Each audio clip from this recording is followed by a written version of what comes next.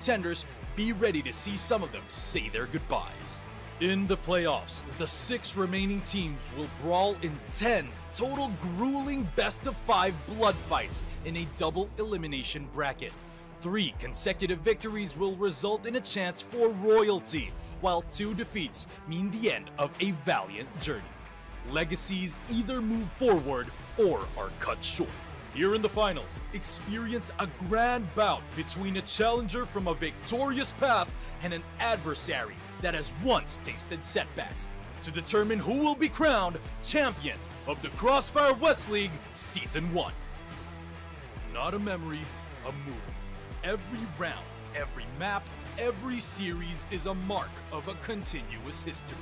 This is the road of recovery for the old glory. CrossFire West League, reclaim the throne.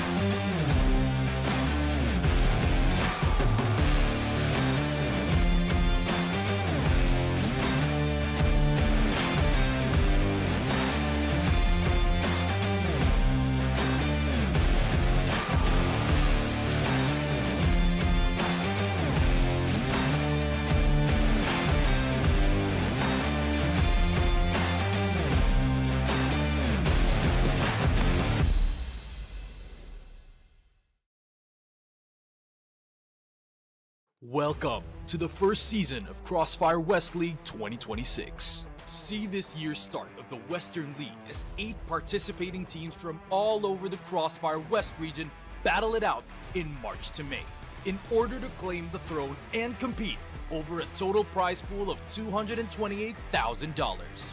For the first season of 2026, get treated to 3 months of high-stakes action, as the season consists of 2 regular season phases and a double elimination playoffs where legends are created. In the regular season, Phase 1, all 8 teams are included in a single group where they all play best of 3 matches in a single round-robin format. Support your favorite teams as every match counts here. Every performance in Phase 1 will determine which 4 teams will be part of the Elite group, where they are guaranteed playoffs, while the other 4 teams in the contender group will either fight for playoffs or relegation. Expect no resets, as results accumulated in Phase 1 are carried over in the next phase of the competition. In the regular season Phase 2, witness teams from both groups compete in a single round-robin format within their same group. For the elites, this is their chance to secure advancement to the upper bracket round 2 of the playoffs. As for the contenders, be ready to see some of them say their goodbyes. In the playoffs, the 6 remaining teams will brawl in 10 total grueling best-of-5 blood fights in a double elimination bracket. 3 consecutive victories will result in a... This is exactly the kind of game and performance I wanted to see. This is the Hail Mary. Every individual player is bringing their A game right now. That's what I'm talking about. I've had enough of being quiet. I want to get things moving. Madison not able to get Free, oh my word, straight out through that smoke just makes it. Zane has what about risk here? Yes, Trevor very scared going for that twig.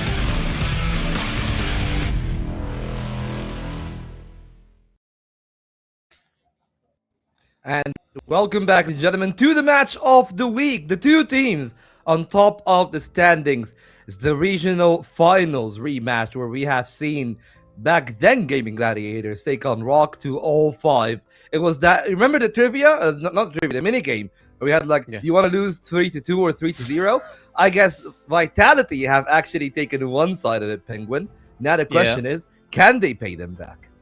Well, the last time they met, it was a blast for LCK, where they made a miraculous comeback, and it was 2-0 from the favor of Team Vitality. And then suddenly I just blinked, I went to sleep, I woke up, oh, it's LCK won 3-2. So now, yeah, it's payback. But as Flex said and Loons mentioned, I want to say this, that it's still group stage, that even though if Vitality wins 2-0, or even LCK gets the win 2-0, or any of one just destroys the other on one of the any maps, is just a group stage. And I'm telling you, here you're gonna see a peak Crossfire, because when I'm telling you a peak Crossfire, the both teams just gonna play on the flow, just gonna play by communication and experience. Yes, there will be strategies. Yes, there will be some counter strategies, which is fine, but there will be some hidden setups that's not gonna be appear now, and we're gonna see it more into the playoffs. I feel like here's the thing. It's a good and bad, right? Like, if you're a fan of tactical Crossfire, of the intricacies, that's one thing. But if you're a fan of high-level entertainment, I believe, yeah, that's what's going to happen here. You're going to see the default setups, nothing new for the two teams to actually show up to the other side. And that means one thing and one thing only. Mechanical level is going to reign supreme, and both teams got that in spades. We've seen the roster of LCK here before. Now, the roster of Vitality. So, some of the head-to-heads, right? Like, when you're thinking about Spoxy against Snare, when you're thinking about Horus, and the entry on the other side of LCK and Lionclaw, I feel like some of those duels are going to be really intriguing. But most importantly, my eyes are going to be on Slayer and, of course, the main man himself, Flex, that we have seen here yesterday. The two guys that have the potential to flip the series around.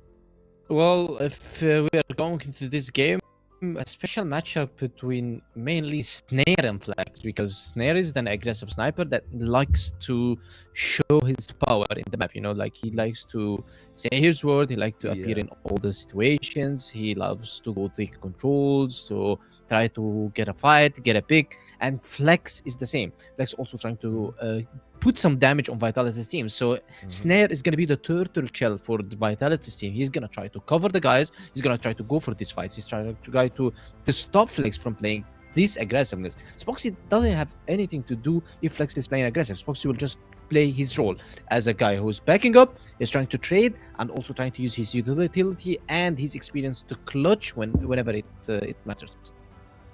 Yeah, and I mean, it makes a lot of sense why we think about Vitality as the favorites here. We've seen them before, and outside of the result in the regional finals, they've been really successful against, well, LCK / Gaming Gladiators, whatever iteration it was last year or this year. But actually, I don't think it should be as one-sided as it is. So you know what? While my vote here is Vitality, I'm going to be here on the panel, and I'll tell you that there's a real case to be made for LCK to win this game, even in a 2-0 fashion as well. Like, we've seen how sharp they were against Nemesis, how they were able to dismantle them at times. And they can definitely do that to Vitality, who struggled a tiny bit against Imperium on Black Widow. And that could be the weakness that Loons and the squad can try to exploit. Well, we're not six. بس دلوقتي يعني انا بكاس في كروس فاير ويست ليج وبكاس بالانجليش برضو. هيكون تيم ال سي كي بيلعب ضد تيم فيتاليتي دلوقتي عندنا على الستريم، فانا سايب ودن كده جوه عشان اسمعهم ودن بره عشان اكون موجود معاكم. لينك الستريم هيكون هنا. جوين ذا ستريم، انجوي. لو انت بتحب كروس فاير، لو ما بتحبش كروس فاير برضو مش مشكله، يعني الشباب بتوعنا بيلعبوا جوه في فيتاليتي، فخش وجب معاهم.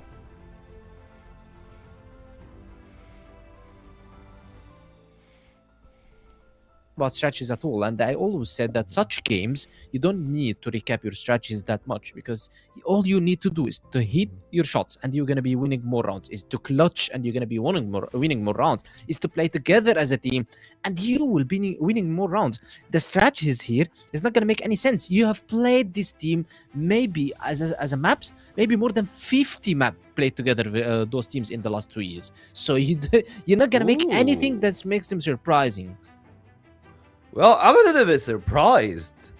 Like, Black Widow makes a lot of sense. We were just talking about it, how Vitality didn't really have the best of time playing it when they played their game before yesterday. But New Mexico from Team Vitality. So that's going to be the first time that we're going to see it here. Ported as decider makes a fair bit of sense for both squads. But yeah, I guess today we've kind of explored everything, right? The only thing that we're waiting for is the debut for Anubis. But back to the game at hand. New Mexico for Vitality. How do we feel about that one? Because we can talk about Black Widow a little bit later. Well, no, let's talk about Black Widow, because Vitality is forced to play Black Widow because they will never go and play Eagle Eye versus them. We've seen how strong LCK is on Eagle Eye, okay? And then we've seen how shaky LCK was on Black Widow. So if you are Vitality and you're picking between Black Widow and Eagle Eye, definitely just ban Eagle Eye and go for Black Widow. Yeah, well, I mean, that's that's what we're gonna see here, right? We've seen LCK and we've seen how good their Black Widow is. We've seen some highlights and lowlights from the other side. So I guess now what we're waiting on is our game itself. As he said, Vitality were forced onto this turf, supposed to be the home of LCK, their platform to leapfrog into the series and get the lead. And we'll have to wait and see how they do it. The casters are ready. The game is about to go live. So let's give it over to Sekio and Trout.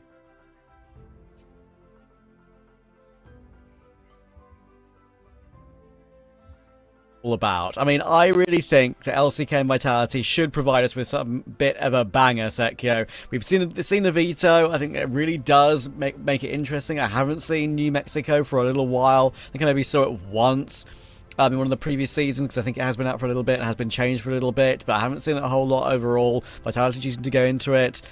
And obviously, it's a game between the two teams that you would probably argue are the two teams that might be fighting each other for the top spot come the end of the season. So that's why we're excited. Yeah, but that's very true. Like, watching LCK playing versus Team Vitality is something I believe that's the most important game in Phase 1 till now.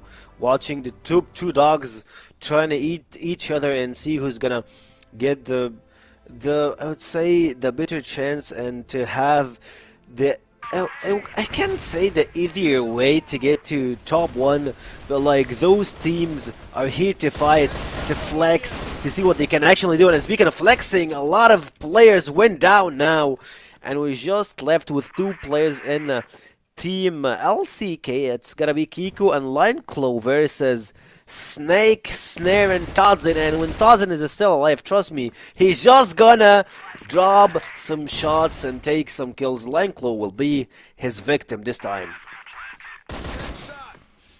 Kiko is trying to flank round, and we know yesterday Kiko was the clutch king. There were so many moments where he changed a game and changed a round for LCK. It's a speedy start for Vitality, planting down with 1 minute 48 still on the clock. Looking to try and catch them off guard out the gates immediately. Positioning from Kiko, but Snare's got that long range angle, and eventually we'll find him as he tries to work his way up on the clutch. So the squad, who are unbeaten from many games in the CFWL, will start off well against LCK, one of their biggest rivals. Of course, they have a very long history between each other. They played, as Penguin mentioned, 15 times. And I believe that Team Vitality, in the name of 3PL or ROC, they've been able to take the best hand most of it, or win most of the duels they have between both teams. I believe it goes into the 10+-ish wins for Team Vitality. So, under the new org's name, under the new coach, changes in maps and everything, it feels like it's gonna be a really good show to watch. Vitality versus LCK.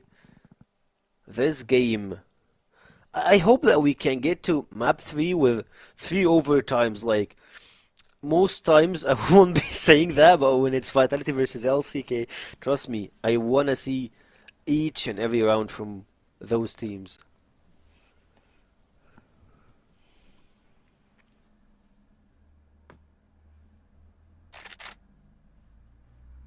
We shall see.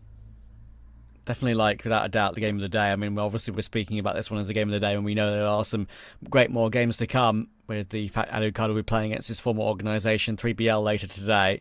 That's always a fun one when a player that knows an organisation well and knows opponents well goes up against them for what would be one of the first times.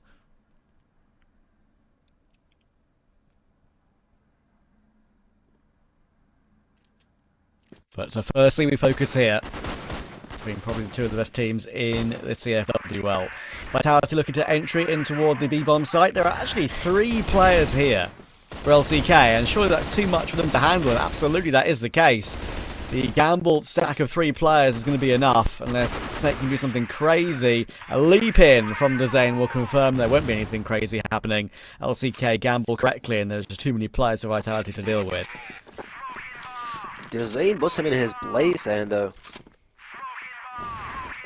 this game is going pretty fast here. Lineclaw seeing the stun, the smokes at the same time. A lot of players over here. Snare is pushing Spooky. making a lot of trades, 2 for 2. And it feels like Spox is taking another kill here. Slayer drops down with a snare. Snake and Todson. They got a lot of heavy lifting to do, and Spoxy's having a very good game till now. In the third round, he got 4 kills, plus Kiku just made a wonderful clutch. Both of them are a big threat to Team Vitality.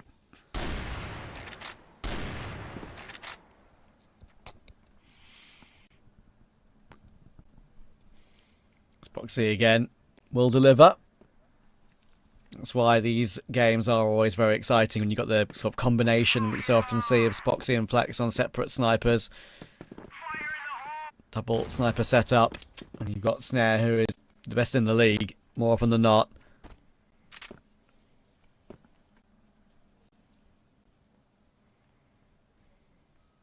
Looks like LCK are about to take the lead. There's only Snake left, creeping up toward Long. Unfortunately for him, there is no C4 available to grab, which is why he's waiting to see if anyone from LCK makes a mistake. And again, Kiko will take him down. So there is a quick 2 in a row.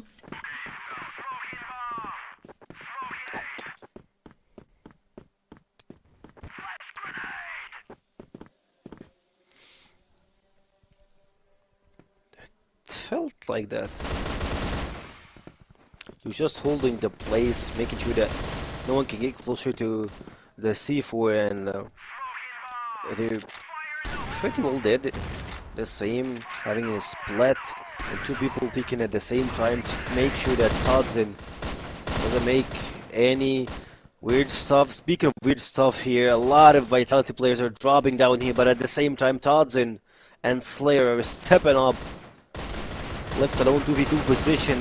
The Zayn peeks here. Doesn't think that he chucked Todson down, but it's pretty hard. Slayer left alone, and the Zayn with a jumping shot. And the help of his Poxy. They're just trolling. You're taking kills and rounds from Team Vitality, and 7 kills for his Poxy.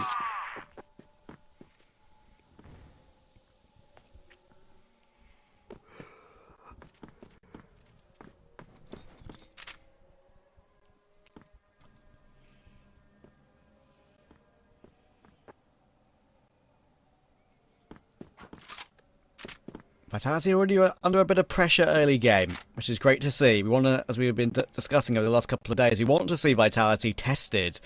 Don't want to see another season where they just run everyone over 14-0.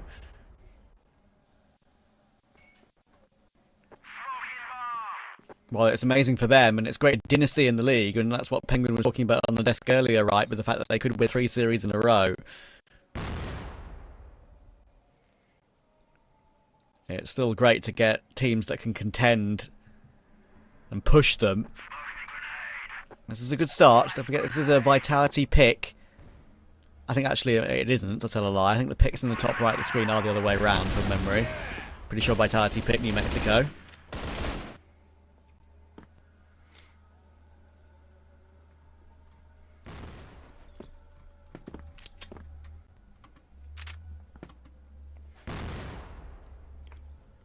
LCK are about to go up 4-1. Unless Slayer can do something here, but it looks pretty hard for him. Still have Flex, the Zayn, and Line Claw exactly. You just need to snatch the C4. It went pretty hard for him, and I believe at this point they need to take a timeout. Stray, you can see he's talking to them, and it doesn't look that Team Vitality are having the best atmosphere, the best spirit right now. Looking at them, they're pretty down.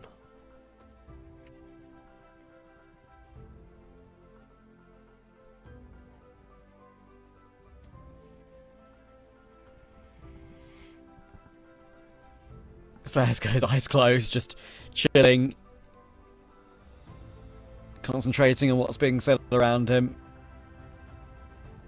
He's meditating.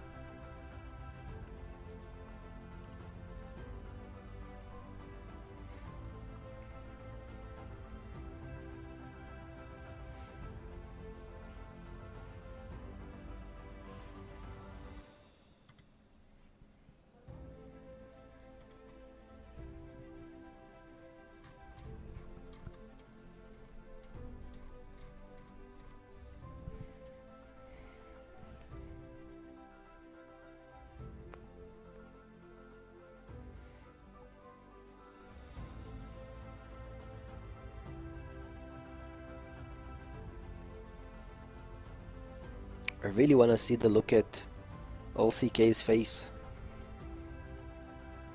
after those early rounds.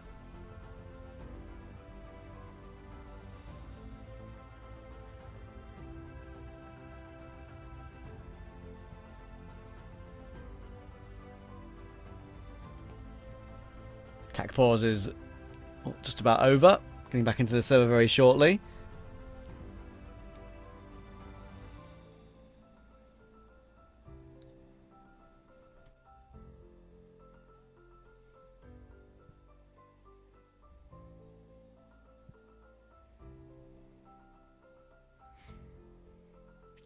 A lot of history for those players, especially Horus.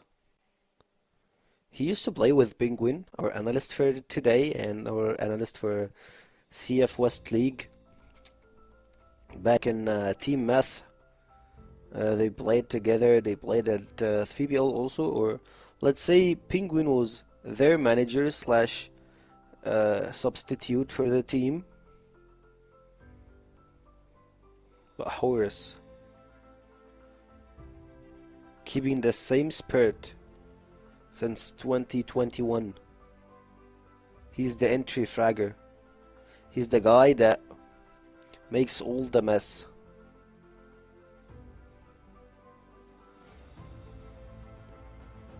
Slayer, Tods, and Snare, Snake. Those players before they make this formation, we had some of them in Anubis. Other were just like new talents that's rising, and right now they used to rule the Western League. The question is, can they turn it back again? And it looks like that they are answering. They lost a few rounds, but they are not here to lose the entire battle. Dropping 2 from LCK, making them looking pretty hard here, using the smokes to their favor. Dropping the third one. The Zane and the Spoxy are left in the smokes, and I believe they don't have anywhere else to get back, but the Zane still got a pretty good flanking position here. Takes one down, but immediately traded. Snake taking some help here. Ooh. Keep an eye on that, but a Snake again! You love to see it. 4 kills for Snake.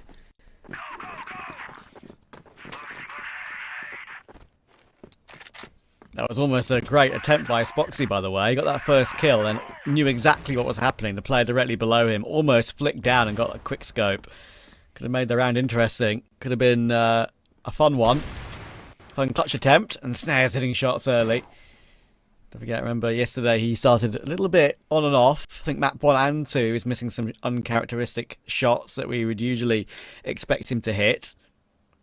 But map 3 he recovered very, very well.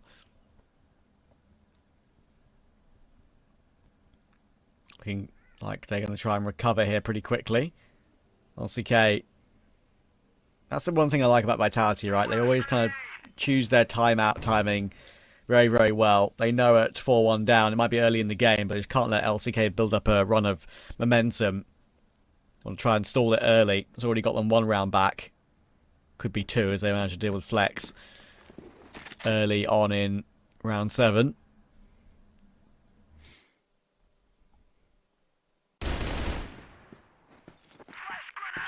Snake. Sprint phase. Slayer, they heard him. Steps are here, but 4 HP survives. Has to take someone with him. Ends up being the other way around. Snake pushing forward. Stun here, pretty crucial. Can they capitalize from it? Question will remain, but Team Vitality, they managed to plant a bomb and try and hold position. They make it 25 seconds on the clock.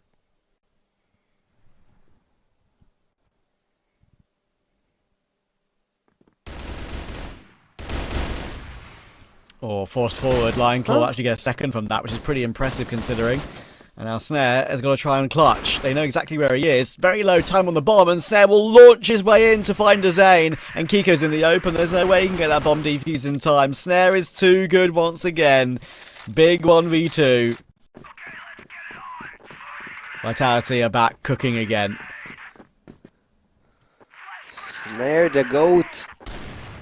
Just juggling around in the last few seconds, dropping one with the pistol and playing by time. He knows if he waited few seconds, he can just try to corner LCK, last player remaining, to either try to defuse or just lose the round, and it went right. Vitality are back into it. Trying to look for the main course. Have extra rounds. He still have 3 more rounds.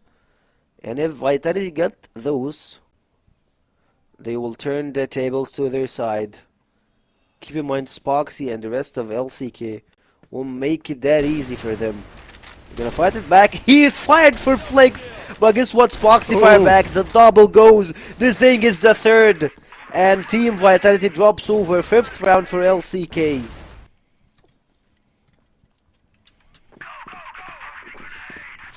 There's the Spoxy you want to see perform.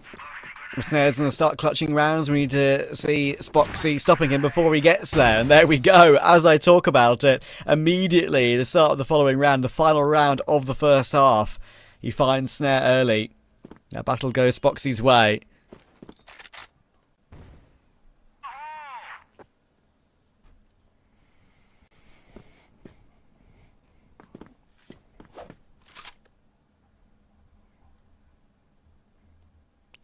Losing Snare that early is pretty bad for Team Vitality.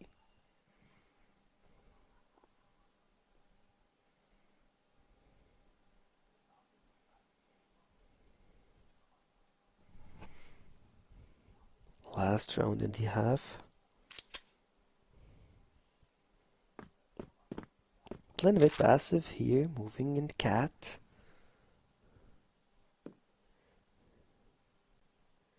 You gotta go with the proper cause here, Team Vitality.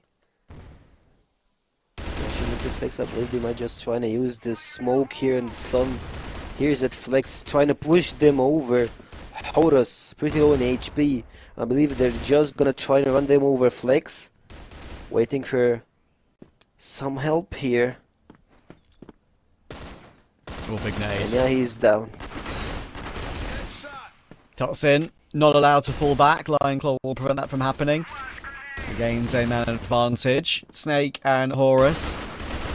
Oh, Snake's actually putting a lot of pressure on him. That's maybe a bit of a surprising move. It will actually catch Lion Claw off guard. He thought maybe he had a bit of time to spare to reposition toward the back of the bomb site and chill for a bit. Wasn't the case. A solo duel to try and take him out goes the way of Vitality. Snake and Horus now in the 2v2 against Zane and Kiko. They have got a double setup here, LCK. They're trying to stick in a buddy system, not letting them go to a bomb site. If they do decide to go to the opposite one, they'll retake together. And with 12 seconds, they need this plant pretty quickly to Vitality. They're going to go for it now. Horus is going to hold the window while Snake gets the bomb planted. In comes the launch through, and Horus will hold on. Immediate trade from Snake, knowing exactly what was happening. LCK try and pounce while they were repositioning into an after plant. And they won't be allowed to do so. Good job from Vitality to hold on. Yeah, and a really good comeback also. They were 4-1 when it comes to the scoreboard. They managed to finish the first half with only 1 round in deficit. It's pretty good for a team like Vitality, knowing their odds and keeping it alive.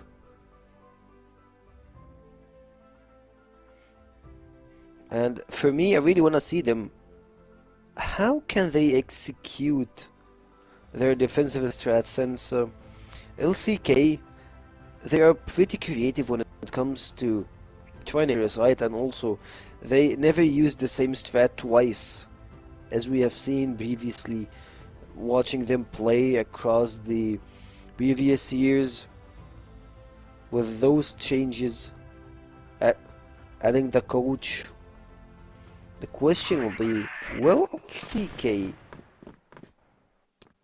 get it to where the place they actually need, or Vitality will find a way to break this rule? It feels like they're shaking hands here with the sniper kills. Yeah. Snare drops. And Spoxy makes it better for LCK. What a day for Spoxy. He's been loving life at the moment in this game. Another 2 opening kills for him, as if it's nothing.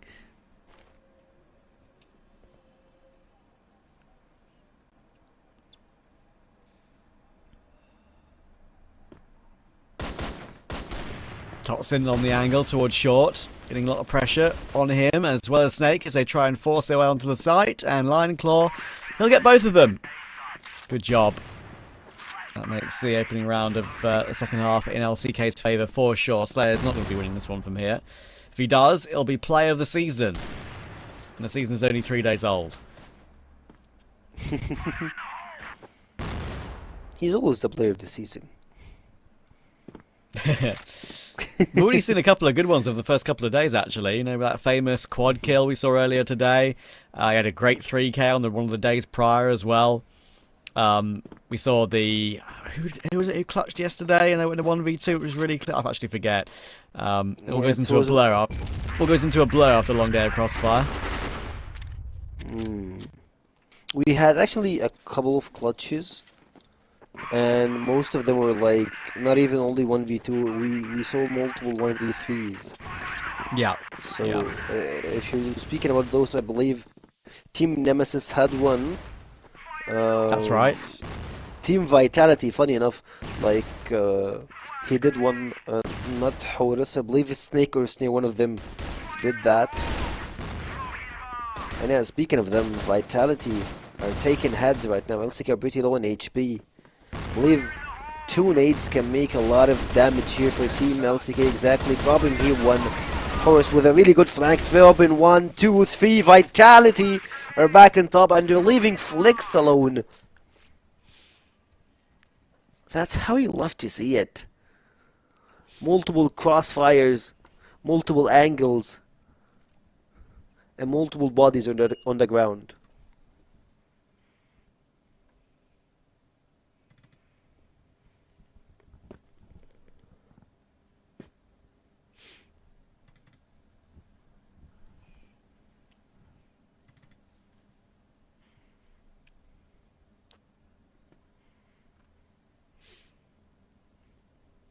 Yeah, no way for Flex to get back into it.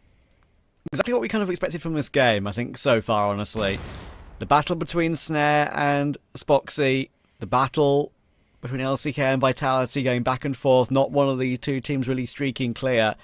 Vitality not letting them get up to 3 rounds ahead and 3 rounds away. Back up to a 6-5 scoreline. Mind you, I think at the top right of your screen, I think the veto is the other way around. I could be wrong, but in our graphic at the beginning of the pre-game with Bolton Penguin, I think it was a New Mexico pick for Vitality. So I think this is LCK's choice.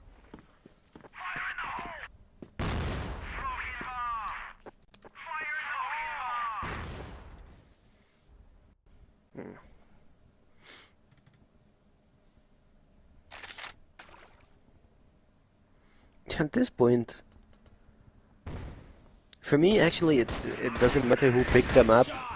What really matters is both teams are performing on the same map, and Flex just going with the jumping shot on top of him. Slayer makes a really incredible trade here, washing them around, taking multiple kill. Horus with a really good flanking here. Feels like Tazin is here to make a heroic play, dropping 1, and Horus will take the other.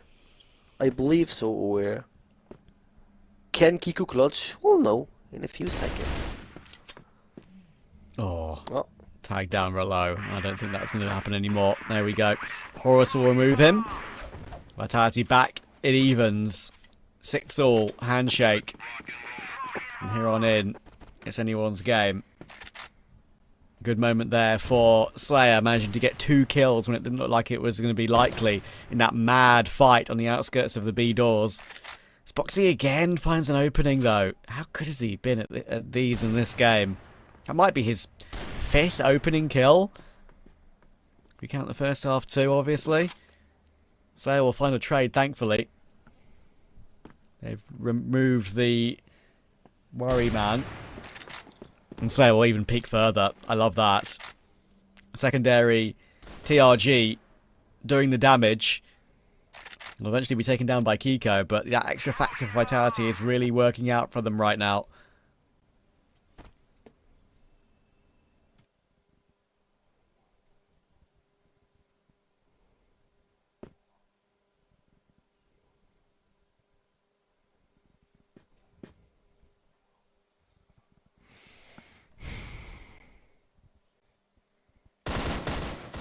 Silence before the storm. And Horus been taken down. Funny enough, Horus tried to make a lot of flank movement, a lot of plays alongside his teammates. They always get caught. Todd's and left alone with 12 HP and a dream. That's pretty hard to be accomplished. Lying low. Gives another round for LCK. The advantage taken to them, and when it comes to LCK, they're doing what they're best at. Taking heads down, and Snake, they just made him go back again. It feels like he's dropping a lot here, like he's 1-4 in the scoreboard. At least for the second half of the map. Dying each round is not the best way to have your team or help your team up. Oh, what a really clean shot that is from Spoxy. Slayer was on the side, only had a head showing, but he flicks up and is really accurate. Very impressive. Horus is able to find Lion Claw as well, but I don't think that's going to do much, you know. LCK are about to reach 8 rounds, creeping ever closer to taking map 1. I actually agree with what you said earlier. I'm not even paying attention really to who's picked what map here. I just think it's a great brawl between the two of them. And knowing that, you know, map 2, New Mexico, I just don't see a world in which LCK managed to win this game 2-0. I think this is one of those sort of games where Vitality will always answer back. So I think we could have a really competitive match, and there's a reason why we've discussed this as the game of the day. 8-6 for LCK, another opening kill for Spoxy. Unbelievable. How many of these is he getting? Ridiculous amount.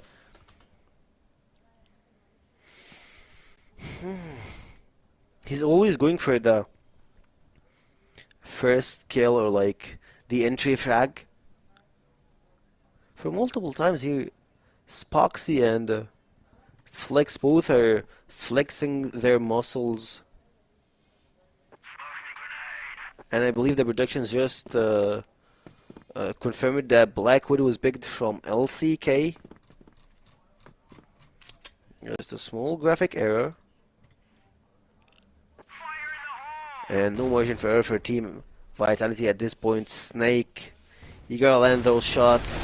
They matter a lot. First guy goes in, second, third, maybe, but he takes 2. Snare helps here with this trade, and Team Vitality, they take the round. Spoxy drops another guy and it's down to 2. Todd's in. It's your time to finish it. Spoxy here using the boxes, using this small tight angle for him to try to play it. Nade goes in, trying to jump forward. A pretty low HP. Spoxy here is having some collateral damage, taking the first one. Spoxy will clutch the round. Wow. And it's the 9th round for LCK. Team Vitality, where are you? Once again, it's the main man. If there was one man who's going to take it to Vitality today, it would be Spoxy. We know how good this guy is, and wow, he's really made it happen again, hasn't he? 9 kills since the little pause we had. And he's going to, again, how? They just can't fight him. That must be the 7th round, or maybe even 8th round in this game, where Spoxy has got an opening kill. This is unbelievable. Crazy performance. He can't be stopped. They're going to be praising him as if there's no tomorrow on the desk with Volt and Penguin in the matter of a few moments, maybe. They The have picks to. at the top of your screen have been fixed, by the way. So LCK, you can see it is their pick. Sure, you can argue however much you want that maybe LCK are more comfortable on this map, but at the end of the day, it's Spoxy just having an insane performance. each time he sees snare, he just snacks his head. Like that's snare that we know. Even he takes snare, takes snake, or maybe Slayer, one of those three players. He knew where they started the round, and it's a really good wake up call for Team Vitality to try and get back into the game.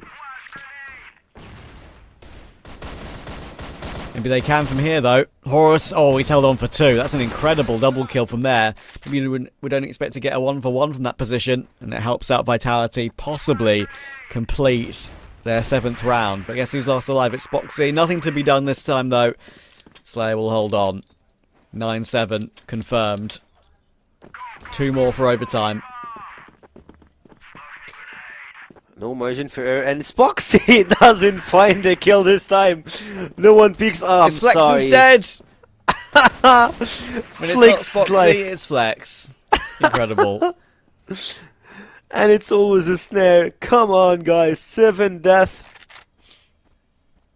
7 death is by the same time, same play.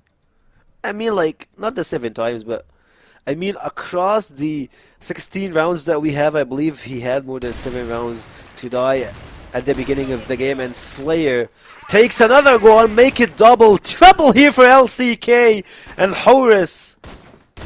And guys, in Vitality, you take the early kill, you take the entry frag, but you're not gonna take one more round left for them to get into overtime. I wouldn't even say like I should have too much criticism of LCK and how they've played these last couple of rounds. I don't think it's been that bad, really. They've tried to go together. They've tried to make a a call off the spawn of what they want to do. But Slayer, who has been, I've got to say, had his moments as well. He's been very, very good on that secondary TRG. It's been all about the sniper so far today. Will Snake drop again? I hope not.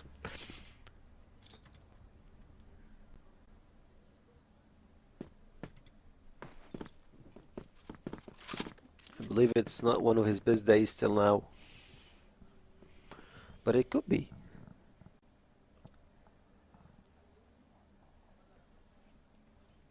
Yeah, you can tell that LCK realise they don't want to make a mistake here because this is their last chance before overtime. They've decided to play a slower round to see if that gets them over the line.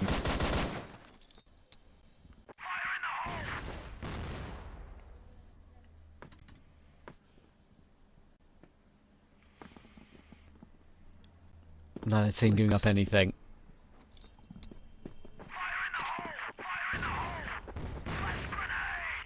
Trying to keep it as safe as possible.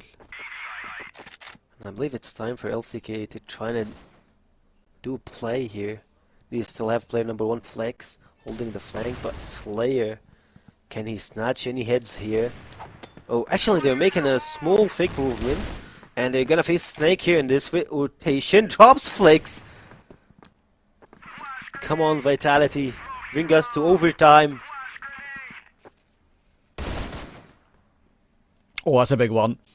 Snake had rotated round, and you would think that maybe that was a favourable angle for Snake. He was looking at it, but Kiko got the kill. 4v4, 19 seconds for the plant, and that C4 is actually really nowhere near the site yet. Slayer holding the line, leg shot helped out by Toxin, easy kill, great clear by Dezane. Sure, he looks at Slayer, but Slayer holds on, and once again it is Slayer. Wow.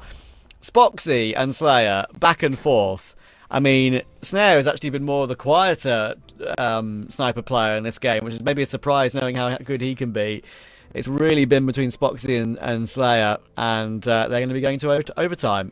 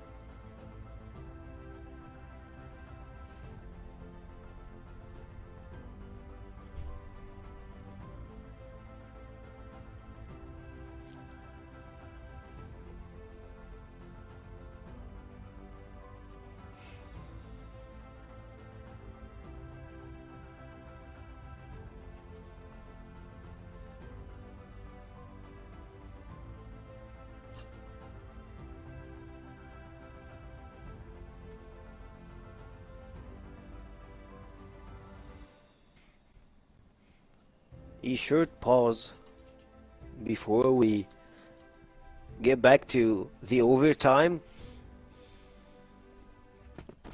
And it looks like both teams are locked in. 9-0, what a comeback from Vitality. Dropping a lot of early rounds. And now they found a way to get back here in Spoxy. He made a lot of trouble in the second half and he's been taken out here.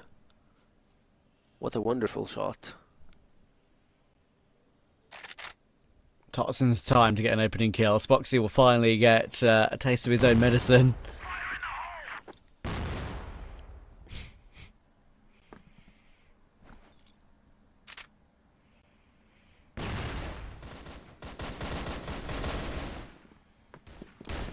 Horus will manage to find a Zane on the entry.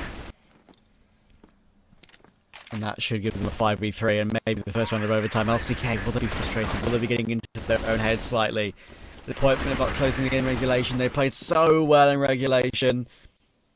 But as we see so often, Vitality just never say die. They always seem to find a way to recover things, even when they're behind. They pull out a couple of strats that maybe they'd been holding on to if things got difficult. Maybe we're seeing it here as well. It's going to be a 10-9 lead. First round of overtime will go Vitality's way. A really good way to start the overtime.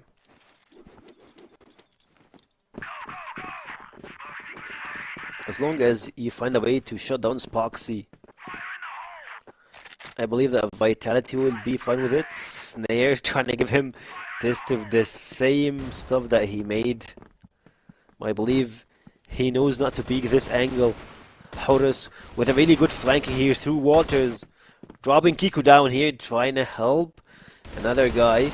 Chicken right and left flicks, trying to hotshot him, but Todson helps him at the same time. Horus rush, he's not here to step back, he's here to rush you, to push you and make you cry in the corner.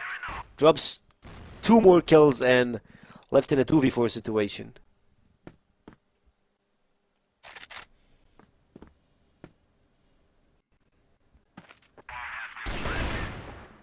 Oh, almost getting a little quick scope underneath the window there. Spoxy, he knew exactly what was happening and where Slayer was planting that bomb, but you can just tell the Vitality are more locked in mentally now.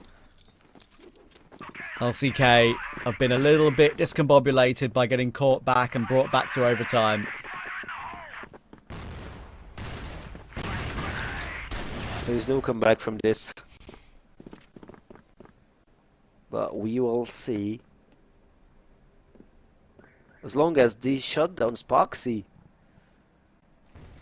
feels like Vitality can keep it. Flicks, oh boy, he's having a really good time here, but the blind takes him off. Horus makes a double before he drops down here. Snake trying to plant with 3 members trying to move here through connectors, plus at the same time you having 2 players, player number 2, Dezane and Lineclaw moving across each other.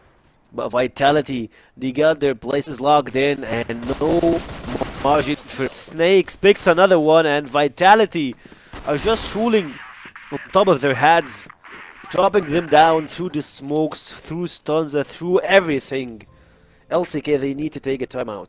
If there's, like, you know, one team that epitomizes the points that I was making earlier on in the day, like when a favourite gets drawn into a close game and they have to put it back to overtime, it's always Vitality. Vitality always seem to be able to bring it back, and when they do bring it back, they always put their best foot forward in overtime. Happens more often than not. And the thing that will maybe play on the minds of LCK a little bit is the fact that they probably couldn't have had anything go better for them in regulation. They had Spoxy getting entry upon entry kill. I mean, Bolton Penguin, hopefully we'll discuss it on the desk, but he got like 7 or 8 opening kills in this game. Like, it's absolutely ridiculous, and they're still not able to win. Unbelievable. And he's not picking any players. He's picking those guys that actually make effect Dragon Slayer down. Like, this player been one of the key players for this roster for a lot of time, even in CFS. So to take Slayer, to take Snare, of course. I mean, like, it was most likely Snare that been taken out. But at this point, last round, LCK, can they turn it around? Surely not. If they're able to get 3 in a row here, I will eat my Formula 1 cap collection live on broadcast.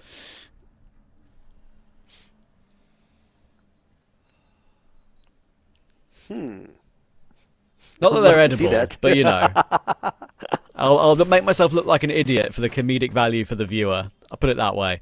Kiko will manage to find Snare. That's the first actual evening up kill from LCK I've seen in a while. Flex is able to find Horus as well, so they're actually finding a man advantage. Can the side swap create anything for LCK to recover this situation? It's time for the Undertaker to shine. And that's, of course, Spoxy. Trying to take Vitality underwater. But they know how to swim. They played versus Sharks. And they're here to play versus the guys in the West. Look at the setup here. Look at the setup. They're all completely surrounding them. Sure, Spoxy's found Toxic, but there's still 2 players here. Will they be expecting that? Surely they'll be expecting 1 player to maybe be holding the A bomb site unless they've figured out who's playing where. If they leave, they've got a free A site. Or they might just frag their way in anyway. Okay, fair enough. Do what you want. Spoxy will find Slayer. Another couple of kills for him. He must be up to like 22 kills or something crazy in this game. I'd love to know if the scoreboard didn't reset every single time, but nothing we can do about that, unfortunately. LCK up to 10.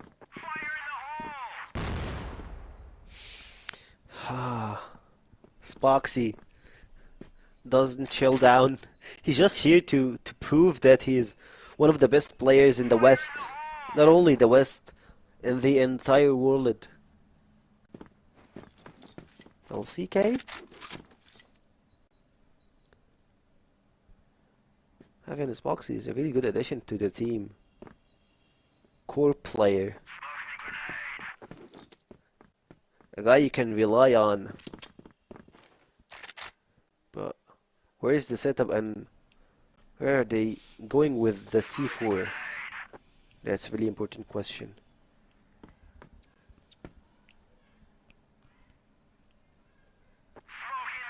Dropping down in toward water outside B. Again, 2 players on B and 1 in very quick rotational position. Horus on the line, good pre-fire, gets himself 2. Oh, it's actually only the 1, but Slayer was there to help out. Thing is, he goes down immediately. Zen and Kiko respond in kind. It does give them some opening to try and take the bomb site, but Snare's ready in the doors, so maybe go for a quick swing and keep them at bay. And yes, to smoke up. All 3 of Vitality's members have rotated in to try and hold them at bay. They're going to go in aggressive, and it's not working out for them. Kiko will take that one. Snare will go in himself, though, with the rifle, not even with the sniper. Trying to take matters into his own hands. A quick double, but now it's all down to the 1v1. Snake versus Flex. Flex will go in for the swing, and Snake wasn't ready for that. An aggressive maneuver. And LCK are 1 away from the golden round. Time to get my caps out. I was about to say that. You gotta bring it home. So Vitality, 1 more round, or I believe the Trav will be in trouble here for the stream. LCK making a huge comeback, and the question is, will we see a timeout after this round? It will be pretty crucial golden round if we reach into it. Vitality, LCK. Who's taking the first game home? We spoke about Spoxy taking the 1s and 2s. Kiko making a lot of pressure here, but Flex, he's just flexing his muscles through the previous 2 rounds and making sure that LCK stay in the game. 1 minute and a half, 90 seconds left. to see if we go to the golden round or Vitality takes the W. Snake. Oh, he manages to hold on. He's got himself a couple with a bit of help from Horus, and there is a second as well. But again, the round is still on. Look at Flex's position. He's all the way through. Look where the bomb is, though. That's going to be the awkward factor, I think, for Vitality. Ignore all the player cams, because we know it's about to happen. Slayer and Snare will finish it off in the end, and there we go. LCK, that is kind of the worst possible way to lose, I would argue, overall. That combination, having a lead in regulation, not closing it out, once again having the issue of not being able to close a game in reg, going to overtime, having Vitality sweep you, you get close, you get back to 12-11, and of course, the final round before you could get back to the golden round at 12-all, they fail at the last time of asking. Spoxy, what more could he have possibly done? At least 8 or 9 opening kills with the sniper in regulation. Every single round he was popping up first in that kill feed to try and get some, start his team off well. I'm not sure how he's come out on the losing side of that game. So, the cap is safe, and I'll throw it over to Volton Penguin to explain what just happened. Oh man, that beautiful Ferrari cap, thankfully is safe, but we know that we're never safe for the Ferrari season anyways. But hey, all is moot because we have had what is the best game of CrossFire so far in the season, and this might be the game of the season. It got to overtime. Well, I just gotta say, this is Thanos level performance from Spoxy. Vitality have proven why they are such a good team there. Even if there's someone that has having a life game like Spoxy, they're still able to deal with it.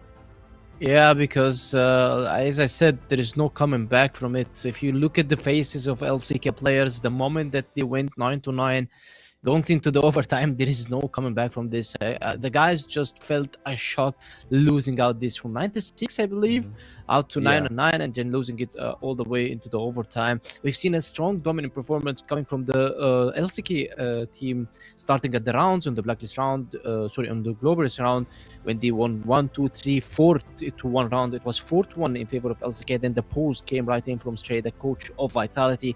They started changing a few things, and the change paid off because they started playing more aggressive into Elong. They started taking Elong control. They started utilizing the cat control as well. They started taking the fights into Elong because, on the first 2 rounds, they fought for Elong. They lost 1-1, and then they didn't go back for it, and they started losing in the other aspects of the game. However, after the post game, they started fighting again, and they started taking the map control again from B Bridge, Elong Barracks, and started gaining the control again. Switching to sides, after that, we've seen a very good, strong performance from LCK. However, when we came to 9-6, they started literally throwing the game. How they are throwing the game? Just pushing Elong. If you just want to go in the game, just push Elong. You lost, I don't know why though. Elong. Yeah, they did it twice. Yeah, they did it twice, and they were trying to do it for 3 times. They did 1 time, got shut down. They did it second time. No, first time they won. Second time they got shut down. Third time they got also shut down from Slayer. And then the 4th time, which is the 9-8, they went A-side again for Slayer, which they know already have the sniper setup. They didn't even to his side. They didn't let Flex do his side. They didn't take chances maybe going into a split into Elong. You just put 5 Elong, 5 Cat. They just know, or maybe thinks that they want to be going all together, so they just can end the game. But ending the game versus Vitality is hard, and there is no coming back from it. If you're winning 96 and you're losing and you go overtime, there is nothing on earth can help you to get you back on this game. However, it was the pick by LCK and one of the worst maps for Vitality, but yet we saw a very strong performance coming out for both. I believe that LCK was better in all aspects of game, in just the overconfidence that came from them when it was 9-6 that led them into the lows. Yeah, I mean, absolutely. There's definitely a case that can be made there, but I mean, that is also, I would say, before that pulse from Vitality, that is such a good preparation from the coach, from the side of LCK. If you've seen the game against Imperium, they kind of figured out, hey, this is how they like to play Blacklist, and they don't really like pressuring long that much. They always have someone that is always on the extremity, right? They pressure bridge a lot more, they love to play towards B, and they got the bigger stacks on B most likely, or quick flanks through middle, which was also another part of the reason why we've seen LCK be able to be more successful on the GR slide. That mid control that they've had, and they also had it, of course, on the other half when Spoxy started running. Yeah, Spoxy played very good. Yeah, he said that Spoxy had nothing to do more than just maybe copying himself in order for Team LCK to play. He played very good, and that's the LCK roster. If Spoxy is playing good, he's carrying his team. If Spoxy is not playing good, there is Zane, there is Lion Claw, there is Flex. He's always decent, trying to perform for his teammates. However, sometimes it's not enough if you guys are not just taking it fully serious. What I mean by fully serious is that even if it's 9-6, just pretend that like it's the last round in your playoffs. I believe if it was playoffs and LCK is 9-6, there is nothing can stop these guys. They'll just put all the effort in and they'll just go roll into an A push, maybe a split A push. They will not use a long multiple or triple times versus Team Vitality, while they know that they already use double sniper setup and the hybrid player coming out from Slayer. We're using the EUMENA. We've seen it for the first time maybe in season 1 2026 that he plays on A, because he usually played on other sides, and now it paid off for them. And the mental comeback that came from Vitality, and we've seen the mental resilience coming out from them, is just huge and deserves to get this win. However, as I said, LCK in all aspects of game, they were just way better. Yeah, they played a really great game, and again, mind you, Vitality was able to go 2-0 up in the regional final before they finally got shut down. But, well, there's a man that is the man of the hour, I guess. The hybrid from Slayer was so pivotal here today. Him just playing the A side as solidly as he did allowed those other two players on B as well to feel very safe when they were trying to play the game, right? Because you can know and you can rely that, hey, like if I got Slayer here, I can try to pivot the game around a little bit. We've seen a couple of rounds of Snare where he loved to play a little bit more aggressive in Cat. And I feel like when they won GR, the way that they shut down Spoxy is that even if either Slayer or Snare died, the other person still pressured with another player from the A side pushing Cat. And when they eventually shut down Spoxy, that is what led them to a much easier GR side, and it even became better once they got to OT and once they got to that very last round of regulation, because their bridge control then opened that game wide open against LCK. Well, as I said, LCK had the idea of how to beat the Team Vitality, and they actually the hard truth is that this idea actually worked. For example, if you are talking about the Warcom paper that's coming out from Loons, the coach of LCK, that in my opinion it worked. On paper it worked, and we've seen it working. It's just a matter of the through calls that happened from LCK that just pushing along randomly versus Vitality, as if they will be able to close it. Yes, of course you have a chance of closing the map while you're pushing along as 5. Maybe you have Zane who randomly kills 3 or 4 people out of nowhere, and or maybe a double kill from Spoxy that ends the game. But this is not the case versus Vitality. You cannot just roll a coin and just hope that it goes for head and you go to a side. So Vitality, the resilience from them, and we've seen rounds 9. I mean, it was 8-6 when it was 8-6, and then LCK won the round. We've seen Flex, Zane, Spoxy, all of them shouting, "Let's go!" They are so hyped for the win because they thought that they got it, but it was just too early. Yeah, too early for them to take down the champions. Vitality proving their mettle is not only that they can dominate the weaker teams that we have seen before, but they also can very easily take over the game when possible against the top teams in the West League. Snare, no stranger to the MVP standings, one of the best players in this Vitality team. And he's definitely popped off when they pressured his side on GR, but even on BL, he had a couple of good moments. Yeah, on BL, he played very good. On GR, he just took the EBR on the round before the last, and then he just pushed into box room. He tried to do something for his team. He killed 2 players. However, Snake lost this clutch because he was very low HP to Flex. So he's just hybriding everything for his teammates. He's not afraid. He's not the guy that he's looking to play passive or trying not to do any mistakes. No, he's just gonna go for it and just hope for the best. And actually, he does this, and he works. It works for him because of his experience, his movement, also his sharp aim that usually hits when it matters the most. So as I said, Snare is the golden element of Vitality. Spoxy is the golden element of LCK. Without those 2 players, we might see a fair chance for those 2 teams versus the other teams like Nemesis, like maybe unKnights, TBL, Anubis, and other teams. Because because Snare and because of Spoxy, the 2 teams are kind of unbalanced and unmatched. Those are the valuable key players on your team. Well, now that we can leave that Black Widow behind, still got another really intriguing game. It is going to be New Mexico up next, and I believe my confirmation is that LCK is starting on the GR side. So it's going to be really That's the better intriguing for side. me. Like, yeah, exactly. It's the better side. It's a game, I feel like, at least for me, when I watch New Mexico, it's a map that can absolutely go either way, just depending on I don't want to say luck, because I don't think it's luck. I just think it's like game sense, awareness, figuring out the right timings. Like the duels on middle especially are so hard to take if you don't have either the right timing or great flashes to set up behind them, because there are some angles in that game, or New Mexico specifically, that can just blow open a side if taken, especially on mid. Well, talking about New Mexico, then you need to talk about the utility usage, because if you have a good utility usage and a good utility management, maybe the management even comes before the utility usage, because everybody can throw the AC connector smoke, everybody can throw the AC flash, everybody can throw the quad box smoke, the B side smoke, the B tunnel smoke, and everyone can just throw this smoke if you just learn it. But the utility management from the team needs to be perfect, because if you use 1 or 2 smokes randomly, you're not going to be having pressure in the map. So when it comes to utility management and utility usage, then the leading brilliant coach of this is Stray, because he's the guy who's nerding these smokes. So in my opinion, this map can be going either ways, but a bit leaning towards Vitality. Yeah, I know. It's definitely going to be an important one for Vitality, at least for the time being, though. We do have a pretty intriguing one. You know, I think that I want to touch upon that util management just a tiny bit before we go to the game.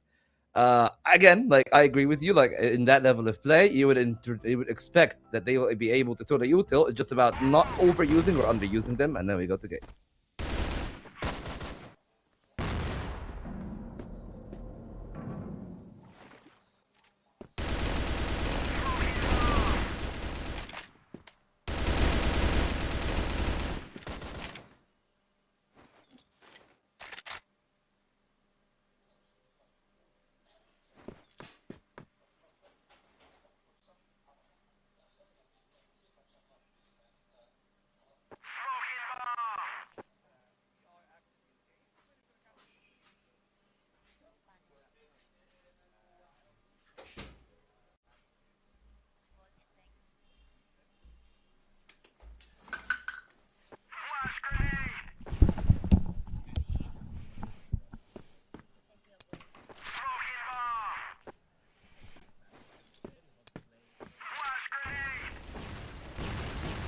Yes. I totally believe that this side is pretty hard to play if you are, and the blacklist side is starting pretty hard here, and also looking at the rushing from Slayer and Snake, dropping 1, make it 2, 3. Flex is here gonna be the last guy to fall down, and Kiko left alone in a 1v3 scenario. That is pretty hard for him through the smoke. Takes the first guy, and oh god, feels like he's cooking here. Can he get the comeback? That's the question. Todd's in pretty high on HP. Him and Snake are playing this game. Kiko dropping the second guy. You still have 15 seconds on the clock here. Todd's in big side. Kiko gets the clutch in a 1v3 scenario. Hard to see. Hard to capture, but Kiko makes a dream come true for LCK. Yeah, that was a very impressive one.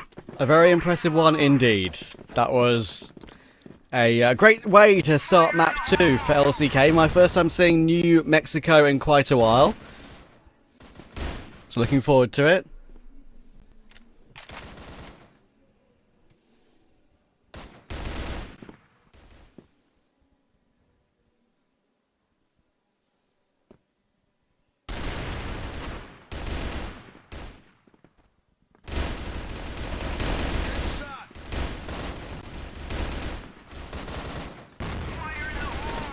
Flex and Kiko will hold on in the following round. This map, of course, lends itself to many crazy brawls, and already we've got another opportunity for Kiko to get 2 clutches in a row. Pretty crazy. 1 HP on Slayer, that'll be another find for Kiko. Can he make it 2 in a row to start map 2? That would be something. Snare looking to try and deny him.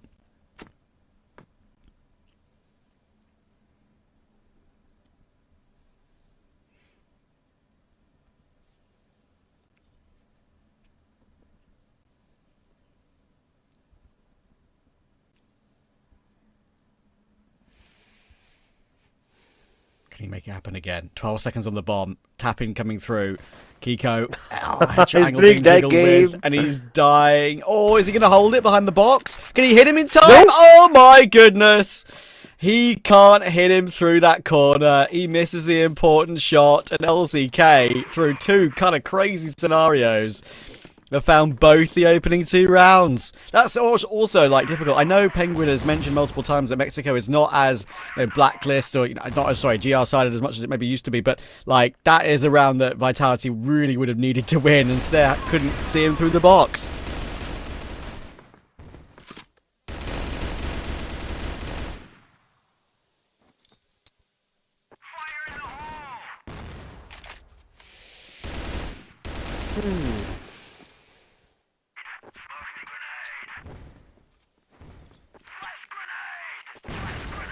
Really weird interaction here. Seen from Todzin. Picking up few kills here. But Kiko as well. He's been bane in this game pretty hard. I'm pretty sure that LCK are trying to fire back here, but they are pretty low in HPs. Line Claw is the only guy with a full HP.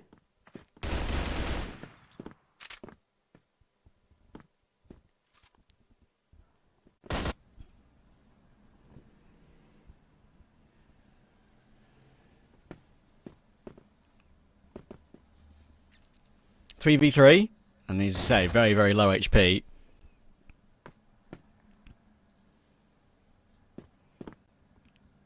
Slayer will manage to find one of those low HP players. Bomb now manoeuvring in through middle, and chance for Lionclaw to deliver. Great timing, great little angle to use. Toxin will get caught, and Lionclaw might be the guy who has to do the heavy lifting here as a player who is full health, but Dazane, even though he's low, managed to find Slayer. So it's all down to Horus. Another clutch opportunity. Surely not another one that goes the way of LCK. What kind of madness will come through on this occasion? He's got an opportunity because Dazane, as I said, is low, and Lionclaw, they're going to try and play that trade game, try and play with each other. Dazane will go first on the low HP, but even though he is low, he's able to catch Horus off guard. Great job, LCK. They keep the clean sheet intact.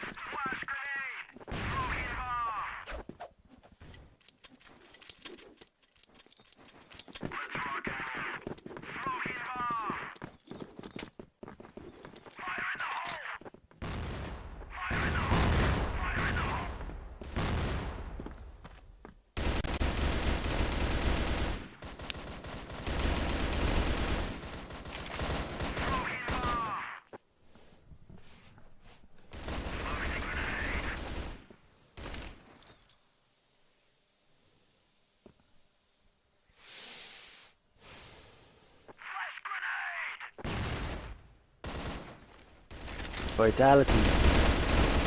They're dropping a lot of heads here. Horus and Slayer. Just stuck to. Pretty hard for Spooky and Kiko to get back from this situation, but I believe Spoxy making it a little bit spooky for Team Vitality, dropping 1, 2, 3, and only Slayer left alone.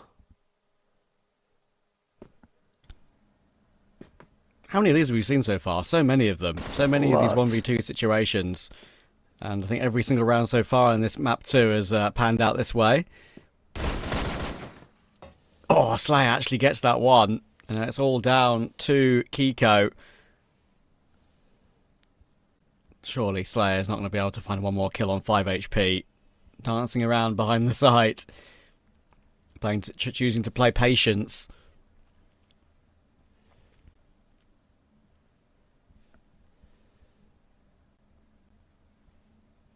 He does have the bomb. Important thing to mention. He can choose to find a bomb site later if he wants to maybe get into an after plan, and he can choose to exit the situation. And he's chosen the right option. He'll be allowed to get it down over toward A.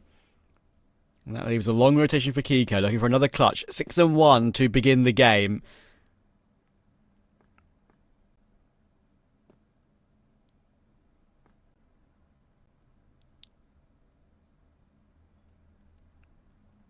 "20 seconds on the bomb. 5 HP, about to pop his head up to look to see where Kiko's coming from. Is that nade going to come in? Oh my god, how has it not killed him? Probably the box getting in the way of the damage, and he's now faking it out nicely. Kiko's not holding it yet. I'm not sure if there's going to be enough time, you know. It's going to be really, really close. And no, Kiko can't get it over the line in time. Crazy round to win, and a very important one for Vitality.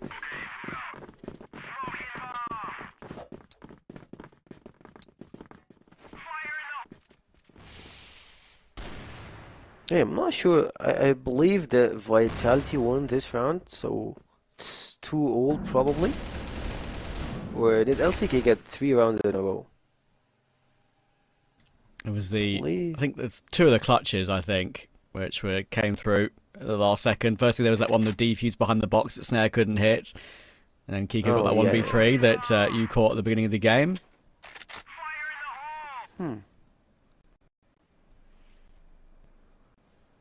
Impressive, I guess.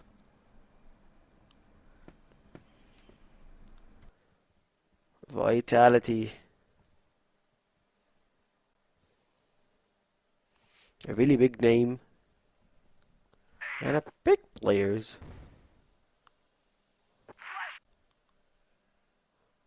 And I believe they got a lot of stuff to show here in this series. Line Claw dropping down, Flicks. Just making it train in Vitality. Are just snacking heads left and right. C4 bomb planted. Only 30 seconds left on the clock.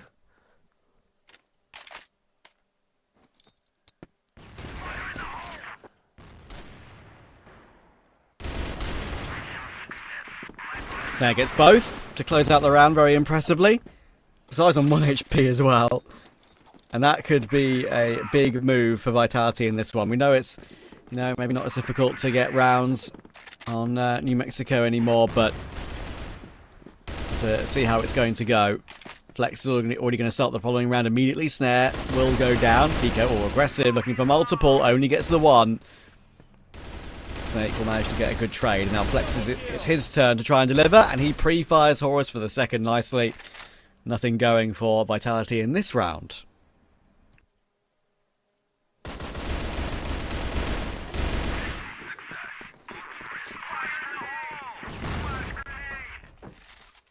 LCK are just taking the way with this game.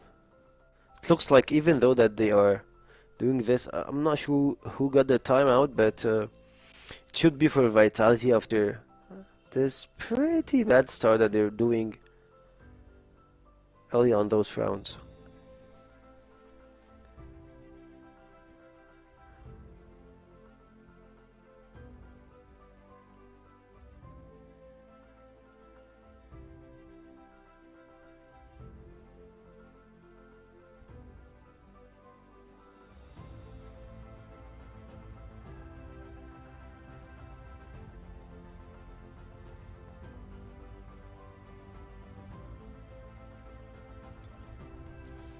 Probably the right time once again. Wonder if Vitality have one of these like protocols that some teams put in place in all esports across the world, where if you lose a certain number of rounds in a half,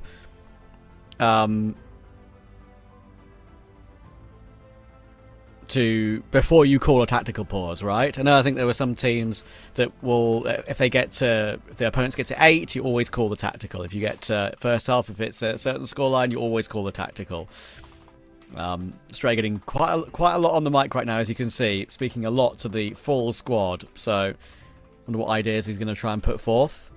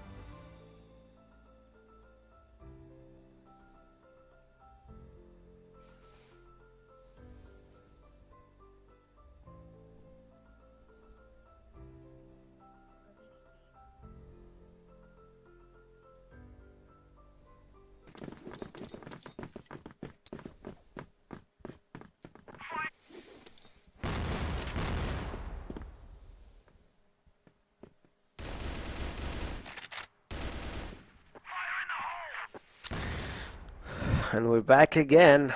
Vitality LCK.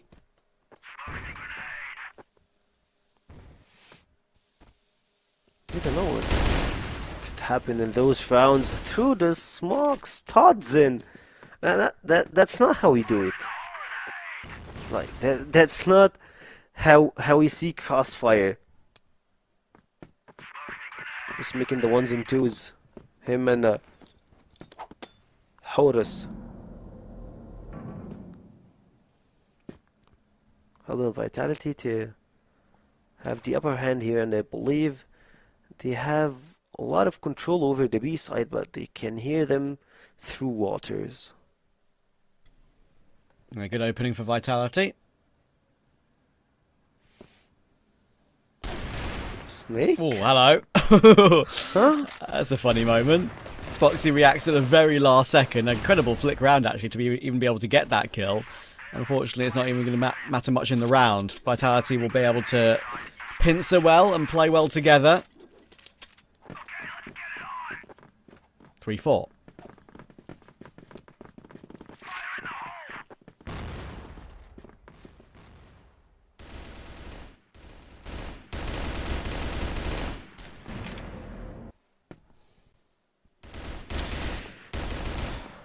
Watching Todzin actually taking a really good flank here, but none of those bullets actually landed to anyone. So Vitality, and I believe Todzin is pretty isolated at this point.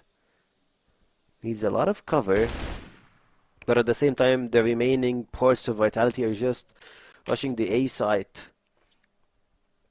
Not just trying to go through waters and A long. So they have a lot of time to decide. Slayer Look at this. getting a little bit back. Oh, Todzin, nice one. 3 players pushing together, and look at the line time on Line Claw. He can't see a thing. He's done really well to find 2 kills considering that, actually. Fair play to him. It's taken quite a lot of effort to remove him from the round, despite the fact he was so stuck on the back of the side. Look at Spoxy. He's bounding his way through and almost finds the 1v2. Impressive attempt, but Slayer will hold on.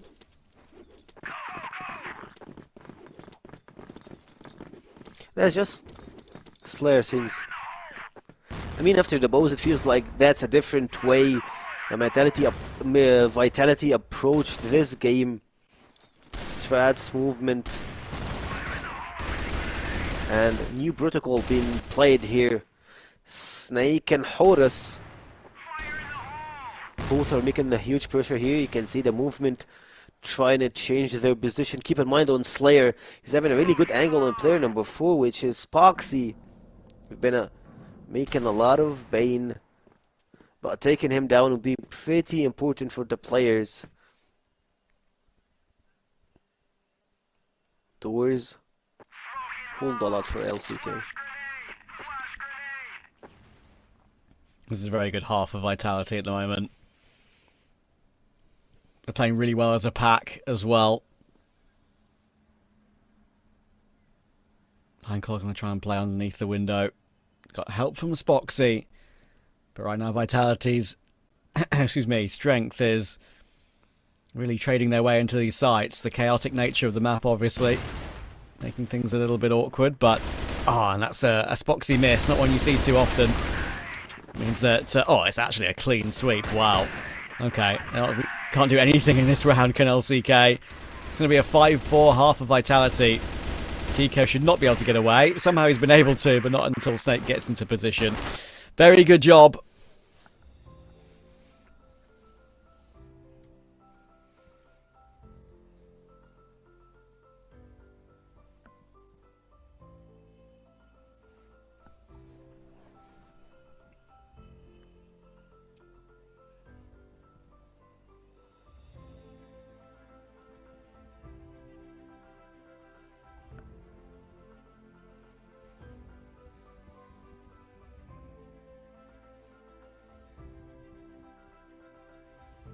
It's pretty clear for all of us that Vitality are not in their prime yet. But even though They're just toe-to-toe with LCK, going to overtime and winning at the first map we played today. Seeing what Vitality are capable of, I couldn't wait to see them perform in international stages. In the CFS, in AWC, I'd love to see Horus, Slayer, Tods, and Snake Snare. Those incredible players. In the course of an action, see them play in a LAN event is pretty important. And speaking of LAN events, also, I can't wait to see Famous in Saudi Arabia for EWC. Of course, yeah. That's always an exciting factor, isn't it? Absolutely right.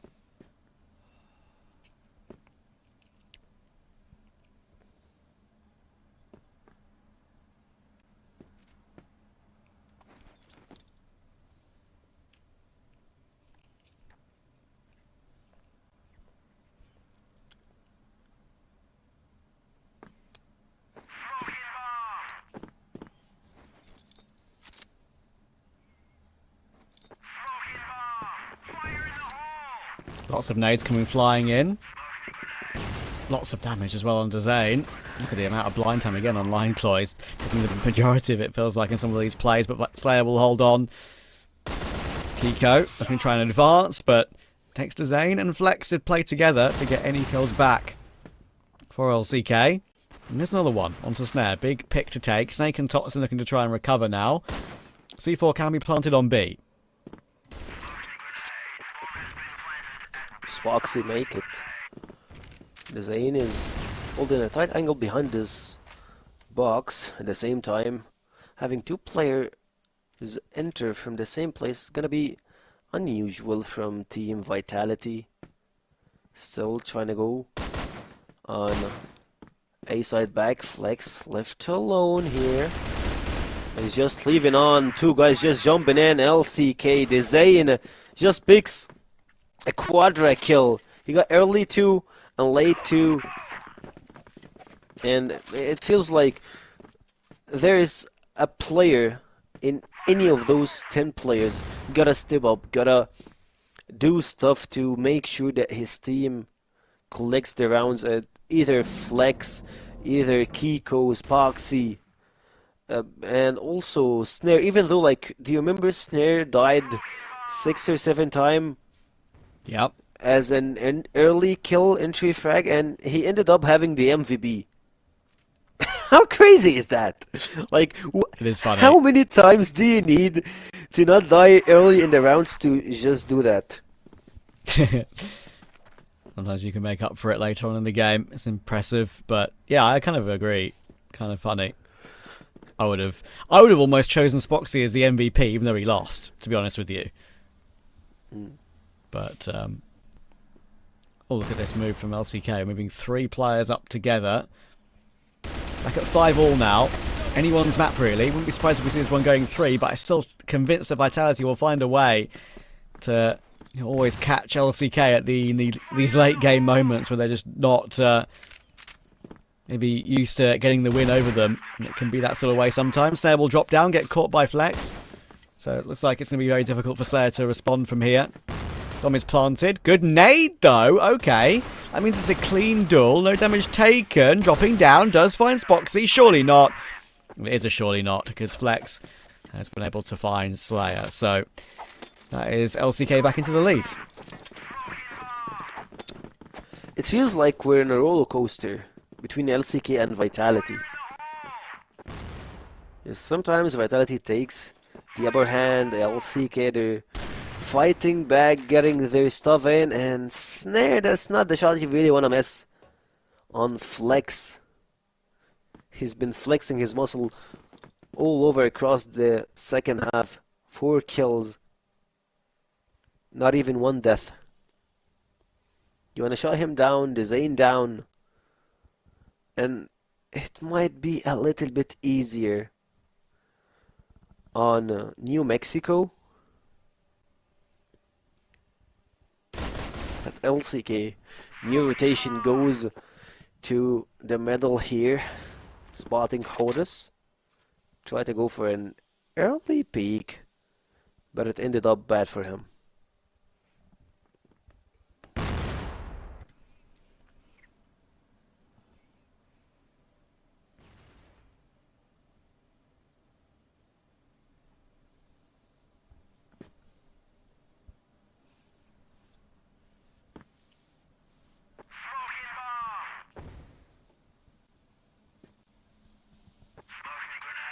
Totsin in the corner.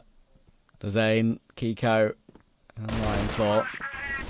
Oh, that's a great clear from Kiko. Totsin will go down. Now back into an advantage.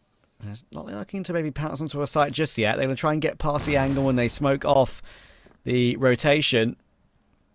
The drop down from behind could work out pretty well as well. Looking to try and maneuver themselves up and toward the A side of the map. Snake will find Kiko.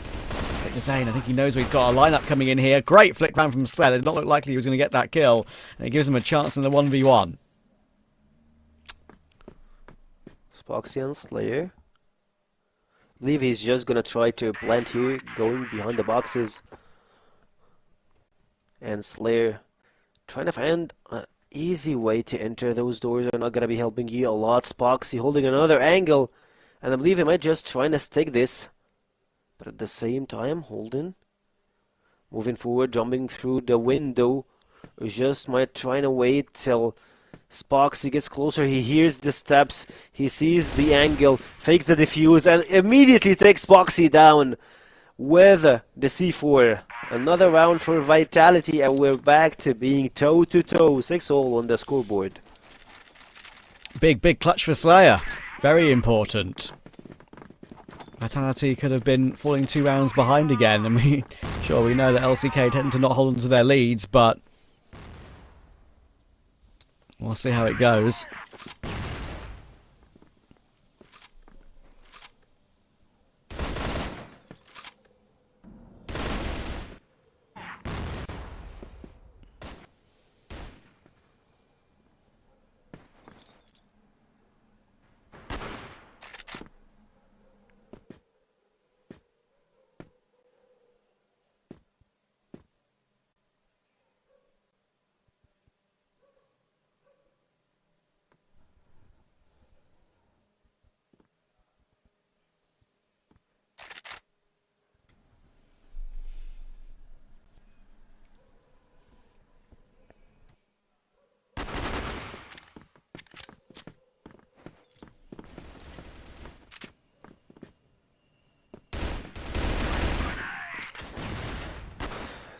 Looks like He'll be able Vitality to find have Snare.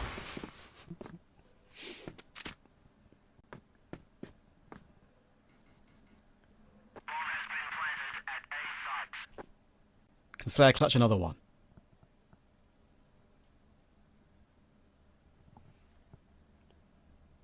possible. So you got Spoxy. A lot of angles. He can't cover right and left at the same time. One just saving himself in the hunger, and the other guy is just holding the window. Left and right. You take one, the other guy just immediately trades.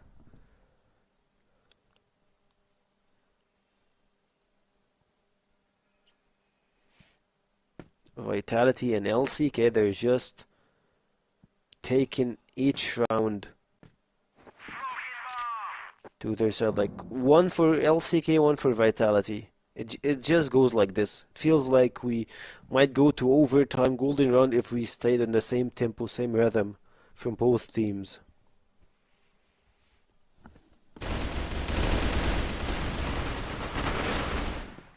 Oh my goodness, what an absolute brawl in the waters. Spox is going to get himself two. In the end it turns out actually an advantage for LCK, surprisingly. And don't forget, Vitality had already used their attack pause much earlier on in the game.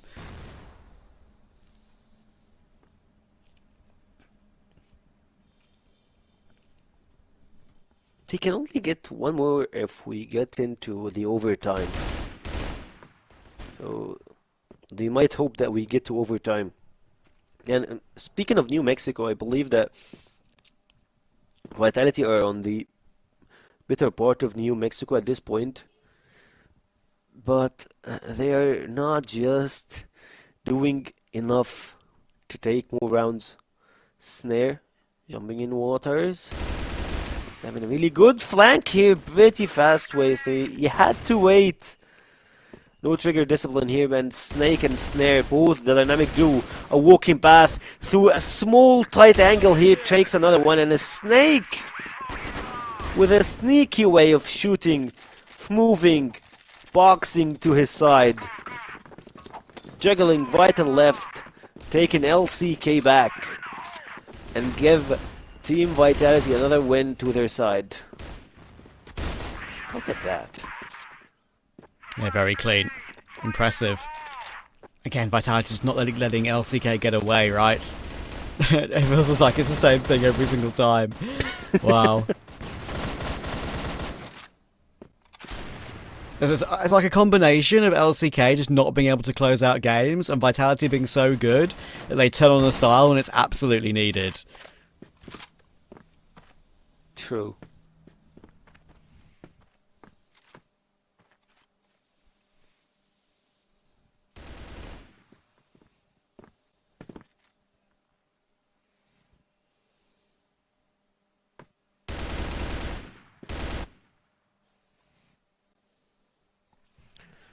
The early kill will be traded here for Horus.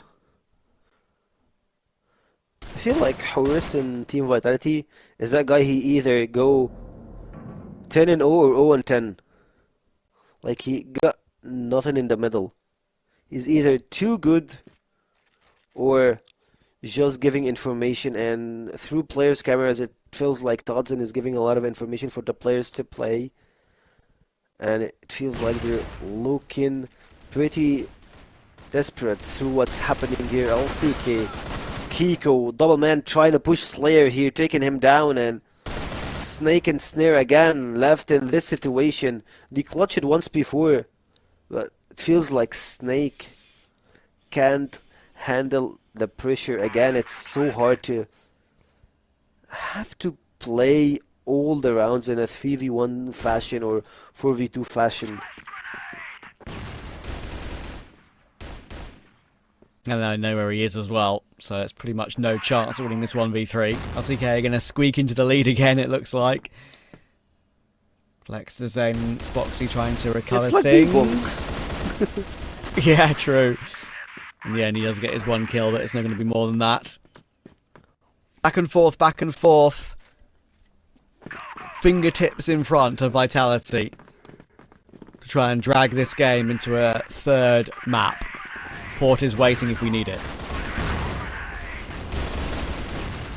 There is Linklow through the wall here.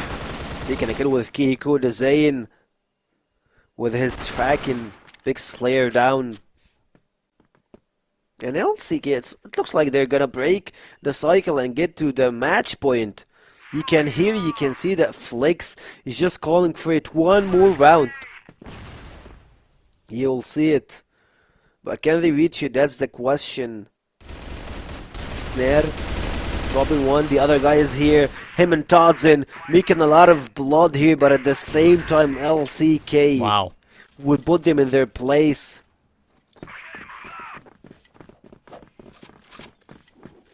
One more round for LCK.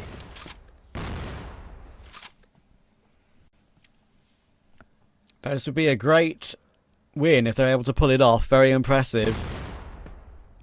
9-7. Just that one that you've mentioned, considering the fact that what happened to LCK on map 1, it was their map pick, they were up in the lead, they couldn't close it in regulation, they got within 1 in overtime with a chance to play the golden round, couldn't grab that either. They go on to Vitality's home turf of New Mexico. Is it really going to happen again? Surely they can't lose another lead.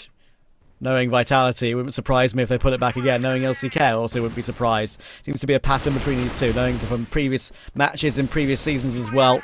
Quick 1-for-1, Snake and Spoxy will get a kill apiece. Keeping it close, and Snake does respond. That's a great kill. Launches himself in for another one, and that should be enough, and it will be enough overall. Snare will get the final kill. And again, once again, Vitality are within 1.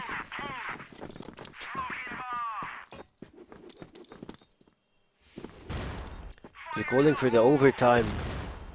You can see it in front of their eyes, and I believe they're playing pretty aggressive here from Team Vitality. Pushing to enemy's territories. At the same time, LCK are using waters. They're pretty down. Flex. Chicken, both angles at the same time jumping. Chikat, Kiko with the support. I believe that Snare, if he's just trying to go with a sneaky move, getting down, will help them a lot. Oh, 1, 2, 3, 4 players at the same place. And Vitality, they're calling for it. More time been wasted. But they really need to find the entry kill here. Looking at the cameras, see the pressure. Vitality trying to defense here. Slayer gets the first kill. At the same time, the smokes won't be enough for them. Stop from getting into the site. But they go back into playing slow. Slayer picks another kill.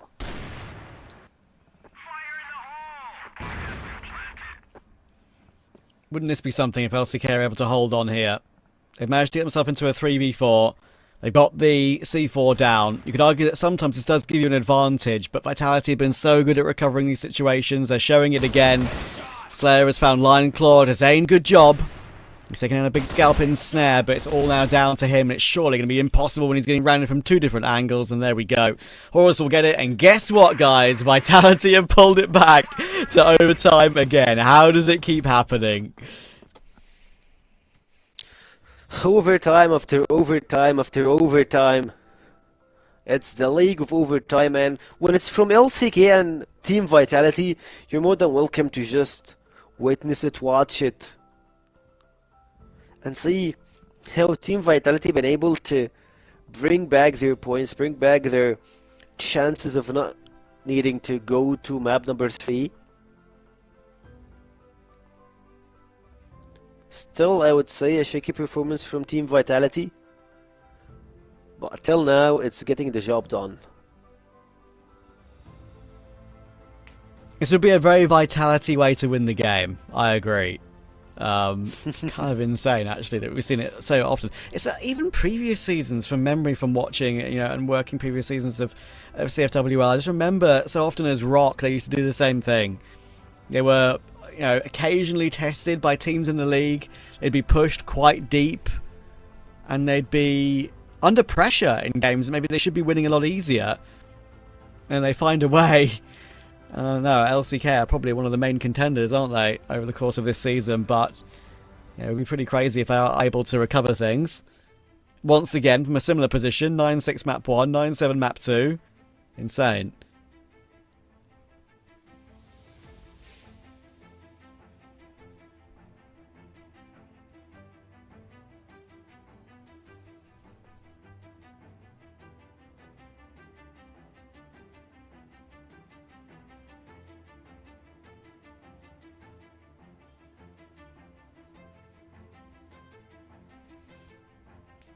To be honest, I will be concerned for Team Vitality if they still perform it this way in the international events. LCK are stepping up, we all can see that. But Vitality, it doesn't feel that they're the same team after what happened at CFS 2025. At least they're having some laughs off here.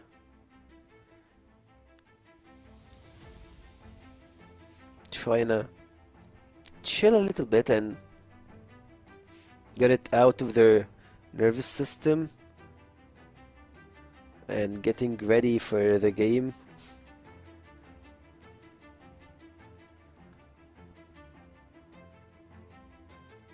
They're like one family at this point.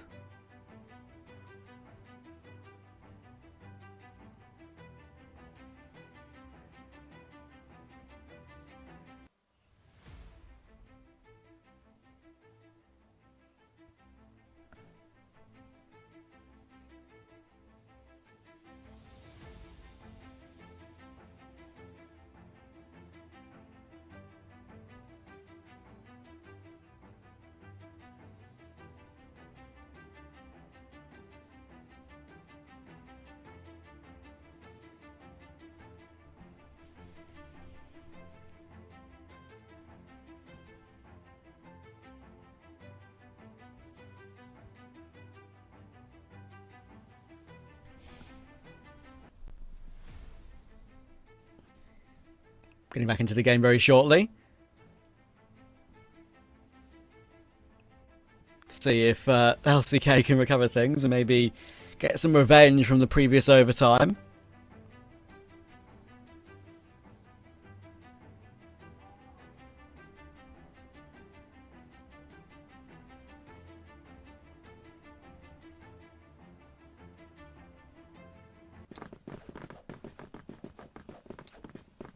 And we're off.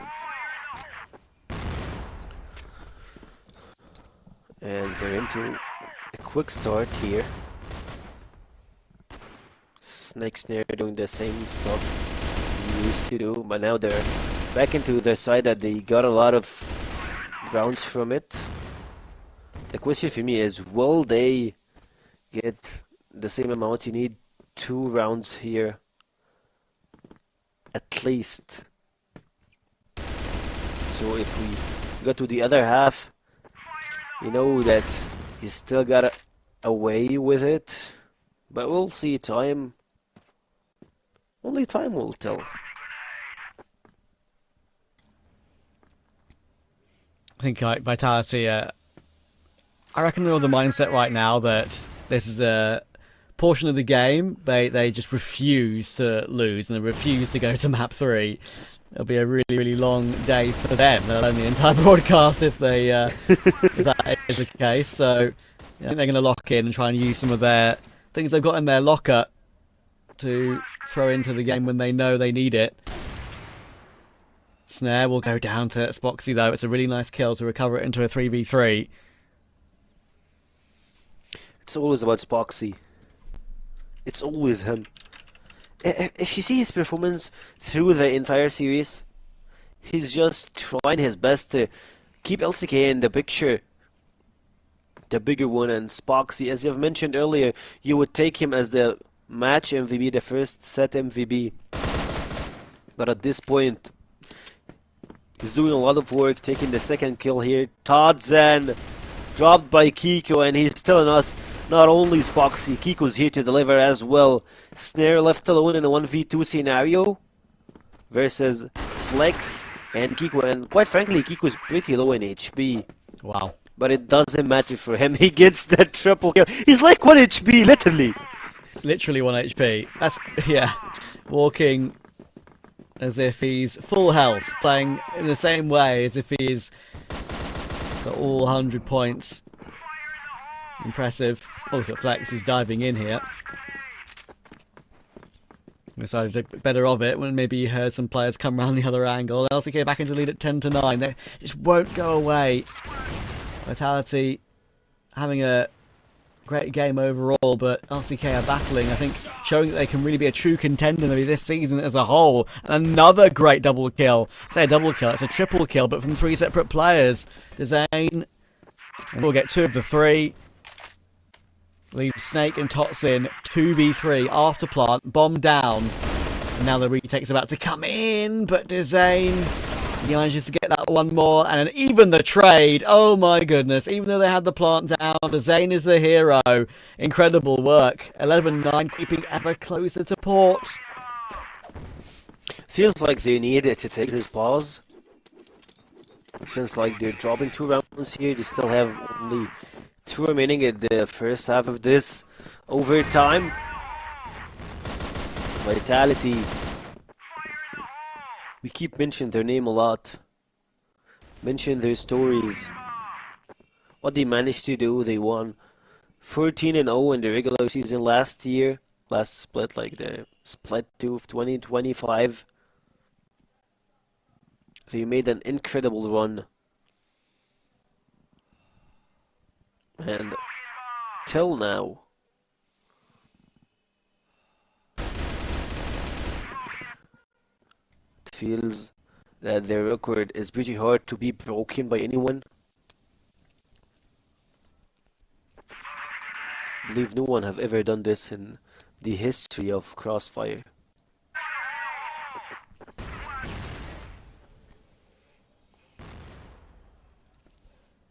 Can they get a clean sweep in this first half of overtime, LCK? That would really be something. Dezane's going to try and make it a reality. Gets the first kill on toward Horus. Playing aggressive for more as well, knowing that maybe he needs to take matters into his own hands, play extra aggressive, be unpredictable when they've played this many rounds of New Mexico already. He's going to choose to fall back away, but still be somewhat aggressive in that angle that he's choosing to play. Might be unexpected. Is Slayer going to check that box properly? Who knows? The answer's no! Oh, but Line Claw whiffs it. That's crazy. Slayer flicks around. We saw that from the third-person POV. Flex is able to find Snake to at least bring it back into a 2v2. Todd's in. You got Flixen and Kiko at the same time. Check your left corner. They're moving forward pretty fast. I believe they're going back to Waters. Hear him, Todd's in. Check, they're on your right, but he doesn't have any information on that. Still trying to hold the C4. He got it and he's moving forward, going to A Bland. Flex and Kiko versus a logged in Todson. He should just leave the door and move forward here. Go under the tent, waiting for any support here, or like not support, at least an information. Kiko and Flex are pretty scary players to play against, and it looks like Todson is trying to go for it. Immediately it drops down by Flex. Flex, through the course of this game, it looks like that he's having a lot of good moments, clutch moments, and multiple ones.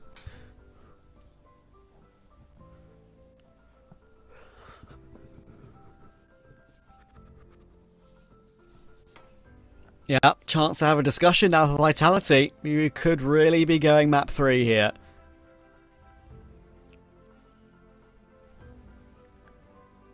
They need 3 in a row to recover it. Who would have thought it? Incredible.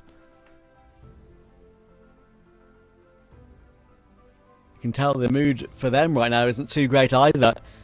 This is exactly what we wanted, though. I mean, we joke about the fact that, you know, LCK kind of choked map 1, and once again, Vitality looks like they're going to beat them, but then we keep saying we want to see a close battle for Vitality, and we've got it. We've got it. They're not just running over their opponents, they're really being tested. And impressively so. LCK have re-locked in overtime and have played excellently.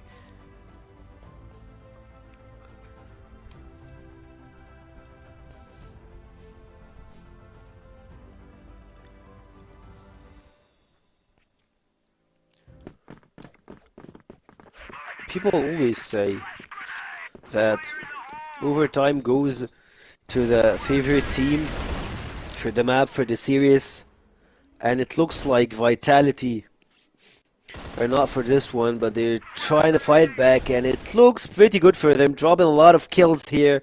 Snake left alone, dropping the first one. Last kill, him versus Flex. We have seen this multiple times. Can he do it? And the answer is yes. Snakes clutch this round for Team Vitality. Here we go again. Can LCK close? The age-old question. Multiple chances.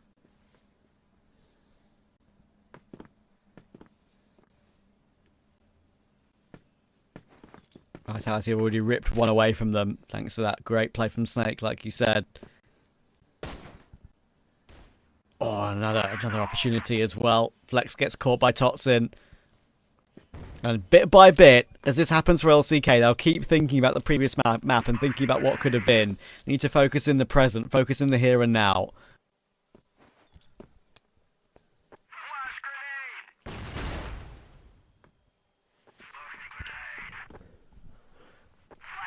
You want to focus on the fact that they have bigger odds in winning this game. They might try to rush things here, but you don't have to do it. The Zayn gonna rush through the smokes after actually having 2 players to drop down. Snake also will be traded. The Zayn is a pretty scary player. Doesn't matter how much HP does he have. What matters is what he can do with that HP. Slayer checking his angles. Spoxy dropping down. It's looking pretty good for Vitality at this point. And at the last, it's a 4v1. Kiko. Can he make this miracle play? I believe that he can.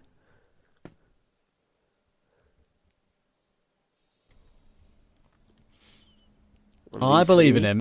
He's won, don't forget, the first round of this entire game was a clutch from Kiko. And don't forget how many he got yesterday too. Got a couple of really important rounds for his team. Issue is, of course, he's about to be cut off by Snare. There we go. And here we go again. Is this going to be another 13-11 or will we get to a golden round? Our first golden round of the CFWL 2026 this time. Let's see. I would love to see a golden round. I would love to see it. It doesn't matter who wins, LCK or Vitality, but this game, this series, is from another level. And again, LCK trying to play it faster. Line Clo just checking from the bathroom's window. Throwing nades here. Slayer dropping the first guy. The second one is pretty low HP. And immediately takes a lot of them. Kiko and Flex left alone. And we go to the golden round. Unless Flex clutch this up.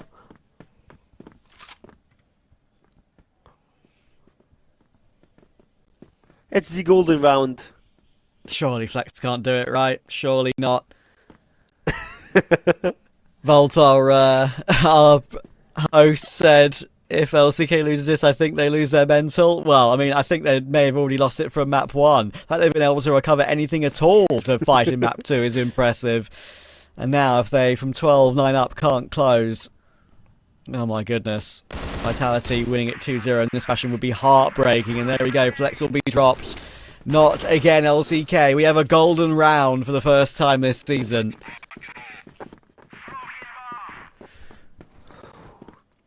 Last round for Vitality on the defenders side. Last round on this series if Vitality win, but if LCK got other stuff to do. Flex, you've seen him a lot throwing, playing. I don't think if Vitality played a little bit aggressive, he will be something that's rewardable. It's either you take it home or not. Slayer goes for the aggressive play, traded by Kiko. A bad one, Slayer, to take. A really bad one, since you're one of the key players, the core players for this game. And Horus is moving Undertale.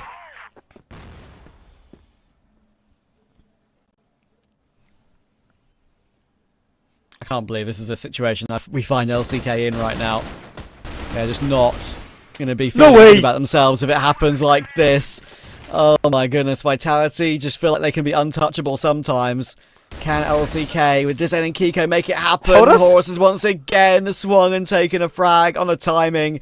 Huge kills, huge plays. And Kiko is left lost alive. Must be wondering what on earth has happened. Again, we found ourselves in a winning position. Again, we've had 3 opportunities. And again, we can't close it out. Can Kiko make something special happen? Horus is going to drop. He's got time to use here. A whole 55 seconds of it. Looking to swing the angle. Snare is on that line, looking to rotate all the way around with Snake. And I like that call. Play together rather than go individually. Smoke down. Give him a bit of space to work with. He can drop off if he wants to, and he's going to choose to do so. He's still got the bomb on his back, so he can do whatever he wants. He can go wherever he wants. And Snare and Snake are sitting together, waiting for information. 30 seconds left. Making the move now, Kiko. Maybe the clutch king of LCK. He's trying to find a kill. He's trying to find one of these 2 players to make it what would be a clean 1v1 and not make it difficult for him in the afterplan. Eventually, he's going to maneuver all the way around to A and get it down. That's going to be heard by Snare. Snare's going to have to choose to hold the angle, otherwise Kiko could catch him. In comes the swing, Snare spotted. Snake on the other side. Now they're going to wait for each other. Surely they go together as a group. Bomb timer above the heads of Vitality.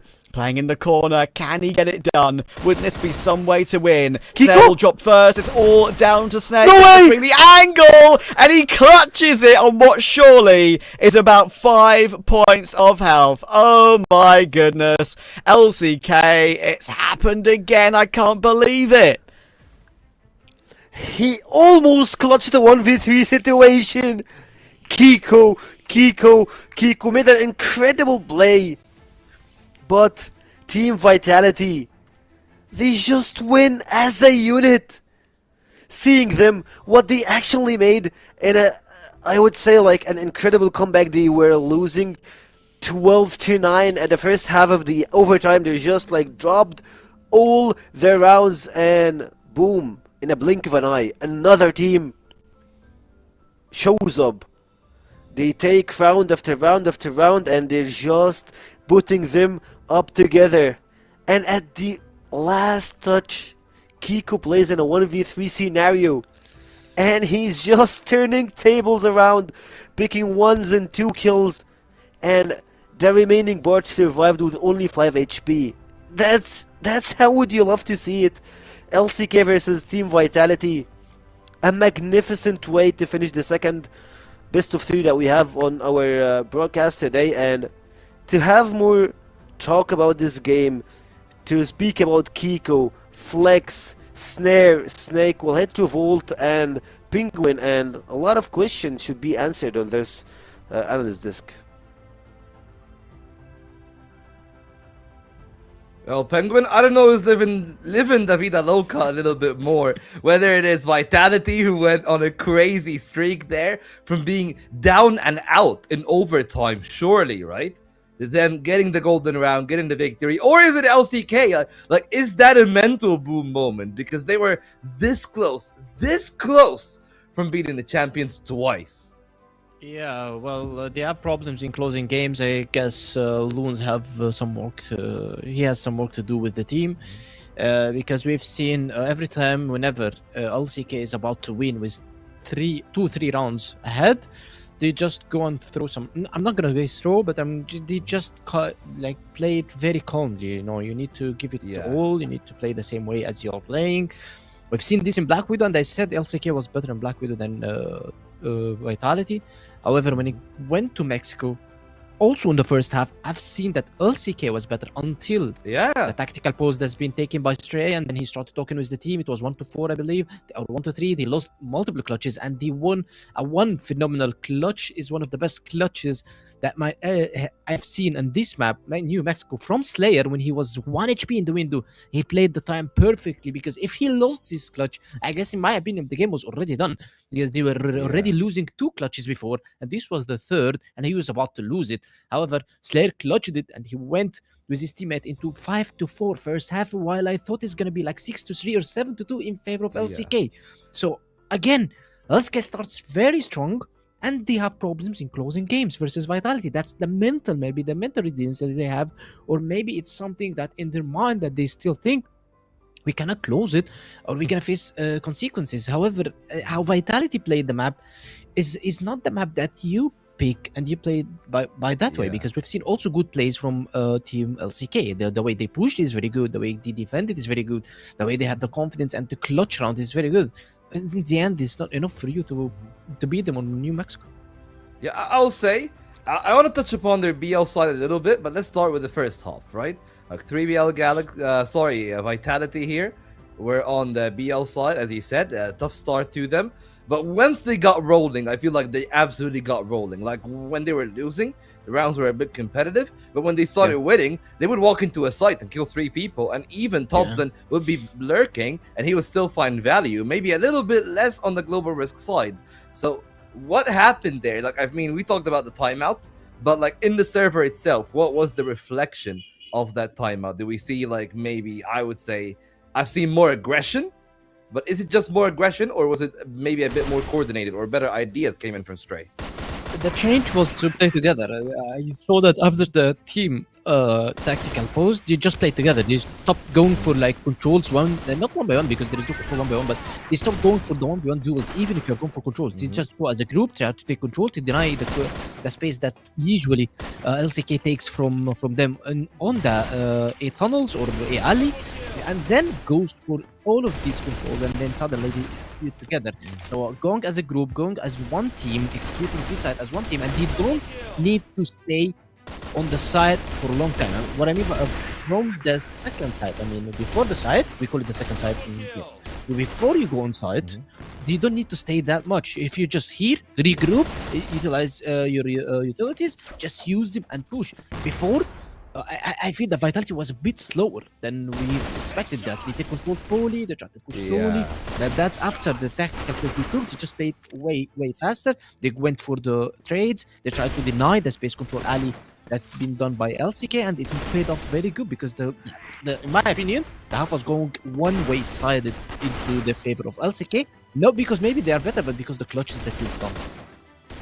And I gotta say, like, a lot of credits for players like Snake, like Kiko, especially like Slayer, because most of the play here on the B side, especially on the GR side, I'm gonna focus on Vitality a little bit.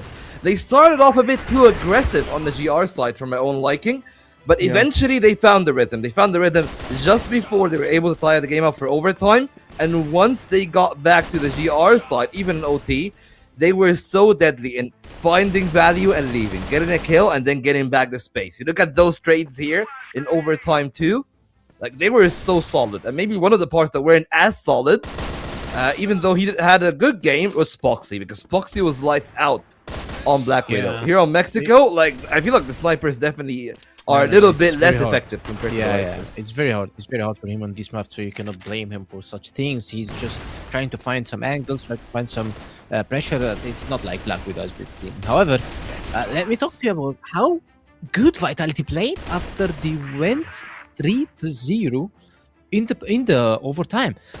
On their global side, they rushed 3 angles for 3 rounds. 1, they rushed mid 1 time.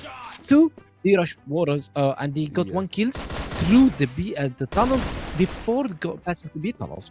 And 3, they went in mid, but unfortunately there were nobody on mid and they got no kills. However, they still got the information. Flex was in mid trying to lurk, but he was so scared to take the M fight with, I guess, Todzin was the guy who sneak peeked mid. So he gave the information that, guys, it is B side. There is nobody in mid, nobody in A alley, so definitely it's gonna be B side. That's the valuable information that you would look to see and look to check on, even if it's the golden round. It's a one mistake you can do and you can cost your team a game. However, it's very valuable. We've seen Todzin, he has the guts to do it. He done it, he gave them the information, and they instantly switch it to B side. Yes, of course it's risky, because if Flex was playing a bit aggressive, he might have picked Todzin down and got 1 pick and asked his teammates to rotate back to maybe a side or just to reset the map, because already Vitality knows some information about them on the B alley. However, it was not the case because LCK played it a bit passively in the last round on the blacklist. And the set MVP is going to be Slayer. It's only this map MVP is going to be Slayer, because I believe, as I said, the clutch that he did on the B window is phenomenal for him. He was 1 HP. He has like 3 or 4 health points against Kiko full HP, and he needs to clutch it, because if he didn't, he loses them. He 90% loses the map. It's 3-1, and it's going to be 4-1, and it's the 3rd or the 2nd clutch in a row from LCK versus Vitality. Yeah, and as you can tell, there are 2 gruesome overtimes. Still, Vitality able to close it out. Got a little bit more competitive in New Mexico, but I want to touch upon like only 1 round on their BL side, right? Because that protocol, when it came in, I was so impressed by how methodical they were in doing it. Where they started the round, they had, I believe, 4 people going down water, where their entire objective was just to open the switch. And that opens up options for them. And I'm surprised that we don't see more teams here in the West League do that. Yes, people can say, and I definitely do agree, that it has an element of risk to it. A risk that Slayer was able to navigate really well on both sides. But especially on the BL side, I believe that he was so monumental, as he said, like in the clutch late in the round, working off Horus, especially when they're getting on the sites. He was so good at making sure that Flex didn't really have a lot of value when Vitality were winning. They were immediately shutting down not just the single side anchor, but even the players that were holding the door and the connectors. Yeah, well, it's just unfortunate rounds for them, and the way that LCK played this series, in my opinion, was perfect and was good. and they deserve to win in some aspects of the round. And if you look at the scores, you say, okay, it's close games, but Vitality closed it. No, it was closer games to LCK, but Vitality the one to close it. So LCK, they have a bright future as well. And yeah, we put them as an 80 because we couldn't know if Kiko's gonna fit. However, I see that Kiko's a good fit for them. The guy's doing very good job, and they are still the best team or West League, or maybe the second best team after Vitality. It's just a matter of time who is going to beat each other on the playoffs. So in my opinion, both Vitality and LCK are the teams that only showed a very good and phenomenal performance on their side. Yeah, I mean, that was just a beautiful display there from them, realistically. And if they got that close in the best of 3, I want to see what will happen in the best of 5, of course. Still at least one more time that we're going to see them play it against each other in Phase 2, once we split into the Elite and the Contenders. But even then for that, I'm a little bit excited about that one whenever it actually comes around. But hey, closing thoughts on that one. Now that Vitality have won over LCK, who looks that good, does that mean that they're solidly in the first place or not?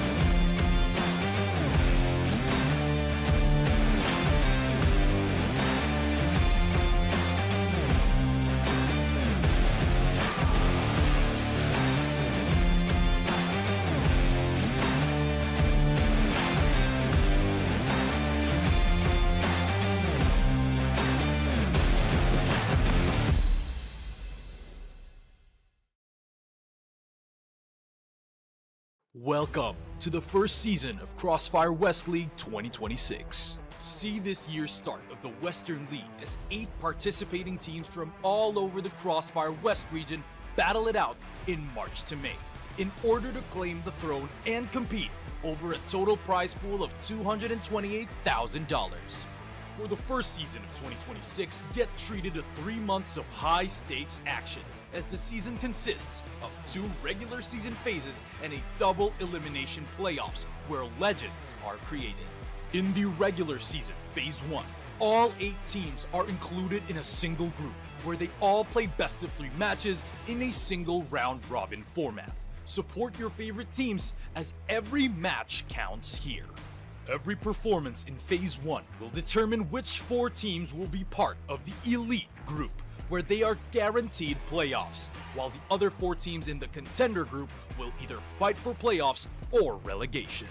Expect no resets, as results accumulated in Phase 1 are carried over in the next phase of the competition. In the regular season Phase 2, witness teams from both groups compete in a single round-robin format within their same group.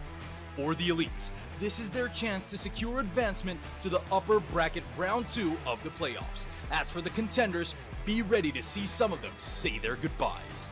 In the playoffs, the 6 remaining teams will brawl in 10 total grueling best-of-5 blood fights in a double elimination bracket. 3 consecutive victories will result in a chance for royalty, while 2 defeats mean the end of a valiant journey. Legacies either move forward or are cut short. Here in the finals, experience a grand bout between a challenger from a victorious path and an adversary that has once tasted setbacks, to determine who will be crowned champion of the CrossFire West League Season 1. Not a memory, a movie. Every round, every map, every series is a mark of a continuous history. This is the road of recovery for the old glory. CrossFire West League, reclaim the throne.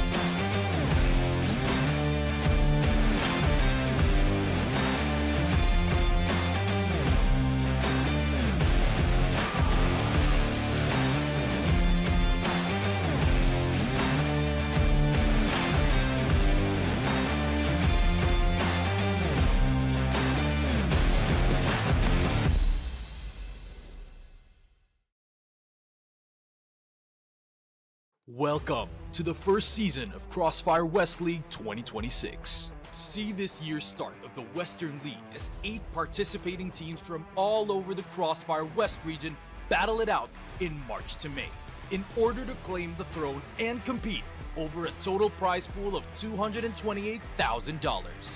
For the first season of 2026, get treated to 3 months of high-stakes action, as the season consists of 2 regular season phases and a double elimination playoffs where legends are created. In the regular season, Phase 1, all 8 teams are included in a single group where they all play best of 3 matches in a single round-robin format. Support your favorite teams as every match counts here. Every performance in Phase 1 will determine which 4 teams will be part of the Elite Group, where they are guaranteed playoffs, while the other 4 teams in the Contender Group will either fight for playoffs or relegation. Expect no resets, as results accumulated in Phase 1 are carried over in the next phase of the competition. In the regular season Phase 2, witness teams from both groups compete in a single round-robin format within their same group. For the elites, this is their chance to secure advancement to the upper bracket round 2 of the playoffs. As for the contenders, be ready to see some of them say their goodbyes. In the playoffs, the 6 remaining teams will brawl in 10 total grueling best-of-5 blood fights in a double elimination bracket. 3 consecutive victories will result in a chance for royalty, while 2 defeats mean the end of a valiant journey.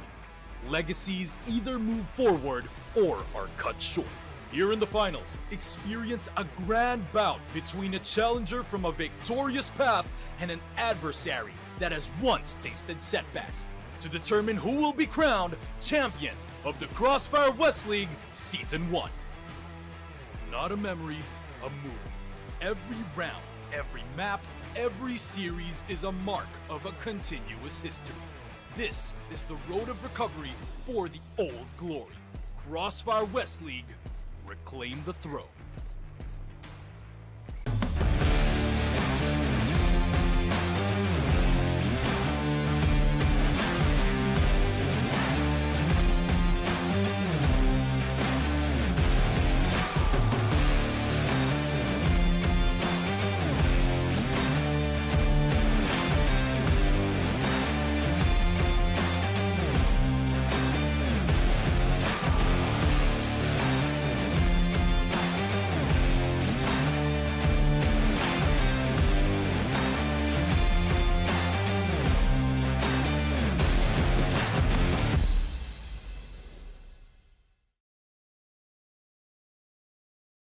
Welcome to the first season of CrossFire West League 2026. See this year's start of the Western League as 8 participating teams from all over the CrossFire West region battle it out in March to May in order to claim the throne and compete over a total prize pool of $228,000.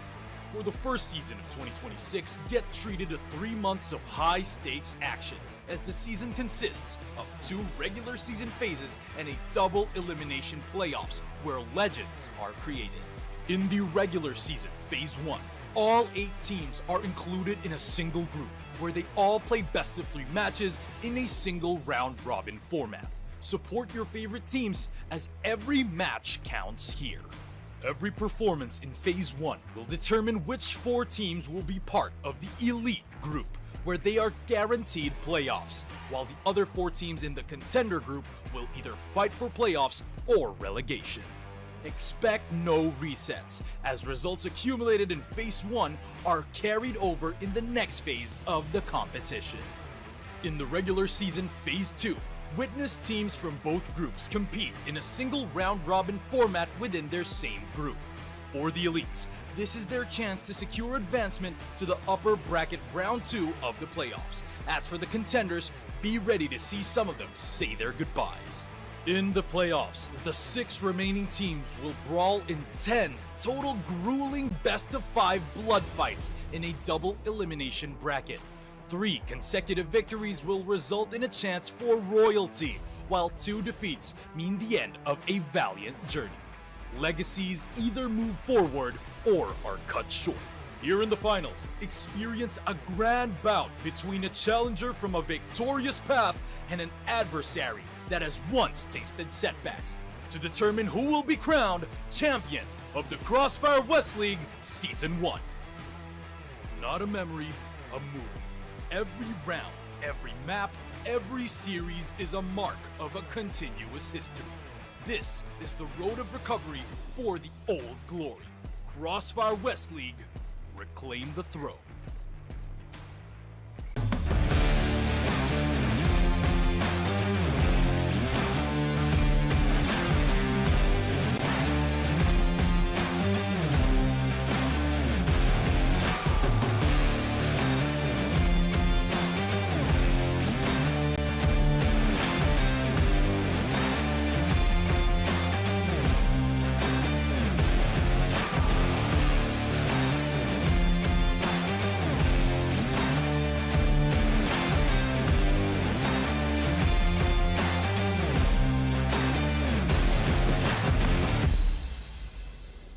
This is exactly the kind of game and performance I wanted to see. This is the Hail Mary.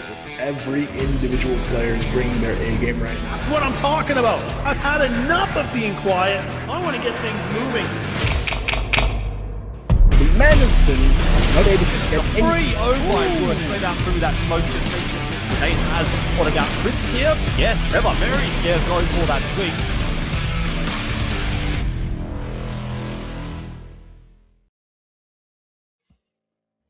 3BL Galaxy keep getting closer and closer, Penguin. Today, a tough opponent still. They lost to unKnights, of course. Their second game was a lot closer on the bracket side of things. I believe that they went all three against LCK. Now they got Nemesis, who Nemesis lost to LCK. So is there a world where we can say that if 3BL keeps improving, they can take down Nemesis here? Well, it's gonna be tough for 3BL definitely, because you're talking about Nemesis and the experience that they have with the new addition that they got. They got Dipsy, they got Comics, the two superstars from Anubis Gaming.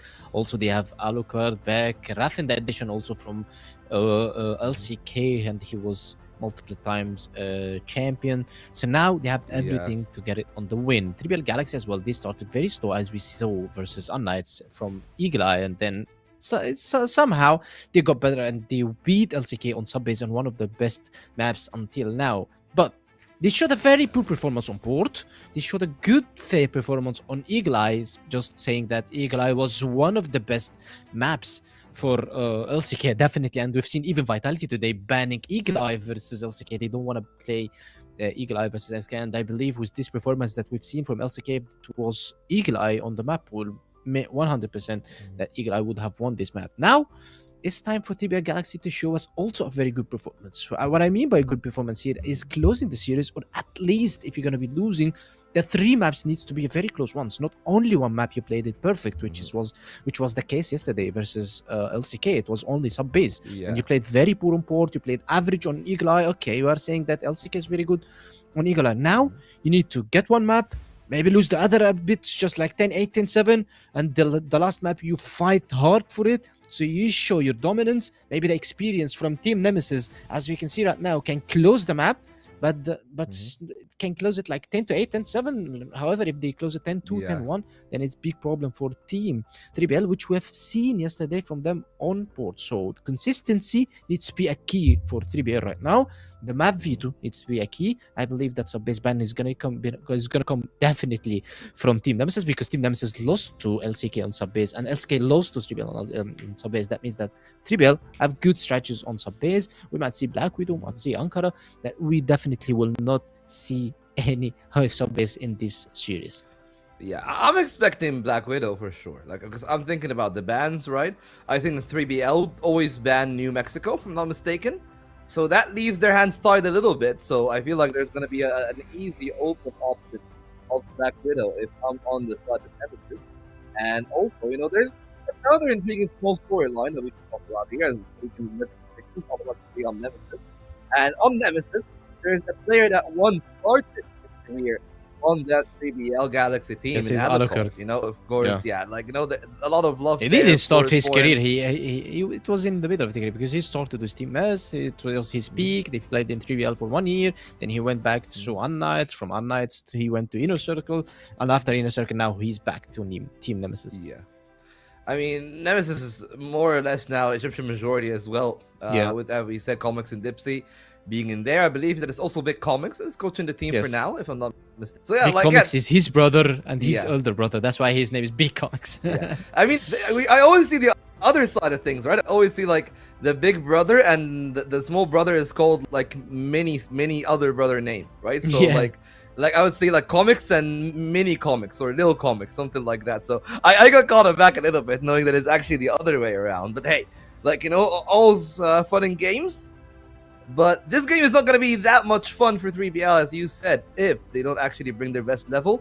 But I can say the same for Nemesis, because in their game against Imperium drove them pretty close. They got to an OT on that new compound, which could be something that, if I'm 3BL and I'm watching, do they consider compound? Is it something within their wheelbarrow that maybe they can think, hey, we could go for that? Because I believe LCK banned it in the second phase, and they banned it, choosing to leave port open. So maybe new compound can be a choice.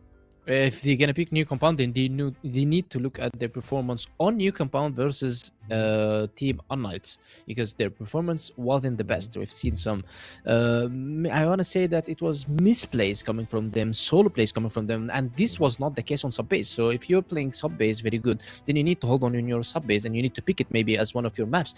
And if you are having some problems with compound, then you need to play it the same way you play as sub base, as a team, as a group. You stop maybe making solo picks, you stop maybe going to go for solo fights, try to play as a team, use your utilities. So because I've seen 3BL playing versus unKnights, and unKnights wasn't the best on a new compound, definitely, but they played very good versus 3BL gaming, which is kind of worrying me. And as you can see now, Ankara gonna be the first map, which both teams loves to play. New compound is gonna be the second picked by 3BL. They didn't pick sub base, and instantly Nemesis afterwards just bans sub base away, and a port ban coming out from team 3BL after their shaky performance that we mentioned yesterday. Eagle Eye is gonna be the decider. I believe we might not see Eagle Eye. Might be 2-0 for one of both teams. By the way, it's not for only Nemesis, but yeah, 70-30 maybe for Nemesis. However, Eagle Eye decider in such upset versus those two teams, maybe you're going to be seeing 2-0. Yeah, a little bit surprised, Penguin. I want to know your take on that. Like, would you rather actually pick the sub base that you know that they're good on, or just take the new compound that you're hoping is going to be the one here? That's the thing that I'm a little bit surprised, right? Because they had the choice and they still chose compound. Yeah, I would go for sub base, but maybe their coach has some idea of how Nemesis is playing. However, by the way, good to mention that Nemesis yesterday went overtime with Imperium on new compound. So that means maybe also 3BL want to pick one of the average maps for Team Nemesis. Yeah, that can definitely be the case here. Of course, we've seen them, as we said, struggle a little bit against Imperium. Looked a lot sharper on Black Widow. So for that to be had as a start, that might be some tough sailing for a team that, as we said, like, sure, you know, they got a couple of players that have experience, but they also got, you know, the new players. Like when you think about Omega and you think about Noxlin, like they definitely are players that I think we rely a little bit on momentum. So if they start off on Black Widow, start off well, take a dominant win, as you've said, like a 10-3, a 10-4, it might be still problematic even on that compound that they've picked. Well, the guys, they're relying not only on their momentum, but also it's just like they're going with the flow. If they're winning, the guys are playing very good. But if they're losing, they don't have the composure to keep their mental and to keep their momentum the same way. We've seen this from, by the way, LCK. Yes, LCK lost on two comebacks. Definitely, we're not going to be talking about Vitality. Vitality is a different case. These guys are playing maybe before Omega was even here in the world. So now we're talking, and Omega is like 17 years old, by the way. So or 18. So now you're saying that a team 3BL, if they win one map, they play very good, but if they lose one, they play very bad afterwards. So best of 3 is not for them. 3BL, if they want to win, they need to get it 2-0. Otherwise, if they win one, lose one, it's going to be very hard for them on the last map. But if they lose one and win one, maybe at this time they have a chance. Yeah, I definitely do agree. Like, there's definitely a world where that can be the case. I mean, we can definitely try to highlight a couple of players. I mean, we've seen Spoxy take the server over the last time that we've seen Black Widow. Do you expect Alucard to do the same thing here today? So you're talking about the kills and taking over the kills? Yeah. And I don't think the Alucard has. I don't think Alucard has the same playstyle as Spoxy. Spoxy is way more aggressive than Alucard. However, Alucard is the guy that you rely on leaving on the side and just going to play around, go to chill around, go maybe to stack B side, just leave Alucard on your side, or vice versa. You can let Alucard on your side, the anchor side, and you can just stack the other side. So in my opinion, Alucard is not as aggressive as Spoxy or Snare. However, he's a very good anchor, maybe better than Spoxy and maybe better than Snare. Yeah, that definitely can be one of the things that is going to be an intriguing choice here for them. So, like, yeah, then when you're thinking about that, then who's going to be, like, one player only? And I want a very brief reason. Like, from each team. Like, one player from the side of Nemesis, one player from 3BL. That can be the difference maker at map 1. It's Ankara. I guess the difference maker can be Noxin on 3BL. Talking about Nemesis can be Dipsy. Because Dipsy is a very good player and he's a hybrid player as well on Ankara. He plays a hotel, he plays with sniper, he plays with rifle. He sometimes picks on EVR. So in my opinion, it's gonna be a fight of who is gonna have the guts to go and take hotel from Dipsy, and Dipsy is gonna be also trying to pick off the 3BL players who was trying to get the kill on him because he's playing very aggressive. So in my opinion, or when I was playing, when I know that there is one guy playing aggressive, for example, I was playing versus Snare most of the time. It was at this time he's the most aggressive player. So I know, guys, hey, he's playing aggressive. So let's get to feed on that. So let's try to kill him, try to get fed on his aggressiveness, and I guess most of the time it worked. Yeah, okay. I mean, that's a great idea. And we've seen that from LCK against Vitality, right? When we were seeing them in New Mexico, they knew, I believe it was Snare, who were playing a bit more aggressive as well on the window. And they were trying to punish that with multi-peaks. Of course, last time didn't work out so well. And still, Vitality ended up emerging victorious. So could that be the case here today? 3BL got the option to upset. We'll leave it to Kyle, who's now taking over from Sekio, and is still Trav on the casting. Yes, I've got a man alongside me with 17 years of CrossFire experience, who's also been up since 7 AM in the morning. Is 7 AM your lucky number, my friend? I mean, we'll see. I'm expecting a fun game to kick off my time on the cast this season. And, you know, the new Nemesis, I think, is a good way to start it off. These guys look like they've come back a little bit stronger. You know, they had a bad opener, but bounced back in their second. So hopefully their third's a good one. Yeah, I'm looking forward to it because I've always been, every time I've covered CrossFire in like the last couple of seasons, Alucard is always a very fun player to watch. Great in the clutch. Sure, he's left in the clutch quite a lot because, as Penguin mentioned, he's a lot more of a defensive sniper player than, like, as example, Spoxy is, for example. But yeah, I'm looking forward to seeing how he's going to play today, especially, which is the storyline, playing against his former organization from a couple of years ago in his career.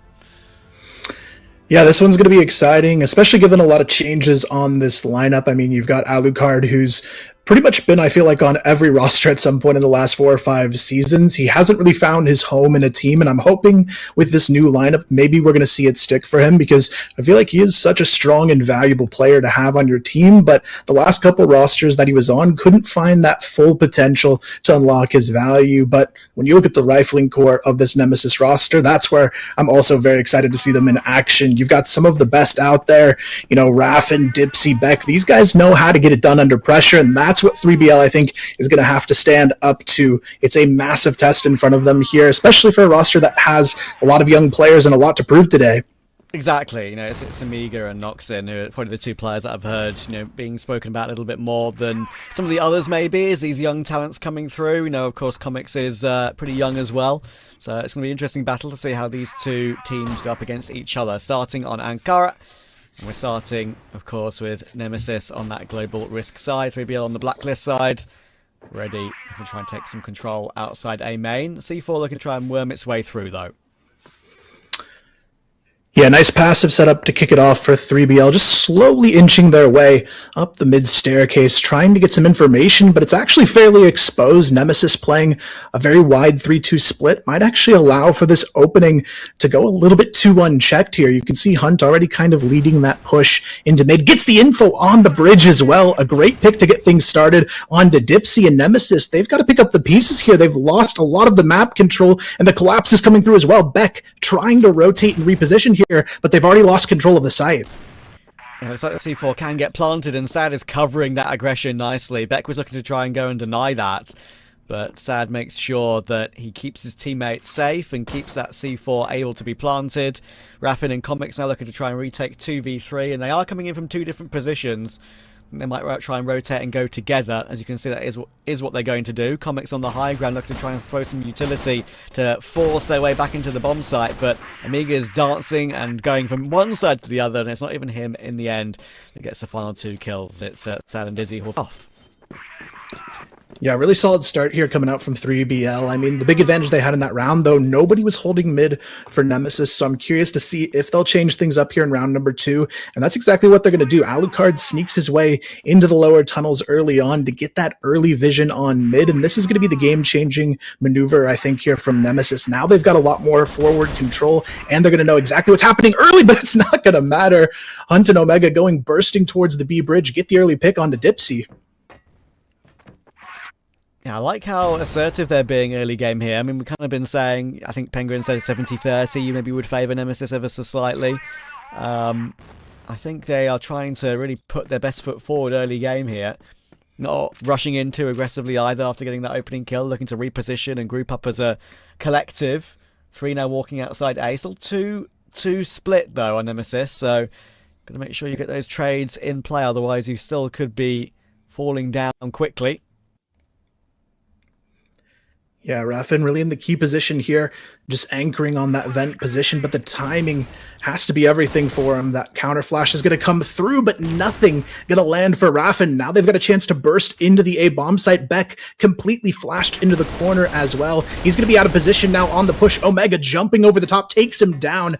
DZY right there on the trade, and now it's Alucard already all alone, 1 versus 4, but that smoke screen in front of him just makes it so difficult to find any vision, and you can see Hunt already has his eyes set on holding this angle on the corner. Noxon gonna spot his feet out as well, and now it's just a matter of isolating and throwing those nades over and over. Yeah, the poor Alucard's got nothing he can do. Smoked off, re-smoked off, grenaded, like all the above has come his way. And 3BL will not let him make anything of this. Not even let him build up too much confidence with some kills on the exit, maybe. It's a good kill from Hunt to close it, and 3BL will keep their clean sheet intact early. Yeah, I'm really liking what we're seeing from these guys so far. For a roster so young, you can already see a lot of synergy in how they're pushing aggressively, which I love to see in a young team. A lot of times the strats are the late thing to the table for a team like this, but they seem to have things really ironed out, and they've put in a lot of practice, and it's showing. And again, Alucard's struggling to find his footing as well. You've got Sad with a nice pick, up to 3 already on the map, and Nemesis, they just don't seem to have any answers so far. Yeah, if it keeps going like this, you wonder how long it's going to be before Nemesis call a tactical timeout. I think it was the other day where they left it a little bit too late for my liking. I think they left it until their opponents were on 9, which feels like to me always a little bit too late in the day, too little too late to really make that timeout have an impact, especially when you're maybe down 3 or 4 rounds. Let's see though. We're moving in towards Dipsy's position, and Dipsy will miss the flick. So Amiga with a great entry again. Finding the opening kills. And this is not being really as proactive, and they've got nothing to show for the early phase of this map so far. Yeah, this is a really tough one. They've been 0 for 3 on Nemesis in winning those early round fights, and that's where 3BL has found the momentum early on here, grabbing the early advantage, and they go in already leading in that numbers advantage. So now it's going to be up to Nemesis to find a way in future rounds to maybe slow that down a little bit, or just reel it in and play a little bit safer to not give up those early picks. But right now, I also have to credit 3BL a lot as well, making sure they roam as a team. This time, though, a little bit of a punish there. Omega goes down untraded. It's one of the first untraded kills we've seen go their way. And now the pressure is on, though. 3BL going to be forcing their way towards the B bomb site. Wow. DZY all alone pushes underneath for a brilliant double kill. Now it's all on to Raffin. Raffin, it's winnable for him. I mean, all these 3 players are tagged up, and he is actually tracking and tracing the C4 significantly right now. Can he catch it before it gets around the corner? Oh, so close. Imagine if he did. That could have really put it on the ground and then made a scramble for Noxin and DZY. Not possible. He's going around the world, is Raffin, to try and make something happen, but I think he's been hurt at this point. Actually, no. DZY was looking the opposite way, but again, that wasn't the player carrying the bomb, so it can be planted safely. Pushing forward now, 1 player low ground, 1 player high ground. That's going to catch Raffin off guard, and 3BL will keep on going. Yeah, really solid team play so far. No surprises, like you mentioned, the tack pause might be necessary for Team Nemesis, because when you think of kind of the veteran players on this lineup, this is a team that should be winning this match and feeling like they're the team in control, but so far it's been the exact opposite here. And I've got to give credit to 3BL. These guys have really come in as a polished team today, and they've got Nemesis already backs against the wall in map number 1, which honestly surprised me, because when I look at a map like Ankara, I expect this to be a strong one for Nemesis, because historically it's some of the better maps for these players.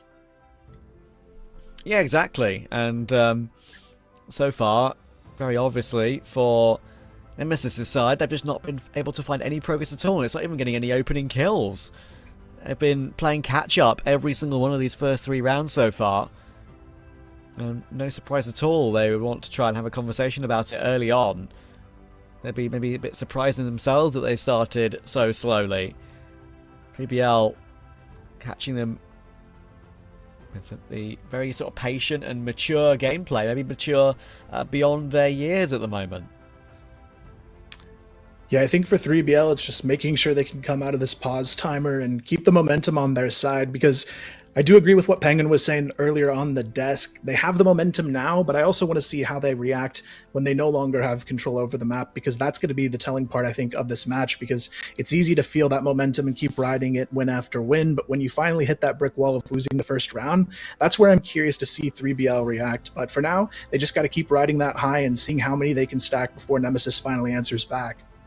Yeah, so many aspects of of being a professional in this game, especially, I think, as you said, and as you said, Penguin said, that's something you see all the time, right? As soon as a team calls a attack pause, they come out of that attack pause and make a complete change up, and that more often than not seems to get you the round. And if you're able to counter that, then that's your opponent having used up their attack pause, and you know you've already got a massive advantage on that case. So we're going to be heading back in game. Let's see if Nemesis can use this to the best of their ability, or 3BL will keep on trucking. Ready. Got Dipsy and Alucard on those 2 snipers, of course. And looking to try and play as a bit of a collective with Beck and Alucard on the outskirts of B. Already an opening pick for Dipsy to go for, but again, no success, and takes a tag for his troubles.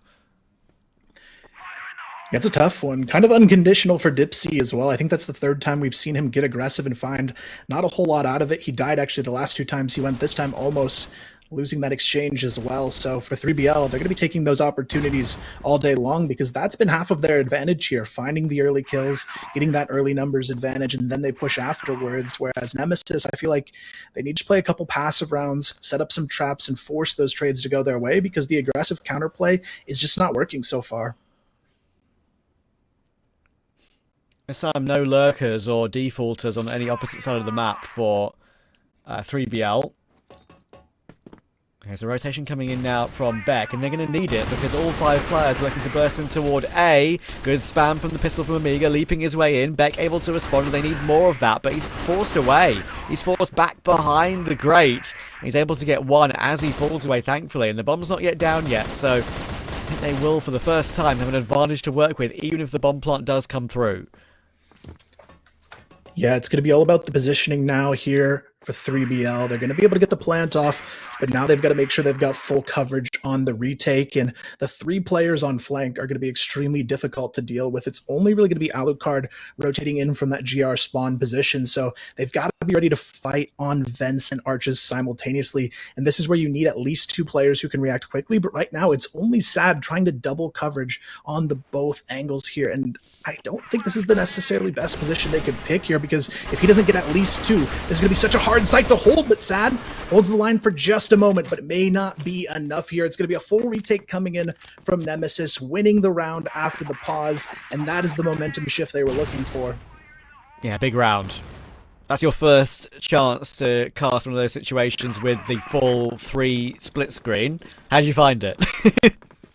It's nice to see all the different angles, especially because sometimes, you miss that awkward shot where someone's just in the back line and then springs into action. So I love seeing that full scope of the strategy as they execute the retake. Yeah, it feels like whenever I see it, I have to widen my eyes because I'm like, okay, I need to focus on 3 things at once, and maybe try to concentrate on one of the 3 screens at once. Otherwise, it gets a little bit confusing for your brain in the heat of the moment.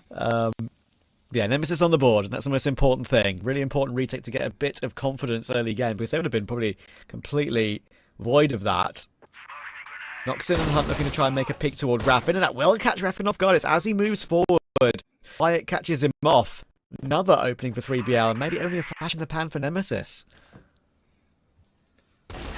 Yeah, right now Nemesis struggling in mid, but maybe not for too much longer. Dipsy, a nice double kill, making a triple kill over the top into the A connector, and that is how you flip the script on the round here. 4-on-2 advantage sits in their hands. Hunt and DZI wondering what went wrong there, but Hunt, he's going to fire back pretty quickly here, takes down Comics, able to find the second, not quite the third though. Thankfully, the shutdown could be there, but it's already a 1v1 for Alucard, but thankfully, he's able to hang on.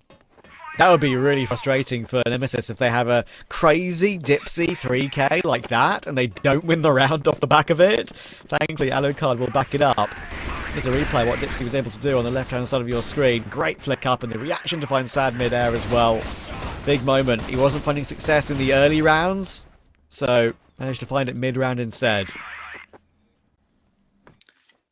Yeah, Nemesis, you can tell the pause time has worked wonders for them, looking like a new team coming out of it. And this is where 3BL has to show us what they can do now facing that disadvantage on their end. This is a team where we saw them already struggle a little bit when their backs are against the wall, and I'm hoping they can find a way to maybe change things on their end now, because the slow easing into the sites isn't always going to work against a team like this that's now getting a little bit stronger in how they're proactive around the map. And I do like the adjustment here of playing Ankara this way, where you almost give up a site and focus on mid and one of the major site holds versus leaving mid wide open. I think this change from Nemesis is going to start to pay off a lot.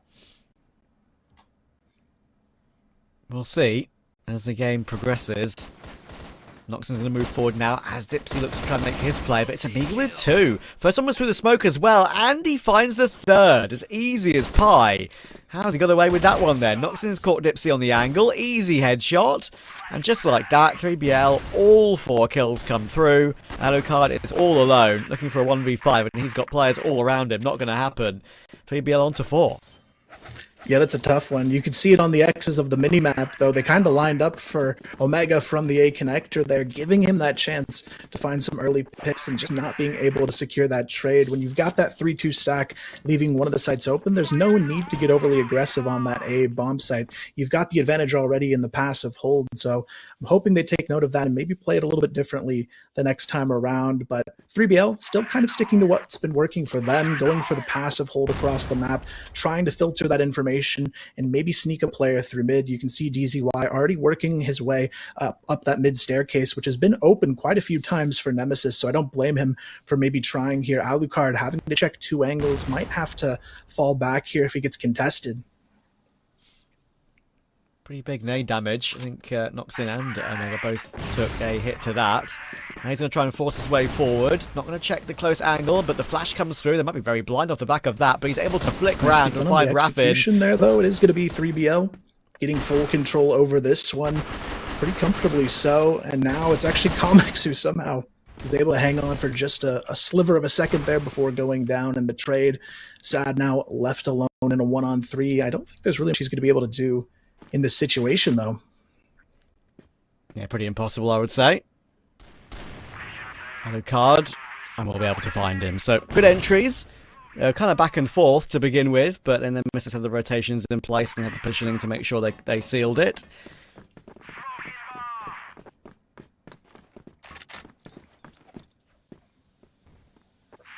Start for round number 8 as we get toward the end of the first half. A very fast move from 3BL this time, and it works out for the opening kill on Beck immediately. Catches him off guard. They know where Dipsy is now as well, as Hunt has seen him.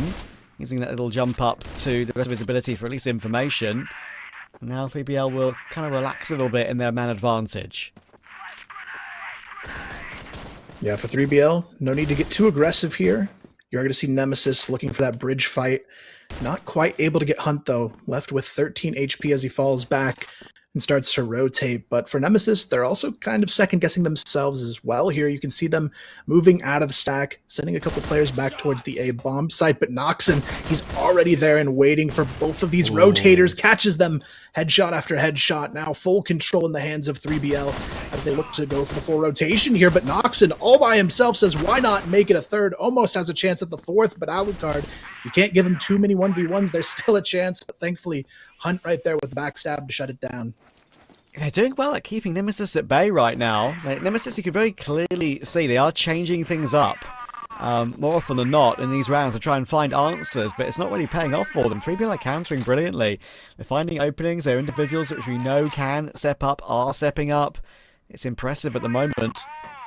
Can't lie. Alucard might have 8 kills on the board, but it's quite a big differential between him and the rest of his team. You're going to need the riflers to try and deliver and help him out a little bit. Hasn't been many hugely impactful frags from Alucard. There's a replay of Noxon's entries on the left-hand side of your screen.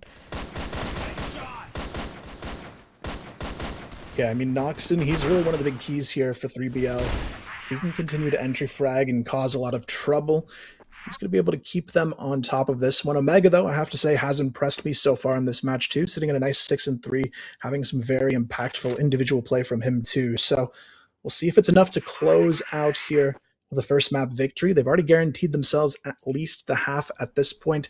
However, it does tend to be a blacklist-sided map, so I wouldn't give them too much comfort just yet, especially if this comes down to a 5-4. But Nemesis, they are going to get the early jump spot from this position. Omega is going to be caught on the shoulder peak. The counter flash actually kind of misses, only hits Omega on the front line, but Raffin and Comics, it's enough to get the job done anyways. 3 kills between the two of them. That's a nice hold to start it off.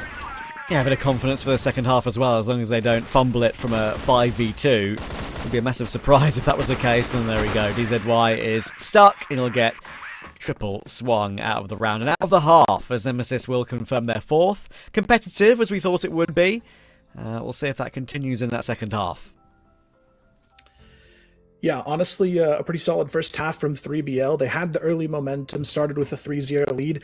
It did get pretty close, though, after the pause. I mean, the rounds were scrappy at best from that point on for 3BL. So this is where I think they're going to really be put to the test, because they've shown they can do a lot of work when they're the aggressor. But this GR side, you've got to know when to play passive, and that's where I've seen a little bit of faltering in their footsteps from 3BL so far. I want to see them strengthen their passive holds, and I feel like this is a great team to put them to that test.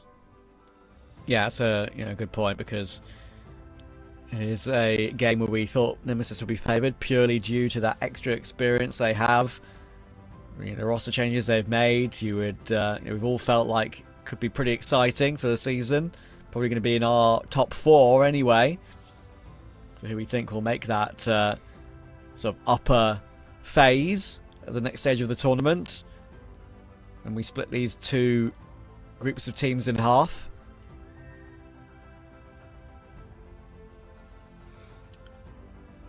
Yeah, I feel like these guys should definitely be a top 4 contender, but it's been a bit hit and miss from what I've seen actually so far from this team. I expected them to look a little bit stronger out of the gate on this map, but so far it's definitely not in their hands just yet. But the BL side can change a lot here for both teams. So for Nemesis, got to start things off on the right foot as we hop into the second half. 3BL going to be playing this one pretty aggressive outside of the B Hotel. You can see Omega's already pushing up for info along with Sad here, trying to find something early, but not a lot of info to be gained. It's really just Nemesis spreading across the map and looking for that opening pick a little bit safer. think Nemesis do realise that a good start to the second half will be pretty imperative. They have, of course, used attack pause earlier, so that is going to be one of the main things to remember. I believe 3BL still have theirs. So if things get hairy, they do have a bit of time to use. Same sort of argument, obviously, that if you use your attack pause, then the other team gets a chance to chat too. But let's see how it goes with the bomb now moving forward. It'd be a battle of, I think, 7 players on this side of the map. And look at Beck creeping through. He was going to try and do something in that position for a second, but falls back to go and help his team. Noxon's able to keep Alucard at bay to begin with. Big scalp to take, and Raffin will find Amiga as well. Quick 1-for-1s everywhere across the map. It keeps going even until Noxon and DZY will manage to frag together to confirm a 3v1. Bomb down 2. Yeah, that's a bit of a tough one, especially when you have the first play of the round being Alucard just taking a little bit too long on the lineup and Noxon getting that nice free push to kick off the frags. And just like that, 3BL, that's all the advantage you need in a round. Just one player caught off guard. You hold the advantage, find yourself still up in this situation. And I still like the way they're playing so far on the GR side. They're playing a little bit more aggressive than I would have expected, but they're still doing it as a team, and that's what I really wanted to see from this team going into the second half. And for Nemesis, I think this is where the challenge has presented itself, because I feel like shot for shot, I might say they're the stronger team, but when it comes to the team play right now, they're kind of getting bested. Yeah, it kind of does feel that way, doesn't it? Just the fact that they're trading very quickly on both sides so far. Sure, only one round played here, but get all their players in the right positions again to make it a bit more comfortable. Hunt's going to try and move forward, and that's a bit of a wander into no man's land. That will catch off one, and Sad can only get one of his own. So Raffin dealing with 2 players gives Nemesis an advantage, and Comics will reinforce that. Yeah, it's going to be a tough one to bounce back after. Looks like they may have had a disconnection mid-round as well, so unfortunate one for 3BL, but still, they're able to hang on to the lead just by 1 round now. Nemesis starting to get that momentum swing back in their favor, and on the BL side of this map, that can be pretty deadly to have going their way. Comics already up and past Hunt. They're not going to have any challenges there, taking him out of the picture early. No players going down, and now Nemesis can just try and toy with them across the map, try and get some information on where these rotators are going to be coming through, and you can see here as well, Comics, he's already got a lot of that information taken care of. 2 players spotted from the underpass. They're going to start working that slow mid control, and this is where you can see 3BL, especially with their movement right now, starting to panic a little bit in their positioning. Yeah, moving in to try and pincer together, but the thing is, if you don't move into those smokes at the right time, that's what kind of happens. Comics and Alucard will get a kill apiece. Noxon is stuck with many enemies to try and face, and that's when Sad comes in to try and help out. A little bit too late, I'm afraid, my friend. And now Nemesis maybe are starting to hit the ground running. It's 6 apiece. Yeah, unfortunately for 3BL, getting a little bit too aggressive a couple of times here on their GR side so far has cost them quite a bit, especially because they're stopping that team play in it as well. The last couple of times have been individual players just poking out a little bit too far and getting caught off guard. So I do like the change here of having this aggressive 3-player peek into mid at the start. Unfortunately, nobody on the other side of it for Nemesis. They're already setting up towards A long, but Hunt able to catch Comics early. Thankfully, Raffin there for the trade, but it's still going to be even numbers either way because Dipsy is able to secure one right back as well. 3 for 3 left on the board. All full health. Bomb not retrieved yet. Doesn't need to be. They've got full control of that portion of the map. It's not going to be caught by any 3BL player pushing forward. I'm going to rotate away from A actually together. It's like all 3BL players want to try and play as a collective in this 3v3. Hold each other's backs. Beck will now creep forward through the underpass, but as you can see, it's actually, as I say, a collective push, but more looking for information. It might surprise Dipsy here if they're going searching for it, or searching for him on sort of this stage of the round. And there you go, it does catch him off guard. Good idea for 3BL to put in place there. I like the assertiveness. Alucard, though, right there for the punish. Somehow doesn't get the trade as well. Poor Noxon just missing that connection. Alucard getting away with just a little bit of health, but when you've got that TRG to work with, the health isn't going to matter all too much for him. So now it's a 2-on-1 thanks to Beck finding Sad on the rotation as well. The advantage taken away from 3BL. Now they've got the C4 to work with on top of it. And you can see Nox in here. He's kind of just backing into a corner and playing for information at this point. He doesn't want to play too risky, and he knows they don't have a lot of time to work with on this push. Unfortunately, it does look like the bomb's going to be going towards the A bomb side, and this is such a difficult site to retake, let alone in a 1-on-2.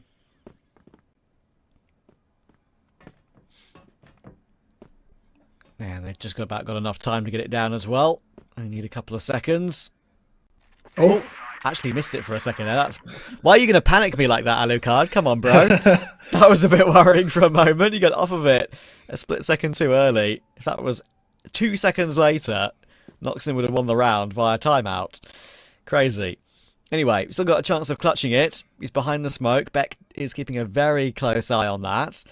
If he pushes through to the left of it, there's a chance he could catch him on the timing, but Beck has seen it, and there the immediate trade is. As soon as Beck realised what was going on, the setup was going to be activated, and Alucard could trade it quickly.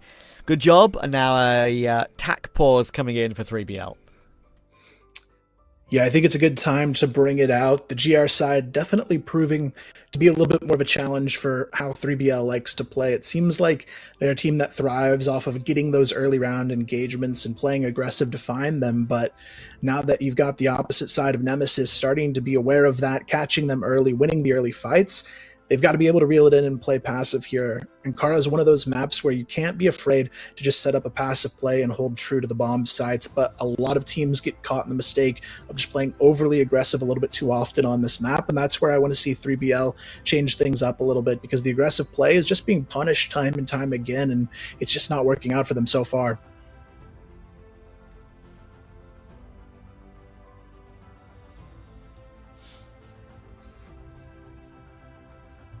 Everyone chipping into the discussion, including Coach Kevin.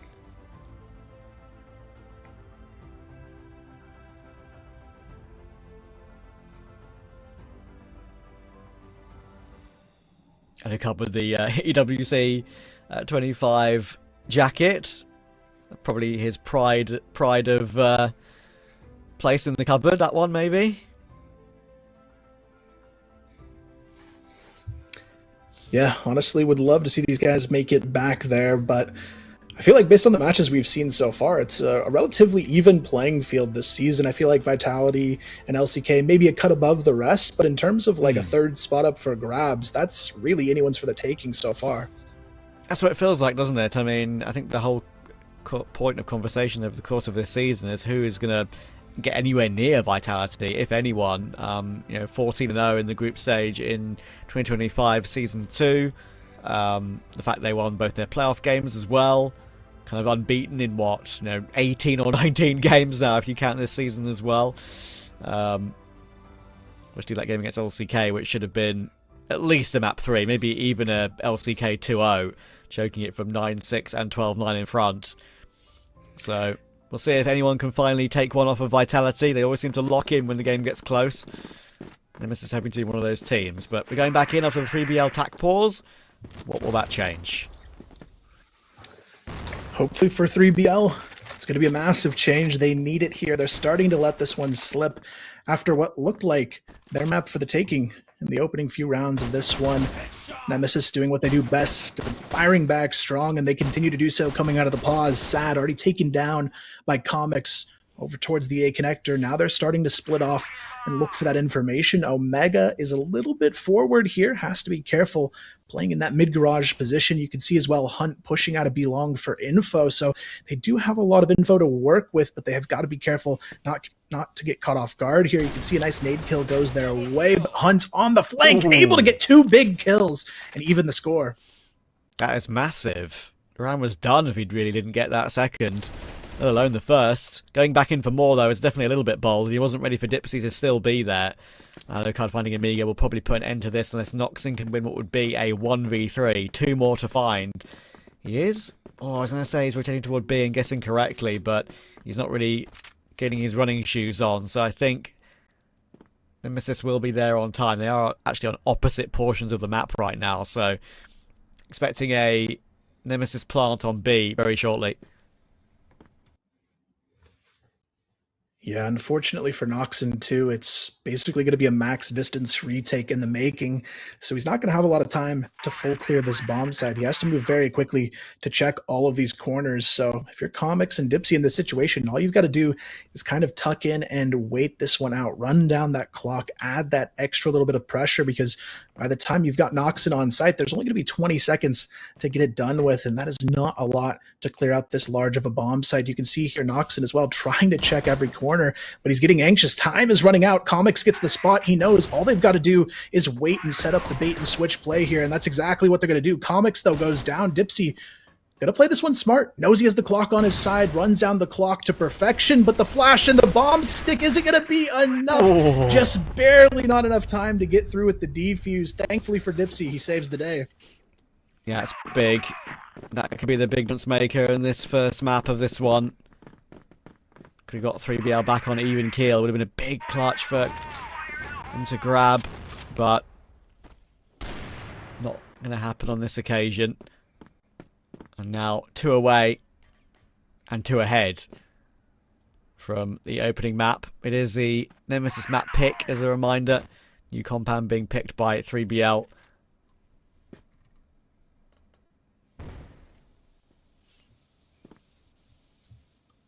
Right now, all of the pressure onto Noxon and DZY. 5v2 for the site hold.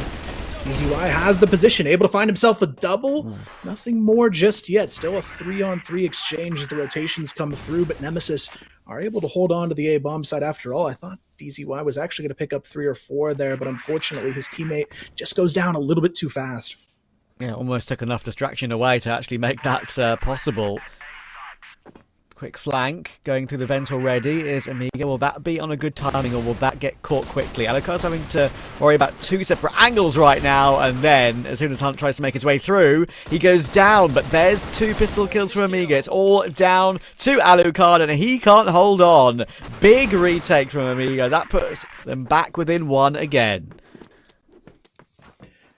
Yeah, honestly, not a round I thought 3BL was going to be able to walk away with, but thanks to Omega, he's going to have a huge momentum swing back in 3BL's favor. Now a chance to tie things up after all and keep this one nice and close. But for Nemesis, they had all the advantage in that round. They've just got to be able to hold it on the post plant. This time, though, you are going to see a little bit of a passive approach coming out from both ends. A nice little 2-1-2 setup on the defense, but the offense here just trying to get that mid control early on. Omega getting a little anxious over towards B Hotel, though, goes for the peek out on Beck, not able to connect any shots, though, and now they've got a little bit of information to work with on the side of Nemesis, but the advantage still immediately taken away from Raffin going down there.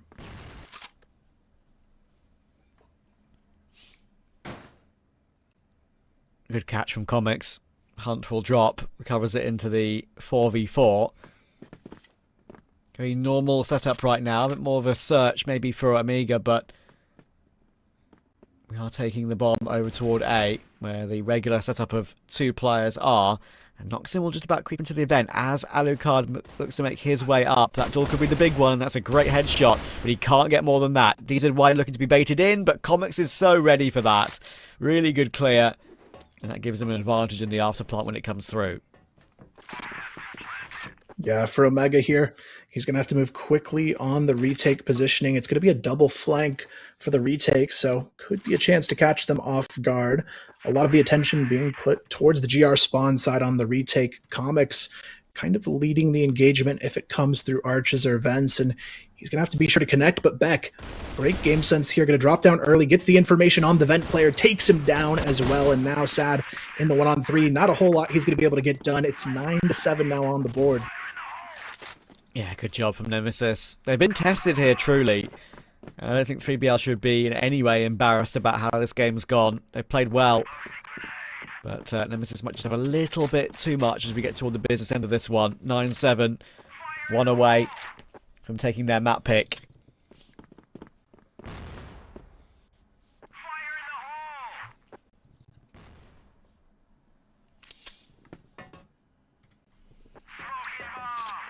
Yeah, for 3BL here, it's going to be interesting to see if they can keep their patience game strong in this one. You've got Omega. I feel like he's always just looking for something to fight. I feel like this guy, every time I'm looking at him, he's just always trying to get out of B Hotel, maybe trying to push up mid by himself. And this is one of those players, he's got a good shot, but you've got to make sure there's someone alongside him just in case things don't go right. Nemesis trying an extra patient round here, not really taking any map control at all early. Been a couple of fast ones where they've manoeuvred up toward the outskirts of A within the first sort of 10-15 seconds, but here they realise they've got a map point. We'll try and catch them off in a mid-round timing, and there we go.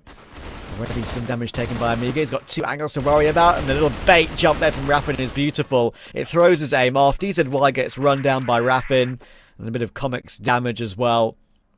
Now it's all down to Hunt. Sadden knocks in. It's a good response on toward Dipsy, but they have full control still of being able to play out the round in a 4v3. Damage taken, sure, but they have split up that defense.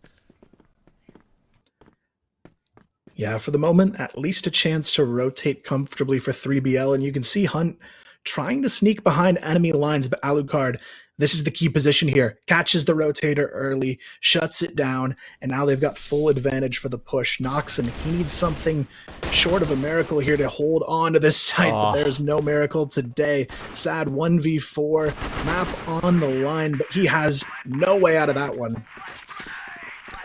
Not much you can do, I'm afraid, but I don't think, as I said, 3BL should be too upset. They did not do themselves a disservice there whatsoever. It was a really decent performance from them, but in the end, Nemesis is just a little bit too strong, and I think maybe experience has played a small part there, because while at the beginning of the game, 3BL had a wonderful start. They were looking to be proactive and looking to be really aggressive. I think over the course of an entire game, you could see why 3BL fell off a little bit. Yeah, 100%. That first pause coming out against them, I mean, it really just killed the momentum 3BL had in that first part of the first half. They started off with a 3-0 run, though, on the Blacklist side. I had a lot of high hopes for them and what they might be able to do, but then especially when we got to that second half, the side switch, the GR side, that is where you started to see them falter quite a bit, and that's the difference maker, I think, in a team like Nemesis. They're a bit more polished and a little bit more well-rounded, but let's go ahead and throw it back to the desk to break this one down.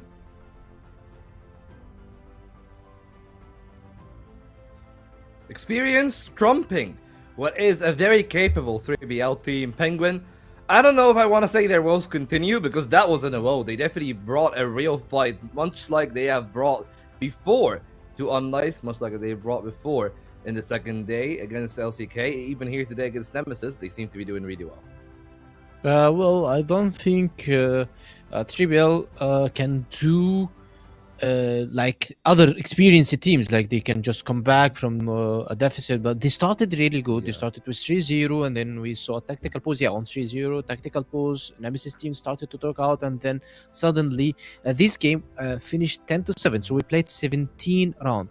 17 rounds, 3 of them were consecutive from 3BL at the beginning of the game. So that means there is 14 rounds left. 14 rounds left only for 3BL claimed. So, which is a very bad ratio if you calculate it. So, in my opinion, the experience still hits for 3BL.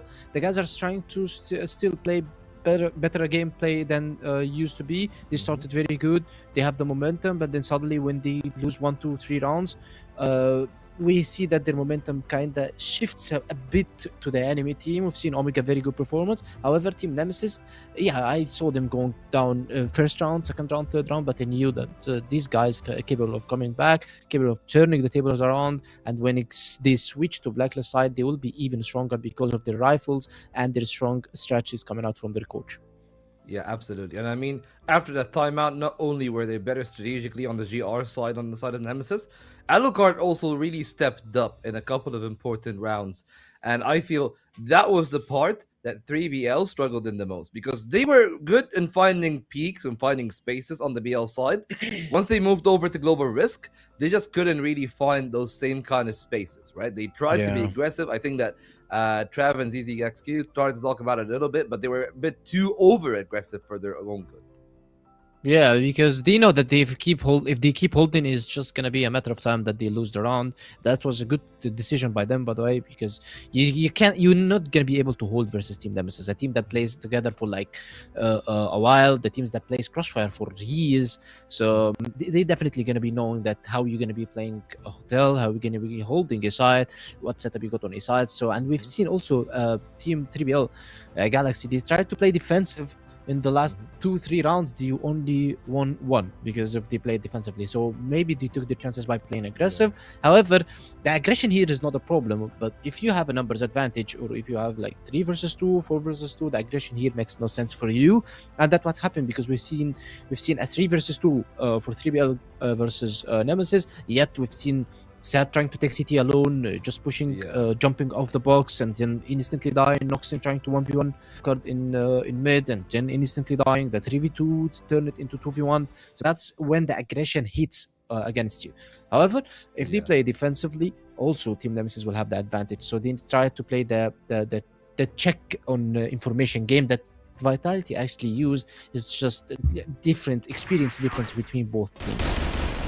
I guess that'll put him in a, I guess, damned if you do, damned if you don't kind of situation, right? But you see the highlights here to start. Really well done on the aggression. They did really well to play against the pillar, the sniper's nest, and that angle. Not really giving Alucard a lot of space when he was playing on the GR side of things. But yeah, like, I feel like when we're talking about them playing for a man up and doing well, I also want to say, like, 3BL didn't do too well when they were a man down either. Like, their clutch rate wasn't that good. Yeah. This is something that works. Yes, they are true. Right. We haven't seen the clutches from them that much, but we've seen good retakes from them. We've seen good retake from Omega. We've seen other guys doing very good job. We've seen mispositionings coming from the guys. Like we've seen Dizzy having a very good position on understairs, getting 2 players, but instantly his teammate on the side dies without a single trade. And another situation where I guess Noxin got 2 kills on a side, and Dizzy was just trying to go and help him, and he died instantly after Noxin's kill. The 2 kills that the player gets just makes no sense after both of them dies on the side. They need to get some kind of coordination. They need to get the experience that if my teammate got 2 kills, I need to sell him. I don't need to help him at all, and unless he's alive. If he's dead, that's it. I need to sell my teammate because he got me an advantage. I cannot just go and throw it away to the enemy team. Yeah, and really, I will say we've seen a lot of good potential from Noxin and Omega. I'm expecting a lot from the team still, right? Like, I feel like that's the one thing, right? Is because I see how good they can be if they just have the system, if they have the time, that they can definitely punch above their pay grade, right? But that's not what we're seeing here right now. And I guess, to be fair, you look at over it on the scoreboard, yes, it's a 7-10, but Omega, again, doing really well. And none of them are that far off, like the 1 KD where things start to be acceptable. But even on the side of Nemesis, like, you'd have to say some smaller struggles. Of course, I feel like Dipsy was really impactful, so it's okay if it's 0.8. But then you look at the other side, where like, they're not looking too bad on 3BL either, and that reflects how close that game was. Yeah, no, it's very close. And actually, Alucard, yeah, as we mentioned, this guy, he's not that guy who's doing crazy kills for you or just trying to rush aside with you. However, he's the guy that's getting the kill that wins you the rounds, and also maintaining one of the best kill ratios. Also, he's getting a lot of kills on the line, and he's not doing like any crazy things. His experience talks for him. He just goes, he knows where the enemy team is gonna be, or where they're gonna be coming from, where is gonna be hitting those pushes versus them. So now it's the guy who sets the tone on the map, as we can say. That's Alucard. Usually he's cutting rotations, it works for him. He's trying to get an angle, it works for him. He's the guy that have most of the utility for his team, and he's supporting his team with the utility that also works for him. Alongside with this, he's the guy that clutches for you at any time, and you can expect him clutching at any certain time. Yeah, I mean, that's all great, right? Any final thoughts on Ankara before we start talking a little bit about new compound? Actually, Ankara was a good pick by Nemesis, and we've seen why they picked it. They played very good. Yes, they started shaky, but they came back stronger than ever. Okay, no, great to hear. I definitely do agree about that. 3BL, very aggressive, very successful on the BL side. They get to start BL again on that new compound. But yeah, like we talked about like the main man. You talked about Alucard, the set MVP. He's gonna be starting on the defense, so I feel like that's really good for him and his style, supporting some of the more aggressive riflers on the team, like Crafton. So if you're 3BL, you're walking into new compound. How do you deal with that style of play? Well, they're not gonna only face Alucard, which he's gonna be defending A side on compound, as you mentioned that he's gonna be starting on global side. They're also gonna face Dipsy on B minis and big, which is kind of the same scenario for Alucard, because this guy knows how to use his sniper, this guy knows how to lock down sides, and it's gonna be very tough for them. And we've seen their shaky performance on compound when they played versus unKnights. I hope they fix it, and we're gonna be seeing them also soon. Well, we'll have to wait and see, guys. Quickly, 2 new compound. It's Trav and Kyle again. So how new is new compound for you, Kyle? How much have you seen of it yet so far? It's still fairly new. I feel like a lot of the fundamentals still carry over, so it plays similarly in a lot of ways. It's really just adjusting to those small angle differences. There's a few other areas where aggression you can punish a little bit differently than you used to, but I feel like a lot of the same like utility map control plays still work well. Yeah, I think some of the way the afterplants work too is now pretty much exactly the same, I feel like, in a way as well. I mean, the dancing back and up and down between the servers and on both bomb sites can be, create some very entertaining, clutches on this map for sure. And for 3BL, they're going to have to win quite a few of those, I think, to maybe bounce back here. Nemesis, they know they're not perfect. We know they're not perfect on this map, but I just have a feeling that this might be sure, we've had 2-0 already, but it was a long, drawn-out 2-0 between Vitality and LCK. I feel like this one could be a bit of a quicker one. We shall see. Yeah, I think so. We'll see what they've got in store for us, but Compound, it's going to be a much more GR-sided map, I would say, than what we just saw, and that's where 3BL kind of struggled a bit on that first map, so we'll see what they can do. They are going to be on the BL side first, though, which seemed to work out well for them at the kickoff of Ankara, so we'll see if they're just as strong on the BL of this map, which is a bit of a challenge here, especially when you've got Dipsy and Alucard, TRG and Hannah on the other side, just kind of waiting things out to try and get that early lane control. Dipsy spots 2, gets the counter utility to fall off, and this is where 3BL have to show they can adjust in the mid-round. Yeah, immediate bit of pressure, some nade damage coming through. Try and force Hunt away from the window in middle.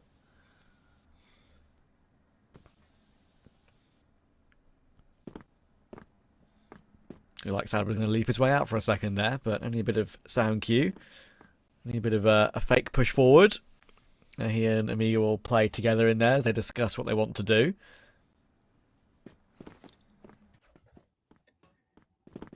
Yeah, Compound, unfortunately, or fortunately for some teams, depending on how you like to play, the name of the game is kind of just taking control of mid and holding it until the last moment. A lot of teams kind of take the strategy of just slowly easing into mid, trying to catch players peeking out by themselves, and then go for the late execution, because it's really hard to tell if a team is bursting up mid to A or mid to B, so it's a good way to kind of keep everyone guessing up until those last moments. But I like Nemesis' approach here. They have like a nice little trap set up on both ends of the execution. Beck kind of in the middle trying to call all of the information he can. The counter flash is going to make it tough to deal with, but Hunt able to connect the first here. Comic somehow not able to get the low HP player as well on the corner. Omega barely getting out with his life as Hunt finally gets traded down by Raffin. Oh, Dipsy, good jiggle, good kill. He said why we'll go down, but look at the damage on the final 3BL players. It's a low time on the clock too, as well as a low HP on Amiga. They'll try and force their way through, but now Raffin's been seen. Sad will take more damage. Try and have a flank to come through to help out. That pistol's not yet converted to kill, but the time really is an issue now. 8 seconds, there's another kill from Alucard on Amiga, and they just can't get that bomb plant, I think, now. They're going to try and get it down, but Sad will surely be stopped by Dipsy, and there we go. It'll come through. Just 2 little seconds on the clock to really make that one possible. Yeah, unfortunately on this map, you see it a lot. If you run down the clock a little bit too much, you just don't have anything to work with here in terms of map control. A lot of these sites too are very easy for the GR team to rotate back and forth between. Meanwhile, the BL, you've got to make a lot of moves to get from one site to another if you're not going through that mid connector in the GR spawn. So for the GR side, there's just so many advantages to work with in terms of rotational strength. That 3BL, they're going to have to be a little bit more crafty here in the second round if they want to get that bomb plant down uncontested here, because right now, Nemesis, they're starting to push forward a little bit more for control as well. You can see Comics going for the shoulder peek, gets the info, falls off just in time, knocks in, actually almost with an opportunity to catch him there. Dipsy will find that kill in the end, though. Fall back with it. Very strong start to the map for him.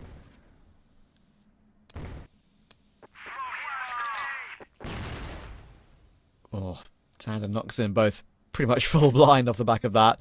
But we know push forward to try and punish them while that is the case. Hunt's now going to go looking. Beck on the other side. Or could get timing as he looks the other way, and Beck does get the kill. Thankfully, Nox is able to get one back on the other side of the map. But doesn't want to dive in for too much more because he sees the presence on that B-bomb site. A bit of an interesting play, though. You had DZY run away from his teammates and drop the bomb in the back of the B connector. So somebody's going to have to go around and scoop that up. It's going to be Noxon who looks to maybe join him here on the front side of mid. But the problem now is executing down mid without the numbers advantage or even an even situation.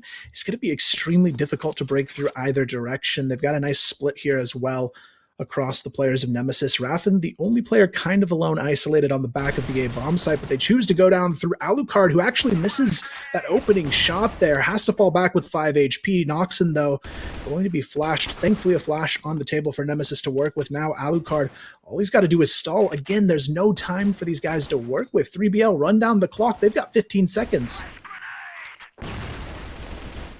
Beck will find one and the second, and now Sad is all alone. And as you say, another example of the time on the clocks being a little bit too low to really make any sort of calculated play happen. Nemesis is starting to show what they're made of here. 2-0 start.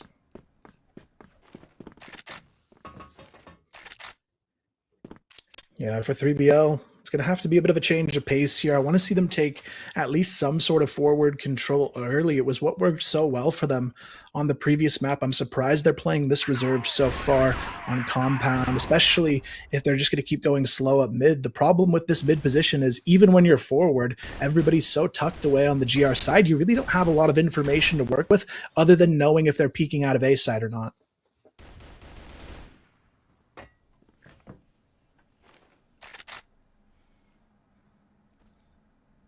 Move their way up. Knocks in, waiting for Beck to go searching. You can see how they're playing as a trio. It's not wanting to go for any over peaks. Waiting to go when they're ready to. Flash over, in comes the push.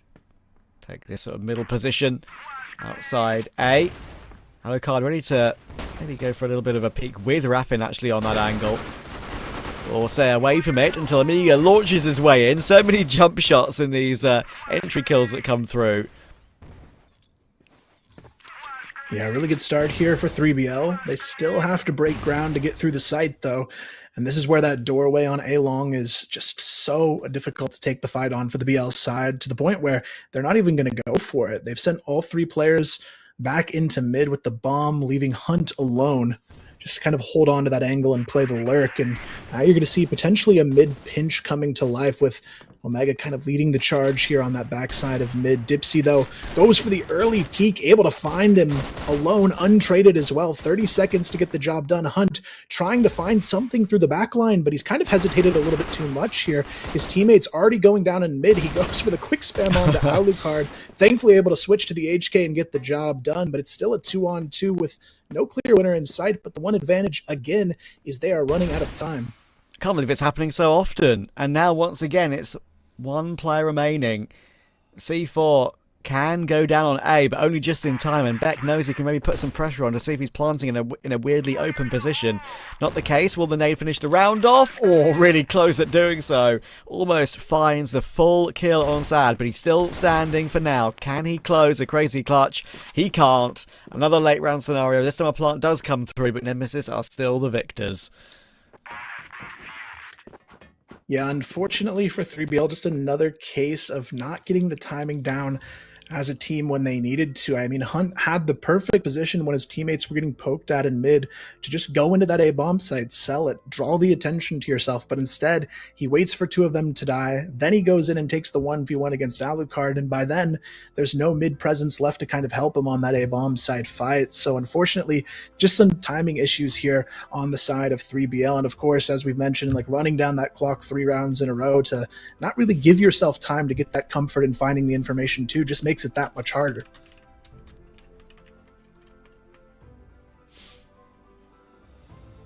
And the right time for 3BL to use that timeout as well. They know they're kind of being outplayed early game here.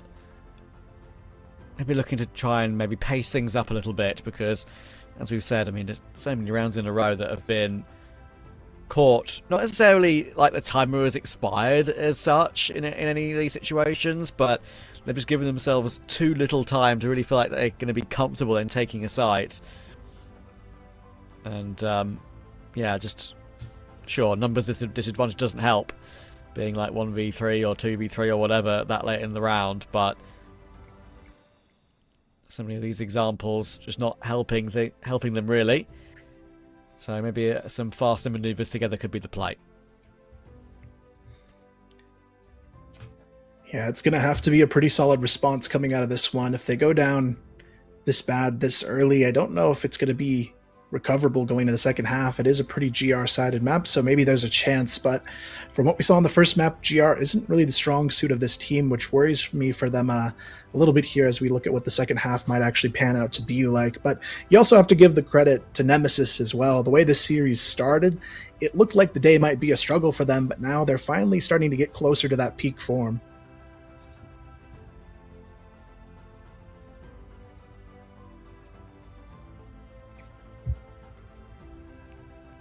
Fist bumps, getting ready to get back in.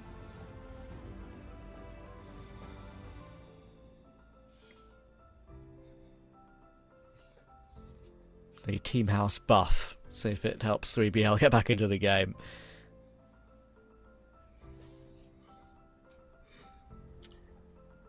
Yeah, I'm hoping we can see a little bit of a closer one on our hands. It would be a shame after how good these guys looked in map number 1 to have map number 2 kind of stolen away from them quickly, but we'll see what they've come up with here in terms of strategies coming out of this pause timer, because that's been the key throughout the day. Come out of this break with something new to show, because a lot of the teams that did that today were able to win it back and comfortably take matches back in their hands. But for 3BL, this is kind of their test. Do they have the strategies up their sleeve to change the pace here?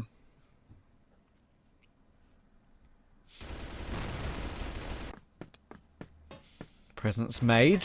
Noise heard.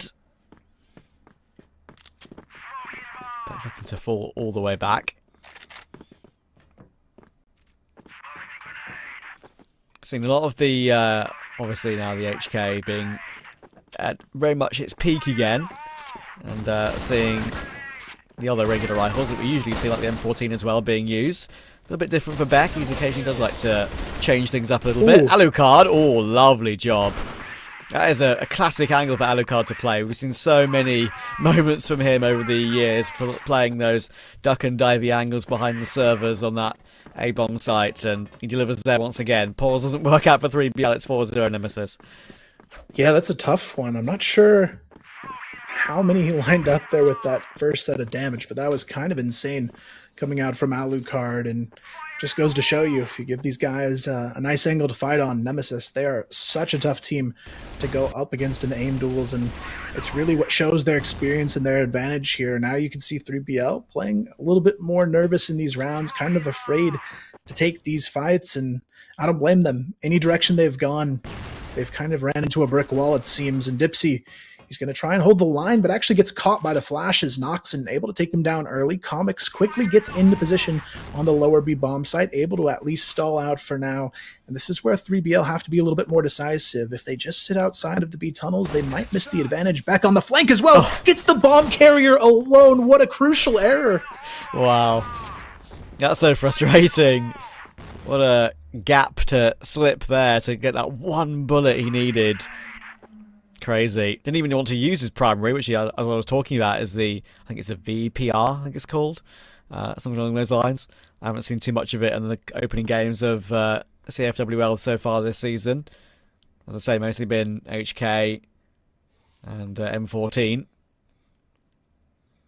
Hunt looking to try and flank round. Oh, he's got definitely a play on Raffin's position. Should be at least one freebie, and there we go. Okay, can I use a bit of utility to try and maybe block off the rotations? So they will rotate that bomb over toward that A side of the map. But the thing is, they've got a long way to go. Alucard is still cutting people off, and that C4 was still in an awkward position. Look how far back it is. They're only just now going back to pick it up in a 3v3.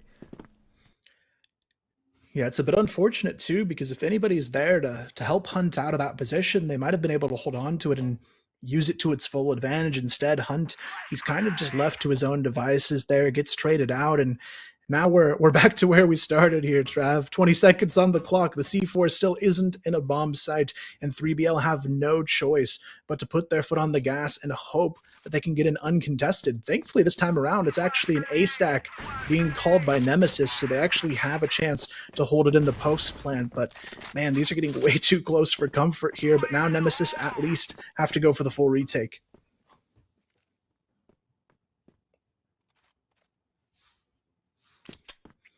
Behind the smoke.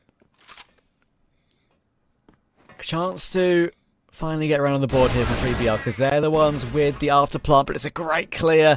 Amiga down already. Now, time really is an issue. That's the one thing on their side. Next trying to put the pressure on, but Noxin will hold the line well.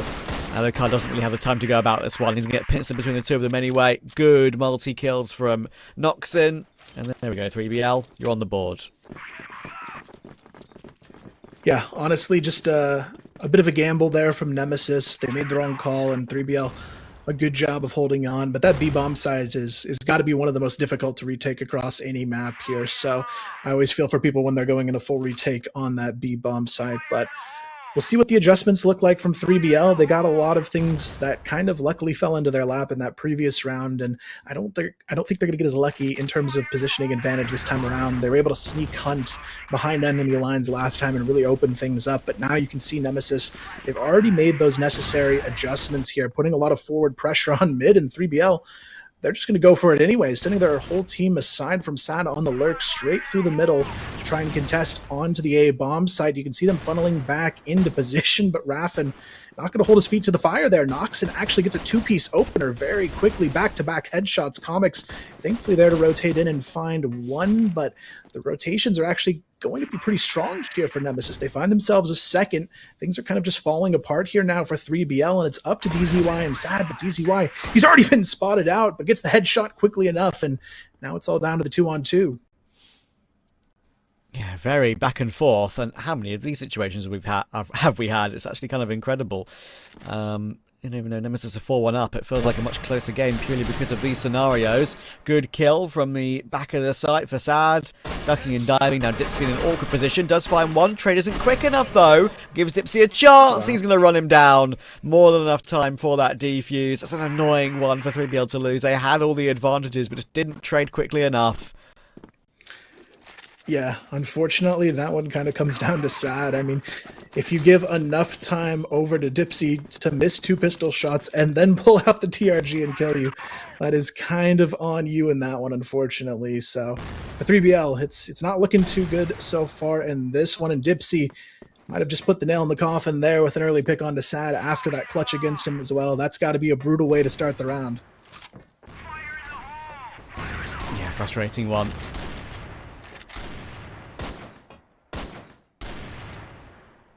Already playing catch-up before it feels like it's even begun.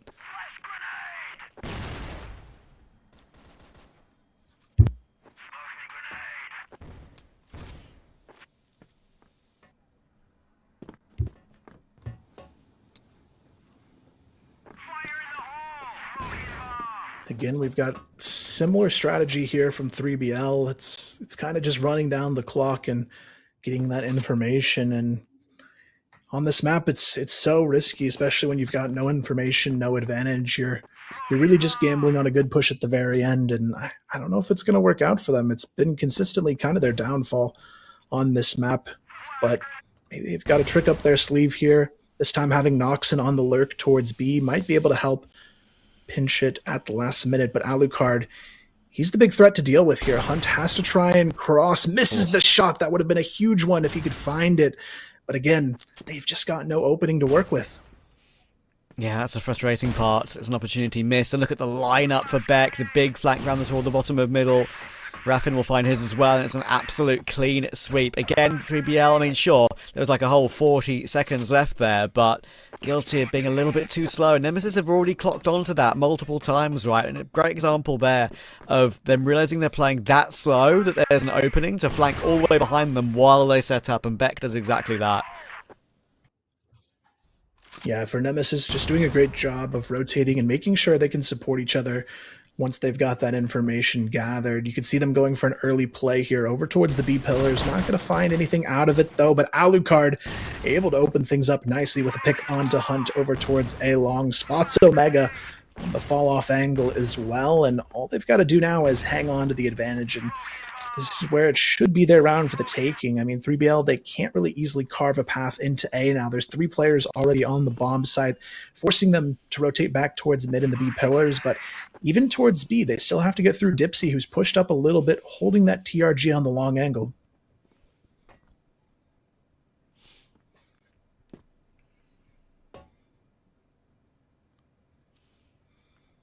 Yeah, it's a bit of a stomp at the moment, isn't it?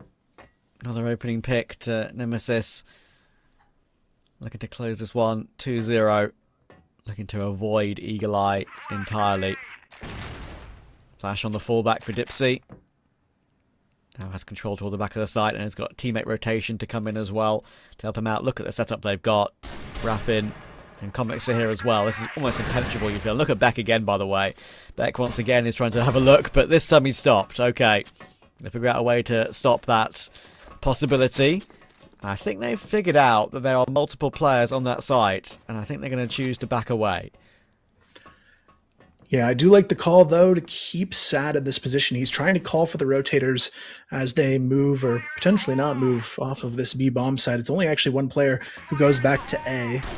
It's going to be Alucard who forces the rotation, but maybe he's enough here. He's able to find one. Sad going to be left alone over towards B. Catches one through the window to answer back. But Dipsy, what a headshot there.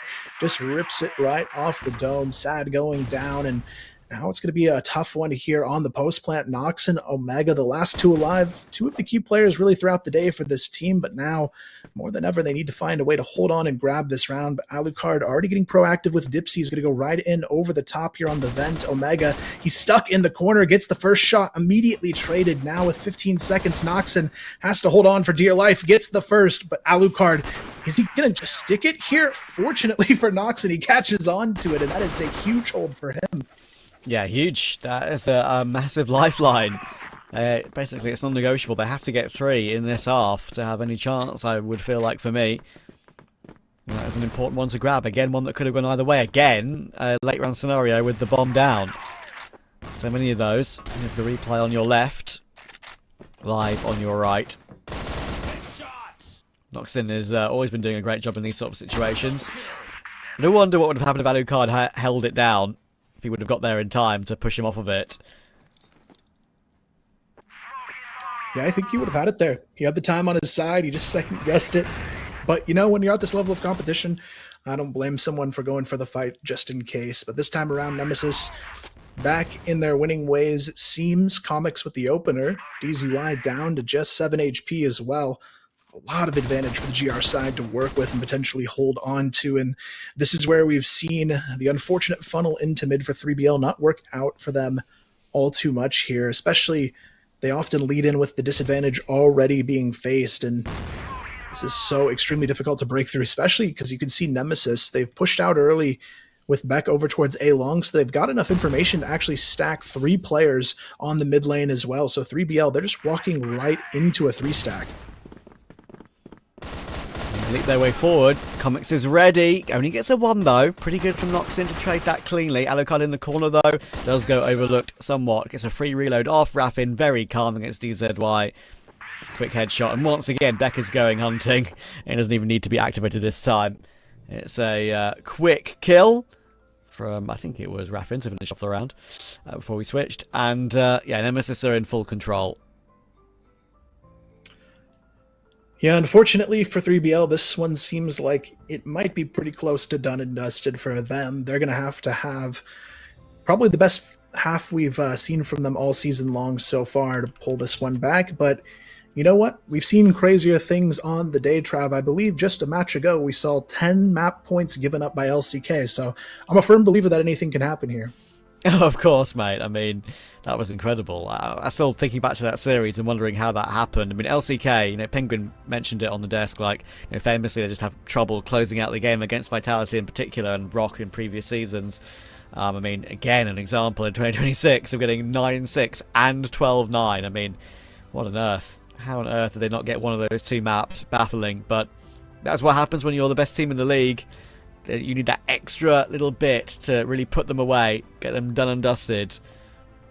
And Vitality, when you have that confidence and have that belief in yourself from previous seasons and just having that unbeaten rock of a mentality, it just makes it all the harder to actually finally beat them. Yeah, at least though for Nemesis here, as much as it is a bit of a disappointing performance from 3BL so far, it's good to see Nemesis comfortably starting to carve out that reason why they should be in the top 4 of the standings here, because a win today solidifies them, I believe, into that number 3 spot coming out of the opening weekend. So definitely a good place for them to be if they can finish this one off. But 3BL, we'll see what they've got left in the tank here. They've got the GR side to prove what they've got left and potentially push this one all the way to a 3rd map in the series if they can find a way to fight back. But they're already 5 down as we enter here to their GR half, and Nemesis, they're already getting a little proactive here towards B.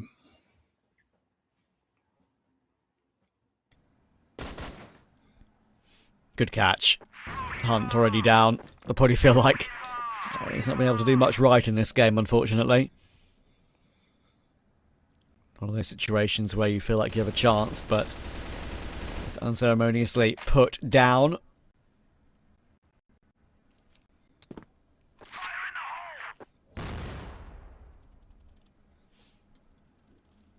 Yeah, for Nemesis as well, they're kind of just trying to find another pick if they can somehow catch a second off guard. Sending 3 slowly towards A long might be the opportunity to find it. It's only going to be Omega. Holding this off angle by himself should be a fairly easy trade at the very worst here. They're going to find him pretty quickly, so not too much lost just yet for Nemesis. Raffin does go down in that quick exchange, but now only 3 players on a map like this for the defense is not a good look. You've got to kind of spread thin or go for the gamble here when you've only got 3 in a 3-on-4 situation, but instead they try to get proactive with DZY. Alucard, though, he is always ready on the lurk and holding those off angles. You can't go through that unchecked. Yeah, it's always fun to see like the different play styles of the star sniper players in the CFWL, right? We were talking about how aggressive Spoxy was earlier, how many ridiculous opening kills he got in that game, and they still came out empty-handed from the series. He got at least like 8 or 9. And yeah, Alucard is a completely different player. He's still very, very, very good, as you can see there, but he plays a lot more in the back lines, a lot more defensive. Doesn't mean he's not as effective, though. Shows off there to get Nemesis their 8th. Yeah, I love the Alucard play style. I feel like so often in the West League you see all of these entry frag style snipers, but Alucard's just a brick wall. Wherever you want that brick wall, he's going to be, and he's just going to stand there and hold the line. So we'll see if he can continue forward strong for this team. I mean, an 8-2 is already a great look for their odds at closing this series out 2-0, but job's not done just yet. You can see Hunt here trying to pick up the sniper himself and get something going for them over on the 3BL side towards B long. Can't really find anything just yet. Gets spotted on the shoulder peak. Dipsy there, able to see him but not connect fully on the shots. But for Nemesis, they're kind of just trying to get the information here, and I like the way they're moving around the map. The big difference we see here between how 3BL was playing the map, they kind of sat in mid for about a full minute before pushing, but Nemesis, even if their plan is to execute mid, I like that they're kind of prodding on both sides to try and figure out exactly where the defenders are.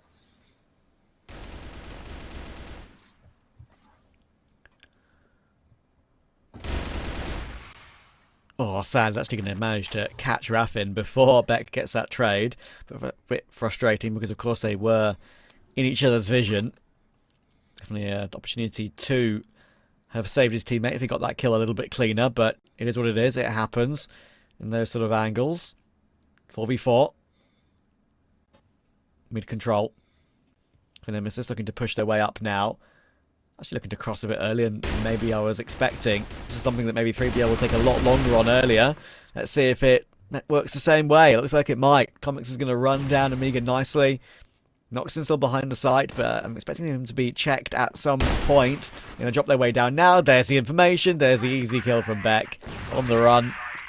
And now DZY and Hunt trying to retake 2v4. It just does not seem possible, I'm afraid, considering how good Nemesis have been so far. Smoke up, that will block off their rotation. Dipsy finds one. Should be finding the last as well. Hunt caught with Alucard going all the way round. And Nemesis have all the match points they want. Yeah, really good round there for Nemesis, and they've got 7 chances to close it. You'd think that's enough, but we'll see. Crazier things have happened, but right now it's looking like they've got full control over this one. It's just a matter of time before they can cross that threshold to put up number 10. And it's Noxon already down and out. There's no slowing down Nemesis. They know they have the luxury of advantage in this situation, and they can play as aggressive as they want. Now 5-on-4, they're going to go for full GR spawn control and start wrapping around into the B bomb site here. Actually, they're going to double back onto A because Beck catches the rotator early on. DZY goes down, but there is a flank in progress here. Hunt already behind the tower player of Raffin, so they do have to be a little bit careful because Hunt actually sneaks right past Raffin, but it's not going to matter. The flick shots are there for Comics, and it's already down to the wire here. Omega and Sad left alone. Nothing really to be done, you would think, here. This looks like what this one is done and dusted. Very impressive map 2 from Nemesis. We thought it would be maybe a little bit tightly contested considering how map 1 was, but it's going to turn out to be very, very simple. Alucard gets his and the final kill as well. A little spray of celebration to celebrate a very comfortable victory. 2-0 for Nemesis. That's what we want to see from them. Yeah, honestly, just a brilliant second map. I can't say too much bad about this second one, especially when you compare it to the first of this series. I mean, after map 1, I thought it could be a potential bounce back from 3BL. There was a lot of good things we saw in map number 1, but then Nemesis, it felt like it almost lit a fire beneath them with how close that first map was, because map number 2, it was kind of a blowout here. It was a bit of a shame because I've actually kind of liked what 3BL showed in map 1. Just couldn't really replicate too much of it at all in map 2. Anyway, that's it from me today. Kyle will be back to take you through the final game of the day with Sekio. But first, Volt and Penguin. Well, speaking of the man of the hour, Penguin, when we were in the green room, while we were watching the game, I was talking to you about how you were right about something. You said that if they were going to lose a game, that means that their mental might not actually be able to handle the second one. And that really seemed to be the case. I mean, Trav harp on the main point, which is that 3BL, whenever they were playing on the blacklist side, they really were sitting on middle, hoping that there's going to be a mistake from Nemesis. But a team like Nemesis, with their experience, they're not going to be making mistakes. If anything, Dipsy tore them apart whenever they tried to make anything happen from that mid position. Yeah, especially that we talked about. They played very good first map, but it's always the momentum of the first map that hits 3BL. Nemesis were able to calm them down and to just shift this momentum back to their side. And going into the second map, you feel that it's going to be a different team playing the map, especially that 3BL, I guess they picked Compound, they picked New Compound, and this is the second time we see them play New Compound, and we still don't know why they pick or play New Compound. I feel that they play Subbase way better, they play Ankara better, they play Eagle Eye perfectly better than New Compound. And New Compound, in my opinion, should be a map that is never played by 3BL, the same as New Mexico, most likely, if they are not playing it. Because what we have seen from them, that their blacklist side is not structured strat-wise. They execute strat-wise, but you feel that they're always dying before even going into the control. Like in the control area, they die a lot before going into the site. So the trades are not their favorite. The backups are not there. Maybe the entries are not having the best time. On the other side, we've seen that Nemesis is doing good. Yes, they were kind of shaky yesterday on New Compound, but now they maybe fixed their mistakes, watched it, and replayed their whole game. And I guess it paid off for them right now. Yeah, absolutely. And I mean, if we're looking at it from that perspective, the thing that I'm thinking about the most is, well, I'm trying to contrast that. Sure, there were very little blacklist rounds or BL rounds for the side of Nemesis, but you compare to what they played it, right? I mean, Trav, of course, I feel like hit the nail on the head there, where he was saying even when they were eventually going to end up the execution in middle, they still played around the sites, right? They still played around A, still played around B, tried to find a couple of good rounds, and they almost won one because of that, right? Like there was that one round where 3BL were on BL still, and because Nemesis likes to play the sides, like to fish around to know how things were going, they found the C4, and they could have almost won the round out of that.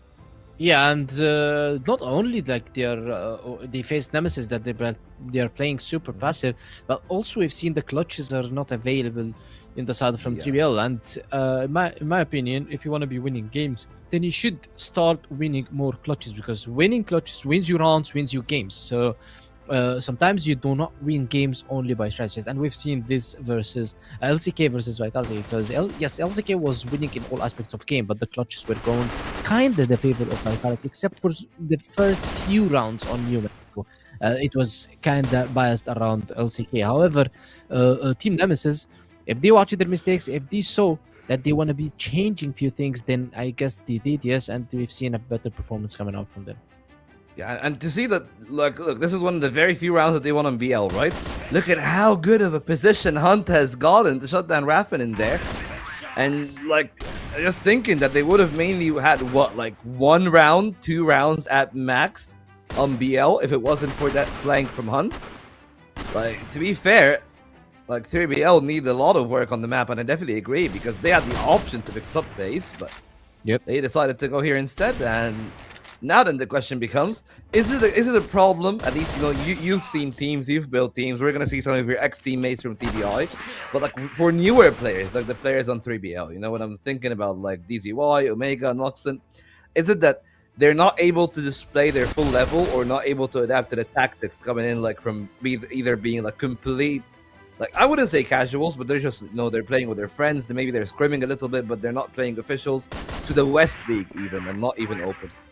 Well, if I answer the question right now, I'm gonna be too harsh on 3BL, because what we've seen from them is not answering any of those. Well, you cannot just maybe try to ask this question to 3BL when they started and they played LCK, unKnights, and Nemesis, top 4 team at the beginning of the 3 games. In the first week, they played 3 games. Comparing them to maybe unKnights and Anubis, which they were in the same tier. Anubis is only playing 1 game on this week. It is going to be versus IMPERIUM. The most likely, the team is going to be going into the relegation. So they're going to get 1 win. They're going to have confidence. unKnights got 1 win versus 3BL. They got confident as well. And they played also strong gaming. So in my opinion, unKnights played 2 B tier teams at the beginning of the league, and they got 2 wins. Anubis is going to be playing also their debut today versus IMPERIUM. It's unlike 3BL, who played 3 top 4 teams last year. One of them was already the regional final champion. Yeah, and when you think about it, of course, there's always a consideration to be had there. But I mean, for Nemesis, I feel like that was a really uncomplicated game. And that's a really good sign, because there were moments at Ankara that we thought that, hey, like 3BL are definitely showing up individually. Didn't really happen here on that one. And for Nemesis is right. I feel like that they displayed a very good game. Stable, maybe not the most creative, but I feel like they didn't really have to do that much. They just waited for 3BL to play the game, and they countered their game to a T. Stylistically, there's such a good matchup into them, and that leans even more into our match MVP of Alucard. You know, he's passive, stable, very accurate, and he just gets an enemy team that wants to run into his crosshair. Yeah, and he's consistent as well. That's what you need from your sniper. You don't need a sniper that gets you maybe 20 kills per game, and then second game he just disappears. You need a guy that you rely on all games, that you rely on all maps. So that's what's happening from Alucard right now. So, in my opinion, Alucard is always consistent on those MVPs and all those carries, and making the life easier for his teammates, and he deserves to be the MVP. We've seen his perfect performance coming out from Ankara, which was the close map between both teams, and now when it went to Compound, also he was one of the factors of winning the rounds. Yeah, I mean, Look, we can talk about Nemesis a little bit more. I think Nemesis got a game against unKnights next week on the opening day of that week. Got another one against Vitality. So Vitality. it's going to be a very rough week for them. But let's start with them first. Like, how do you feel about Nemesis after seeing them this week? In my opinion, Nemesis started very shaky from the first game versus LCK. Then they tried to come back. Yes, they won Black Widow. Okay, then they lost Subbase 10-8, which is one round different. Okay, they went back on their food. Then went back to new compound. We've seen them a bit shaky as well. However, right now I feel that Nemesis are just going on the same track that they went last years. I'm not saying that there is no improvement, but we cannot see the improvements right now because we always see Nemesis play very good in the regular season. We want to see Nemesis as well playing better on the playoffs. They're going to be playing LCK, which they showed a very good performance today, and Vitality is still winning everybody on the regular season. So it's going to be a tough fight for the three teams, but in my opinion, Nemesis can be better by time. It's just phase 1. Even on phase 2, when they go in the elite group, they can be better and going to the playoffs. Well, I mean, yeah, that is, of course, you saying that they would go to the elite group, so you're guaranteeing that they're going to be top 4. So far, yeah. The results They have are already. okay. They have already what it takes to go in top 4. I guess it's over. Like you get 2-3 wins, you're top 4. That's it. You don't need anything else because you're gonna play only one time. You got 3 losses, you're not a top 4 anymore. Yeah, considering the other side too, 3VL, they only got one game next week. That's against IMPERIUM that we're gonna be seeing next. They're gonna be taking on Anubis. So 2 things. One, let's start here. 3BL, like we've seen them play 3 times now. All 3, it's like everyone can see the potential, right? But I guess what we feel is that we all fly too close to the sun. Like I started to get some faith in 3BL, thinking, hey, like they did so well against LCK, they might actually get something done here today. Yesterday, it was a good veto. Their performance maybe was a little bit shaky at the important moments. Those clutches didn't come out their way. Today here, it's not only that their performance fell off a cliff in new compound, it's that also continuing to have some of those clutch problems, and also now the veto becomes a real problem. Yeah, it's the inconsistency that's happening from the guys, and as I said, it's because the guys' experience is not that much, and we are talking about LCK and Nemesis. Nobody played LCK and Nemesis yet from the B tier or D tier teams. They only played like unKnights, like played Swamp, they played 3BL and they beat them. Then Anubis is going to be playing IMPERIUM, so you cannot just decide who's going to be one of the top contender groups. Yeah, well, I mean, that's great. We'll have to wait and see how they're going to do against IMPERIUM. But for IMPERIUM, we'll talk about them a little bit more as we debut Anubis and see what they can do after the break.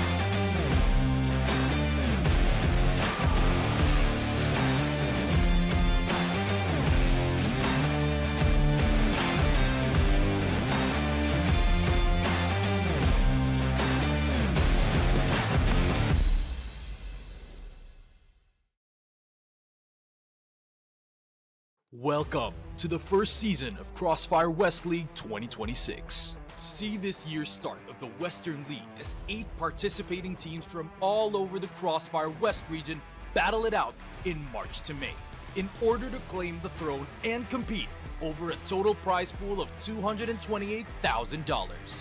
For the first season of 2026, get treated to 3 months of high-stakes action, as the season consists of 2 regular season phases and a double elimination playoffs where legends are created. In the regular season, phase 1, all 8 teams are included in a single group where they all play best of 3 matches in a single round-robin format. Support your favorite teams as every match counts here. Every performance in phase 1 will determine which 4 teams will be part of the elite group, where they are guaranteed playoffs, while the other 4 teams in the contender group will either fight for playoffs or relegation. Expect no resets, as results accumulated in phase 1 are carried over in the next phase of the competition. In the regular season phase 2, witness teams from both groups compete in a single round-robin format within their same group. For the elites, this is their chance to secure advancement to the upper bracket round 2 of the playoffs. As for the contenders, be ready to see some of them say their goodbyes. In the playoffs, the 6 remaining teams will brawl in 10 total grueling best-of-5 blood fights in a double elimination bracket. 3 consecutive victories will result in a chance for royalty, while 2 defeats mean the end of a valiant journey. Legacies either move forward or are cut short.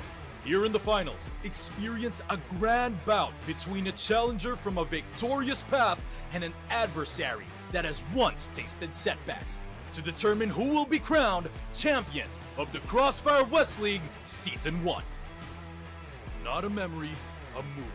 Every round, every map, every series is a mark of a continuous history. This is the road of recovery for the old glory. CrossFire West League, reclaim the throne.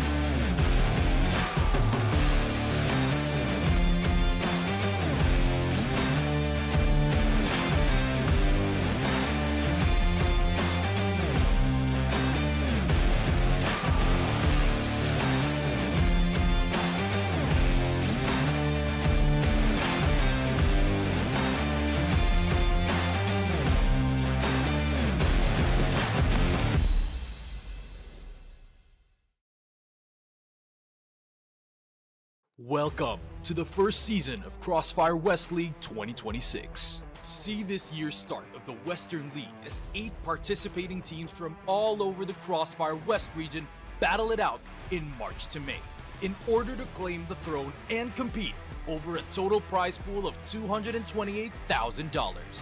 For the first season of 2026, get treated to 3 months of high-stakes action, as the season consists of 2 regular season phases and a double elimination playoffs where legends are created. In the regular season, Phase 1, all 8 teams are included in a single group where they all play best of 3 matches in a single round-robin format. Support your favorite teams as every match counts here. Every performance in Phase 1 will determine which 4 teams will be part of the Elite group, where they are guaranteed playoffs, while the other 4 teams in the Contender group will either fight for playoffs or relegation. Expect no resets, as results accumulated in Phase 1 are carried over in the next phase of the competition. In the regular season Phase 2, witness teams from both groups compete in a single round-robin format within their same group. For the elites, this is their chance to secure advancement to the upper bracket round 2 of the playoffs. As for the contenders, be ready to see some of them say their goodbyes. In the playoffs, the 6 remaining teams will brawl in 10 total grueling best-of-5 blood fights in a double elimination bracket. 3 consecutive victories will result in a chance for royalty, while 2 defeats mean the end of a valiant journey. Legacies either move forward or are cut short. Here in the finals, experience a grand bout between a challenger from a victorious path and an adversary that has once tasted setbacks to determine who will be crowned champion of the CrossFire West League Season 1. Not a memory, a movie. Every round, every map, every series is a mark of a continuous history. This is the road of recovery for the old glory. CrossFire West League, reclaim the throne.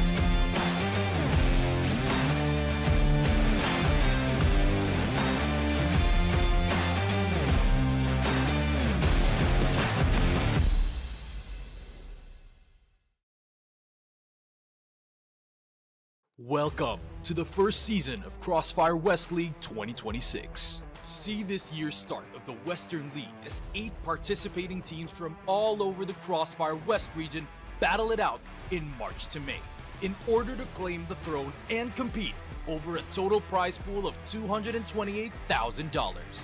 For the first season of 2026, get treated to 3 months of high-stakes action, as the season consists of 2 regular season phases and a double elimination playoffs where legends are created. In the regular season, Phase 1, all 8 teams are included in a single group where they all play best of 3 matches in a single round-robin format. Support your favorite teams as every match counts here. Every performance in Phase 1 will determine which 4 teams will be part of the Elite group, where they are guaranteed playoffs, while the other 4 teams in the Contender group will either fight for playoffs or relegation. Expect no resets, as results accumulated in Phase 1 are carried over in the next phase of the competition. In the regular season Phase 2, witness teams from both groups compete in a single round-robin format within their same group. For the elites, this is their chance to secure advancement to the upper bracket round 2 of the playoffs. As for the contenders, be ready to see some of them say their goodbyes. In the playoffs, the 6 remaining teams will brawl in 10 total grueling best-of-5 blood fights in a double elimination bracket. 3 consecutive victories will result in a chance for royalty, while 2 defeats mean the end of a valiant journey. Legacies either move forward or are cut short. Here in the finals, experience a grand bout between a challenger from a victorious path and an adversary that has once tasted setbacks, to determine who will be crowned champion of the CrossFire West League Season 1. Not a memory, a movie. Every round, every map, every series is a mark of a continuous history. This is the road of recovery for the old glory. CrossFire West League, reclaim the throne.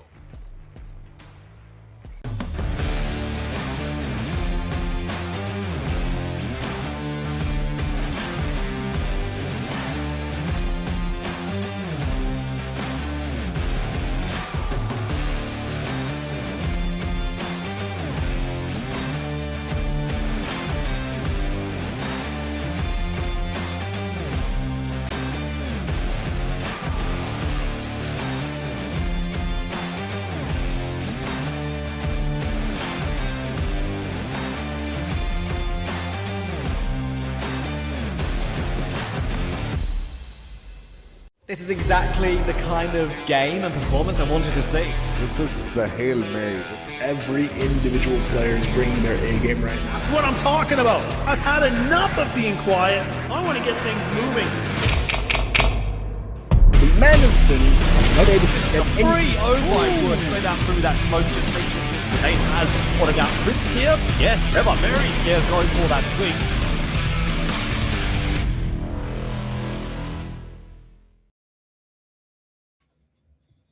Well, we've seen it all. We've seen the elite, we've seen the mid-tier, and now it is time to see the unknown Penguin. Of course, you're here alongside with me here on the desk, and we're about to see one of the oldest names in CrossFire in the Egyptian scene, in Anubis, try to have another go. This time, it's against IMPERIUM. Well, we're going to be seeing Anubis. Unfortunately, we're going to be seeing Anubis versus IMPERIUM. We wanted to see them versus maybe a stronger team, because that's when always Anubis just let the other team struggles. And Anubis, for me, is very important in the Crossfire League or the West League, not because they are the oldest, but because they always give us names that shines in the league. Let's talk about Todzin. He was discovered by Anubis. Slayer, he was discovered also by playing in Anubis. All the other players that's maybe were unknown names, they always come from Anubis. So Anubis, you cannot underestimate the players that they have now. It's going to be salty. For the first time, we're seeing him playing the West League. There's Muffin. Yeah, Muffin played a lot on the Open League. We know Muffin. That we never seen Salty in the highest competitive league. But now it is the time for him to be able to see the new faces of the West League. Yeah, it's a completely new look, of course, as we've said. And that is one of the things that actually has me a little bit worried, right? Of course, there is always the really, I guess, veteran names whenever I'm thinking about like someone like Doom, someone like Dirty, like those are people that have played for a while, right? But yeah, then they got Muffin and Salty, as you said, their first tenure in the West League, if I'm not mistaken. Yeah. And you compare it to the other side for Imperium, like here's one of those that were there with Anubis and Jaguar. Jaguar was the leader and was one of the leaders in the IGLs of Anubis, of course, and now the blood is regenerating in Anubis. That's why I'm telling you, Anubis is always introducing a player that destroys the scene. If you look at the top 3 teams, you'll see at least 3 or 4 players from Anubis. If you're talking about Vitality, you're gonna see Todzin and Slayer. This is 2 players. If you're talking about Team Nemesis, you're gonna see Comics and Dipsy, and this is also 2 players. And then they have also Jaguar, which is playing in the Imperium. So Anubis has a team, but not playing under the name, but a team that's been built by this organization. Yeah, I absolutely do agree. And I mean, intriguing case. Of course, we can talk about Imperium a little bit, but I just want to touch upon like one final thing before we go there, because there's also like another story of Jaguar I feel that I want to talk about. But first, we've seen the newer players from 3BL Galaxy, right? Like, what should we expect as the difference? Should we expect that Anubis maybe is going to have players that are more complete, that are less susceptible to whether it is the momentum running them down, or is that they actually just pick the better players mechanically? Like, what do you see in those players that you talked about, like Todzins, the Slayers, the Dipsies? What was there in Anubis that they saw when they're scouting those young guys? Well, that's what we're gonna see actually, because you never expect the players coming out from Anubis organization. But as I said, we cannot compare Omega playing versus Nemesis, shooting versus LCK, fighting versus unKnights, and now Salty and Muffin and their debut versus Imperium. However, we're gonna see how both teams are gonna be playing together. We are expecting Anubis to 2 or 3 Imperium, not because we are discounting Imperium, but because the experience and the players that Anubis have. We are only focusing on Muffin and Salty, and we forgot about the 2 gigantics that they have. We have Gainer and Doom. Doom is one of the most experienced players. In my opinion, Doom, I put him as top 6 players in Egypt alongside with the Vitality players. If you just rank the Vitality players from 1 to 5, then definitely after that is going to be Doom, based on the experience, the aim, the amount of you wouldn't put Alucard you wouldn't put Alucard like, I feel like Alucard and Doom are pretty close. Yeah, Alucard definitely. I don't count Alucard as an Egyptian right now because he's usually going for the EU teams. I'm talking about the teams that's been representing the EU. Okay, so he's the nomad, right? He's the nomad, like, exactly. He's the nomad of the region. So, and also I was ranking the rifles, you know. So if I'm ranking the rifles, Doom definitely gonna be on the top 5 or top 6 because of his skills and experience. By the way, the Doom's experience is matching Alucard's experience because Doom's once started with Alucard on Ronis. It was me, Doom, Alucard, and Yusuf Hussein. And now Yusuf Hussein is the manager of Anubis. Some casting over here. Alucard is playing. Doom is still playing. That's the big experience for these guys. Yeah, I mean, another one that is still playing, of course, on the other side of Imperium is Jaguar himself. I think that he was there. The first time that I've seen him was 2019, but I'm not sure. Did he play with them in 2018? Yeah, he played. No. He started on 2019. He started with Waffle Makers, then he joined Anubis. He played on the big stages on 2019 on the CFS Invitational, and he went to the CFS on 2019 as well with them. 2018, Anubis failed to go, I guess, to the CFS. So Jaguar we didn't see him that much. Yusuf Hassan also joined them, but we didn't get to see those roster at that time. However, on 2019, they just did a phenomenal performance, and they almost beat the world champion Super Valiant on sub-base when they were ahead 8-4, I believe, and then suddenly SV Super Valiant, which is actually one of the mixed best players in the world, just retained the win. So Anubis, as I mentioned, they always show us a strong performance on CrossFire, or on the least, they just introduce a player that just destroys the scene. Yeah, I mean, well, that is something that I'm really looking forward to, because I've seen a lot of highs from players like Omega, for example, and I think that I trust that maybe Egypt still has a bright future from someone as young as 17 years old. If he gets like a good amount of tenure, like I think maybe within this year, like we could walk into 2027 and Omega can be a really dangerous prospect. Yeah, definitely he's gonna be. Yeah, definitely. Then whenever I'm looking at the side of Imperium, then I have Nexlon like on a similar level to Omega. Do you think that's the same case for you, or would you rate Omega a bit higher? Well, I'll rate Omega a bit higher because Nextland is not the same role as Omega. Nextland is a backup player. He's usually trying to get the trades for his teammates, while Omega is playing as an entry. An entry as a role is harder. So we are not discounting Nextland, but we are giving the advantage of being an entry because being given an entry, that means that you should be mechanically very good. You should be aim-wise very good. Your communication should be perfect because you are the guy who's saying the first information for your team. So when you are pushing the site, you see one guy basement, one guy top. So you need to be very clear and very sharp. Basement and top, and you need to also, while you're pushing, you need to have a mechanical skills, so you can just maybe try to dodge the snipers, try to get the kills, try to communicate, try to open the sites. This is just a lot of things. We can ask Horus about it. Yeah, I mean, well, the things that we can figure out ourselves, though, is a little bit going to be about Imperium, right? Because we've seen Imperium play before. We've seen them play against Nemesis. That was unfortunately a bit of a on Black Widow, it was a non-contest. But on New Compound, even against Nemesis, they looked okay, right? So I think that if they can actually get the New Compound, maybe they can do some damage even against Anubis. But the thing is, people don't know that New Compound is one of the best maps for Anubis. Maybe it's the best. So definitely we're going to be seeing New Compound. Probably you're going to be seeing also Black Widow. Maybe if they don't ban it, it's going to be some base. It's just going to be basic maps. I discount having New Mexico. And maybe we can see Eagle Eye, but definitely New Compound is going to be there because it's two best maps for both teams, so both going to be fighting for it. And the Imperium doesn't have the luxurious of having like, hey, let's pick the worst map for Anubis. No, you don't have the luxurious opinion to do this. Also for Anubis as well, it's their first debut, so they want to be winning, they want to be putting the W key, the W on their scoreboard, and they want to be giving the momentum for their teammates and for their new teammates as well. We're talking about Salty and Muffin. Yeah, we'll see. Of course, I remember when New Mexico was not banned by Imperium. That's because it was banned by Nemesis. They banned Ankara. And there's no Ankara for him here, fortunately. Sub-base is the decider, as we talked about it. And they did pick New Compound.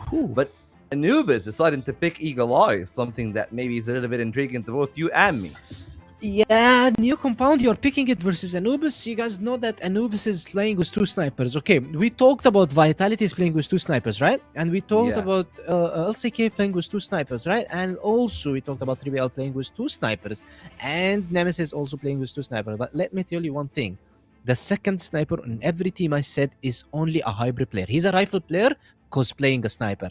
In Anubis, they have two main snipers. They have Muffin, main sniping for like 5-6 years. They have Dirty, main sniper for 3-4 years, and he was one of the best talents in 2025. So it's gonna be just so hell for Team Imperium on New Compound.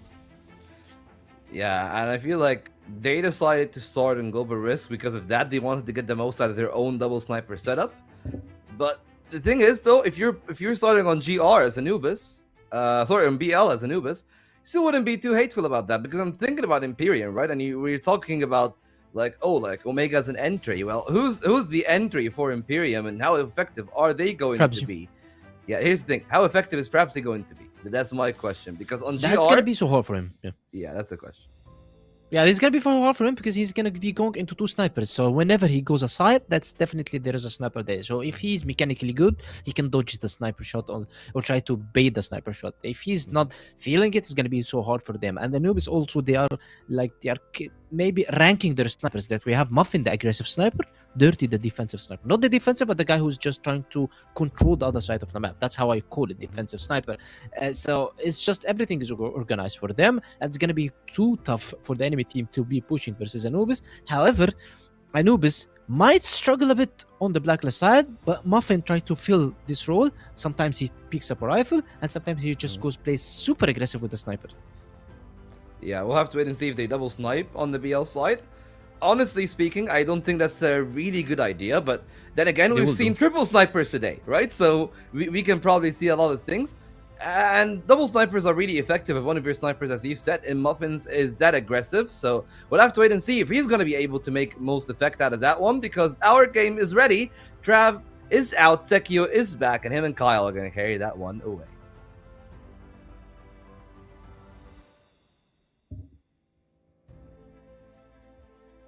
The weekend, but it's the first one on the slate for Anubis. I'm excited to be here with you, Sekio. We've got Anubis for the first time debuting their season here against a team where they should feel pretty good about what they're walking into. You know, it'd be a lot more intimidating to start your season off with a Vitality as your first pick, but I feel like for Anubis, this is a good first matchup for them to show us what they've got.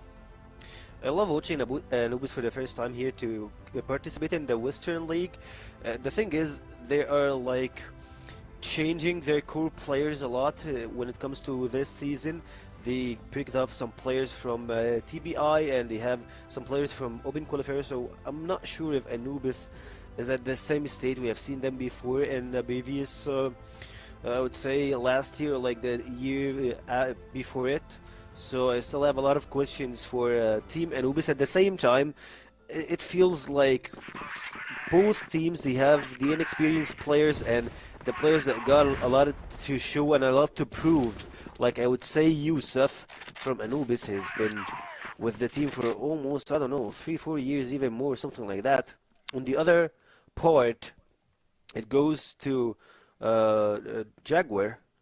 I believe he was with Anubis for a long time, for a long period, so they know how to play and they know how to actually find stuff here. Speaking of that, Dirty opens the first kill, Jugger gets another, knocks in the third blood, or like the third kill for Team IM, and Anubis left with Dirty and Muffin. Both snipers are remaining alone here.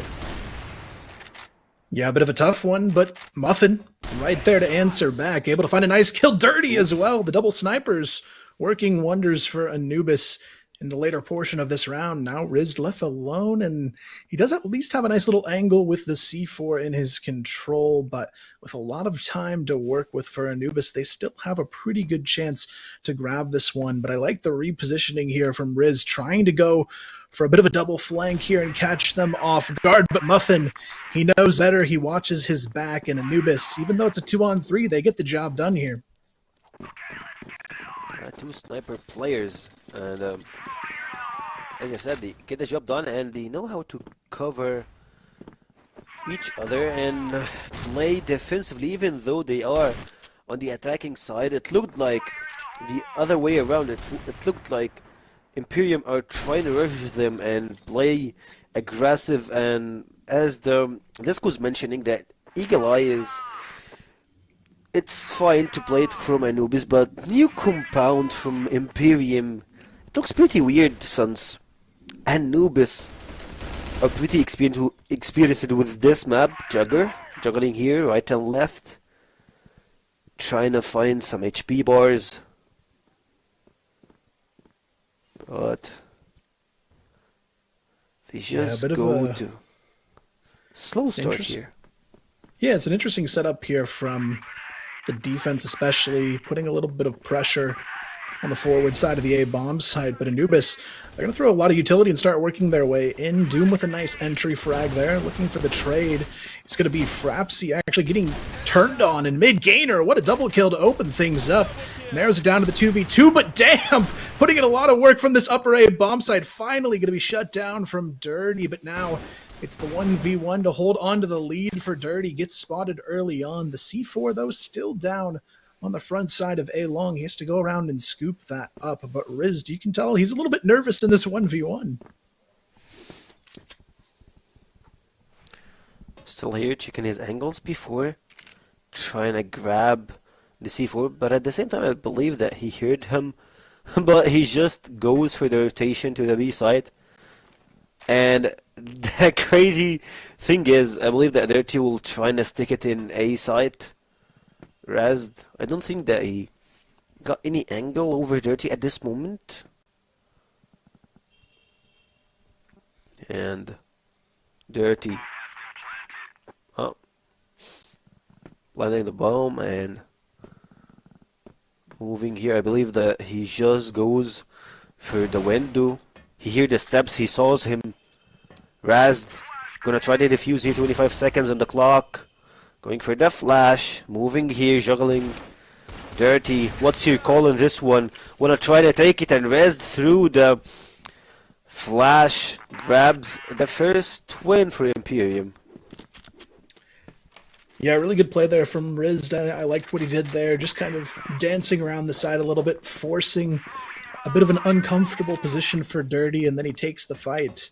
So now we're all tied up here. Pretty good start from both teams, but on both ends, it's been kind of the snipers telling the story here. Dirty continues that forward as well, finding Frapsy early, but Riz right back with the answer himself, finds Muffin, has the spot here to potentially get Gainer, but unfortunately not going to be able to connect. Nexlon able to find himself a two-piece, though, to keep things nice and close as the C4 slowly works its way into the B-bomb site. You can see them kind of sneaking up the back staircase here. Nexlon and Damp are both nearby, but the unfortunate part of this situation is they still have to find a safety to plant, and that might be all the safety they need. Dirty opens up for one. Doom should have a chance to get the plant off pretty safely here, but Damp, TRG in hand, he's now stuck in a 1-on-2.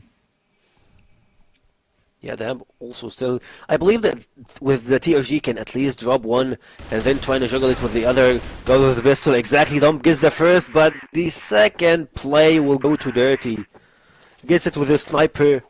You need him on M4, anything, any weapon. I believe he's a pretty flexible player. We've seen him last year play with TBI, and I believe he's one of the key players for the organization itself. Him and King at the same time, they both go separate ways. One goes to Team 3BL and the other goes to Anubis. And he's showing that he deserves to be on a better team after what happened with them the previous year. And he's trying to make a name for himself. We'll see if he can do just that, but for now it's still a nice comfortable lead, and Muffin also able to be one of the newcomers who steps up to the plate here, takes down the veteran of Jaguar over here towards A, but he has to be careful. Both Damp and Nexlon sitting above him, but Dirty on the backup, able to make sure things go smoothly for Anubis in this one. Already a 5-on-3 advantage, and this is what I think makes Anubis so scary. It's almost like no matter where you look, there's a TRG waiting for you on the other side of it. Feels like it's in their own character. Like Anubis, even though they don't have the most scary teams, they know how to practice, they play, they test their limits. And speaking of that, Doom and Salty just dropping 2 players, and it's only Rez versus the world at this point, and he's just running around. You got nothing to do. Doom and Gainer, they're only like pretty low HP, and the other 3 guys are just like trying to test them. It's gonna be pretty hard for him to just get closer to the C4. Yeah, I mean, for Riz at this point, it's kind of just a tactical pause, I think. I don't even know if he's actually going to go for it here. It's just a good chance, I think, for them to talk things through and see how they want to change it up, because honestly, it's a bit of a momentum game right now, and Anubis is winning it across the board. I mean, it's not even just one player making it happen. Anubis, as a team, just feels like they're dominating the server so far. So I'm hoping maybe with that little bit of extra time at the end of the round, they haven't had to take attack pause yet, but they at least had some time to talk through what they want to do next. And that time I hope that paid for them. Razd holding the site here. At the same time, look at the stairs. Gainer is pretty low HP. Jugger trying to spray them, spray and pray, but it doesn't connect to anyone. Salty and Muffin drop the first 2 kills, and Jugger is pretty low in HP. It feels like they're firing back to themselves. Imperium having a really bad spot at this point. Yeah, so tough here. I mean, Salty just waltzes right in there with Gainer and Doom alongside him, mowing everybody down in their path. Damp now left alone in a 1 versus 5. Things are pretty much just falling apart completely for Imperium in this one, and a lot of low HP players on the side of Anubis, but it may not matter because Damp, he's going to have to find all 5 of them to even have a chance here, but with the smoke in his face, you can't really see through to the other side of the bomb side as well, and Salty with the shoulder peek, able to spot him out, and Doom right there for the assist and make sure they get that kill on the board. But honestly, it's looking a little bit brutal so far. I'm hoping maybe in this tact pause Imperium can find a way back into it. It looks like they're separated. Maybe one is playing in his own, or when it comes to the 1v1s, when it comes to the gunfights, it's always Team Anubis is winning those. And for me, that I know Anubis as a team, as an organization, and everything. They have one of the greatest CEOs of, I would say, in Egypt, at least, Mr. Yusuf Mohsin. He knows how to talk to players, how to treat them mentally, and how to speak with them and make them his own friends in a kind of a way to make them feel comfort playing with the organization and having the capability to carry the Anubis team across multiple titles. Yeah, I mean, it just goes to show you when you've got that kind of backing from a good organization, they can take these younger players and kind of let the new talent shine here. Like Penguin was saying earlier on the desk, that's kind of the Anubis way, is discovering those up-and-coming talent and really bringing them to a new light here. And we're already seeing it with players like Muffin kind of making a debut here.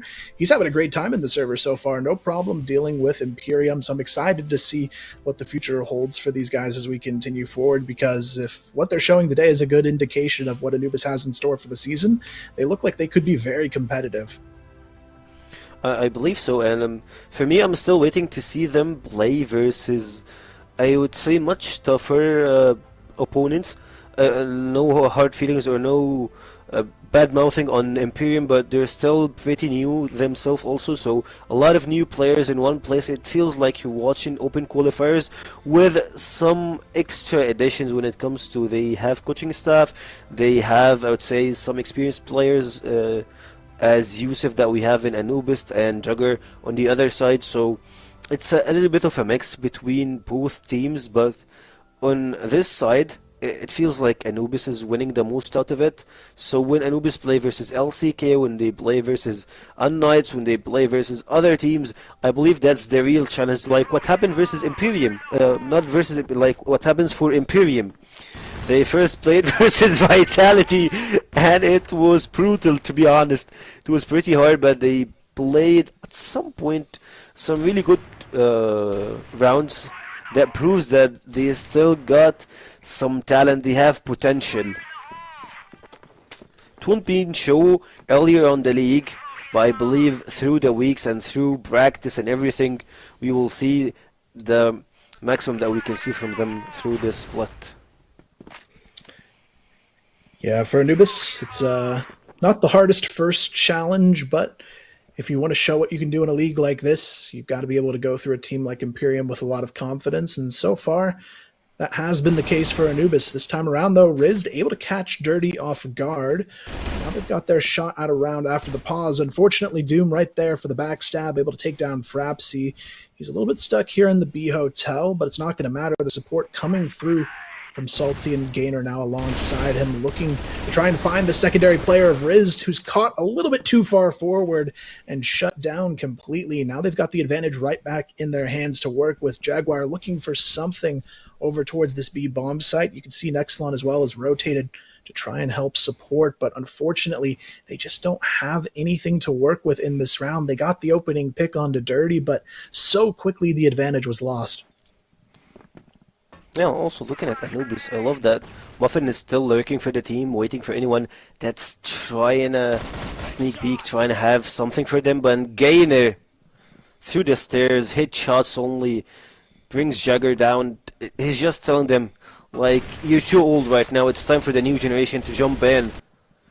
And Amp, left alone to drop himself also, 4v1 situation. The guy who was trying to lurk, who was trying to look for any opening for the team, will be the last to fall.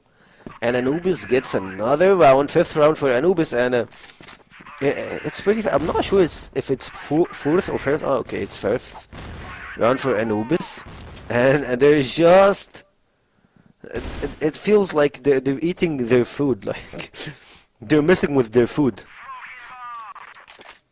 Yeah, unfortunately for Imperium, that might be the entirety of this match on their hands, just kind of getting toyed with, unfortunately. But it just goes to show Anubis is coming into this season prepared. They're not looking at Imperium as a major threat. They're looking at this as a must-win game on the board for themselves in the overall standings. And so far, they're showing everything they've got here. Jaguar as well. Even though he's the veteran of this lineup, he's been struggling quite a bit in this head-to-head so far. He goes down and out early, and Anubis slowly just hold on in this 5-on-4. But I really like their setup here. They allow players like Doom, Salty, and Gainer to kind of push for info and have the other two with the TRGs just holding this A-long position. But now on the group up, already able to find one. Frapsy shut down in mid on top of it. Damp, the last hope on the bomb side here, has to try and hang on to it. Riz on the rotation, able to find one, but it's not going to be enough. He's left alone again, 1 versus 3. It's a bloodbath, and you can see what's happening for Imperium. Rez is left alone, and he's just leaving the place. I believe he will just try and have another tick boss, trying to talk it over, but that's not the case. He's actually rushing here. Dirty spots him, trying to use the doors to his side to his help. Also, another beak from Dirty will be enough to stand on top of the turret and dragging down Riz to the floor.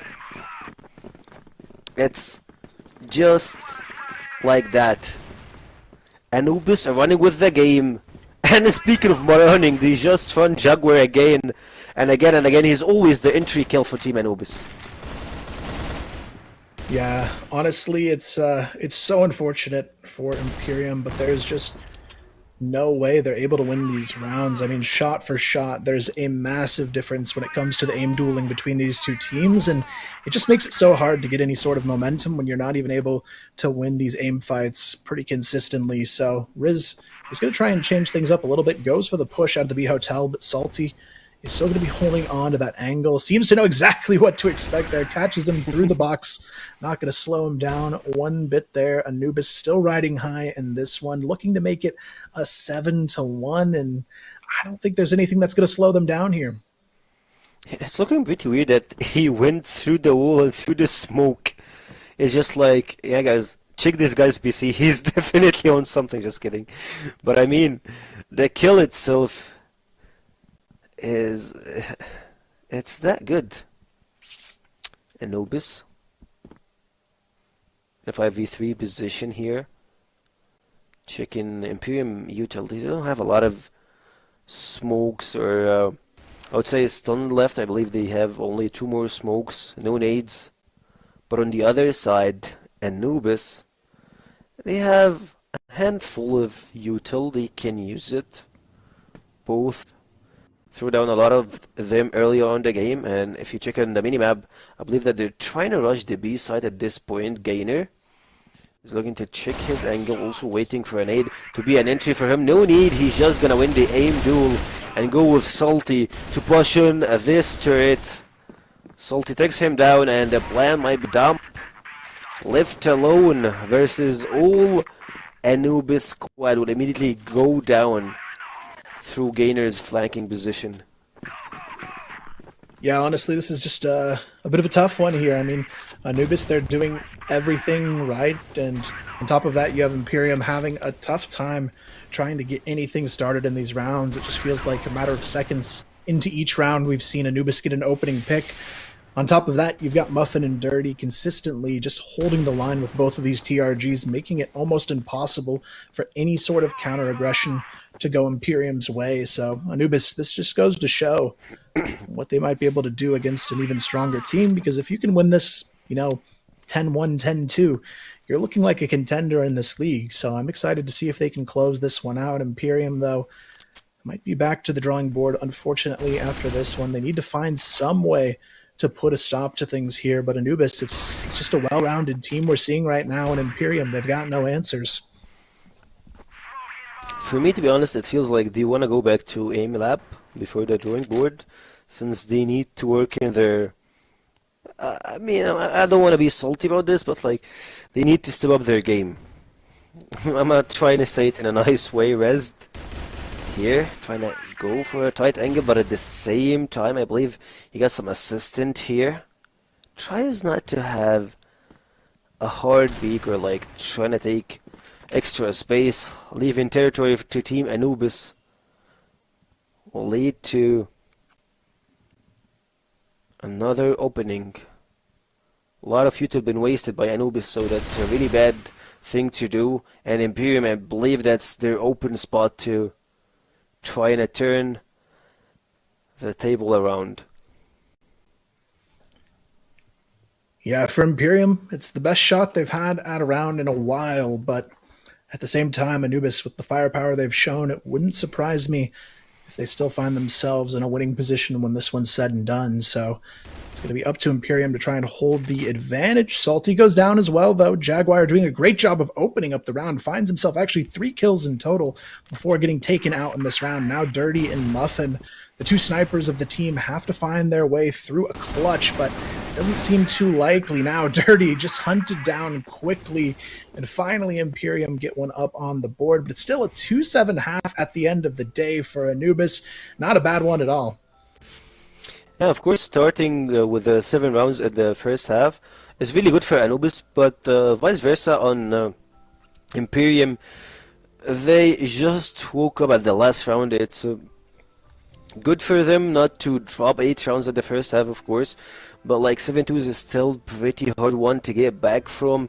You need to start having, I won't say start having, to have your strats lined up, to have everything on a clear vision. How can you play the upcoming round, since one mistake will lead to a huge difference, and it will lead even to more and more upsets for the team. They won't be having a lot of room to come back in the second half, so you should be buckling up your stuff and getting ready to play the rounds. And I believe they need to play it by book. No mistakes will be accepted from them. Yeah, at this point, it's an uphill battle, to say the least, for Imperium going into the second half.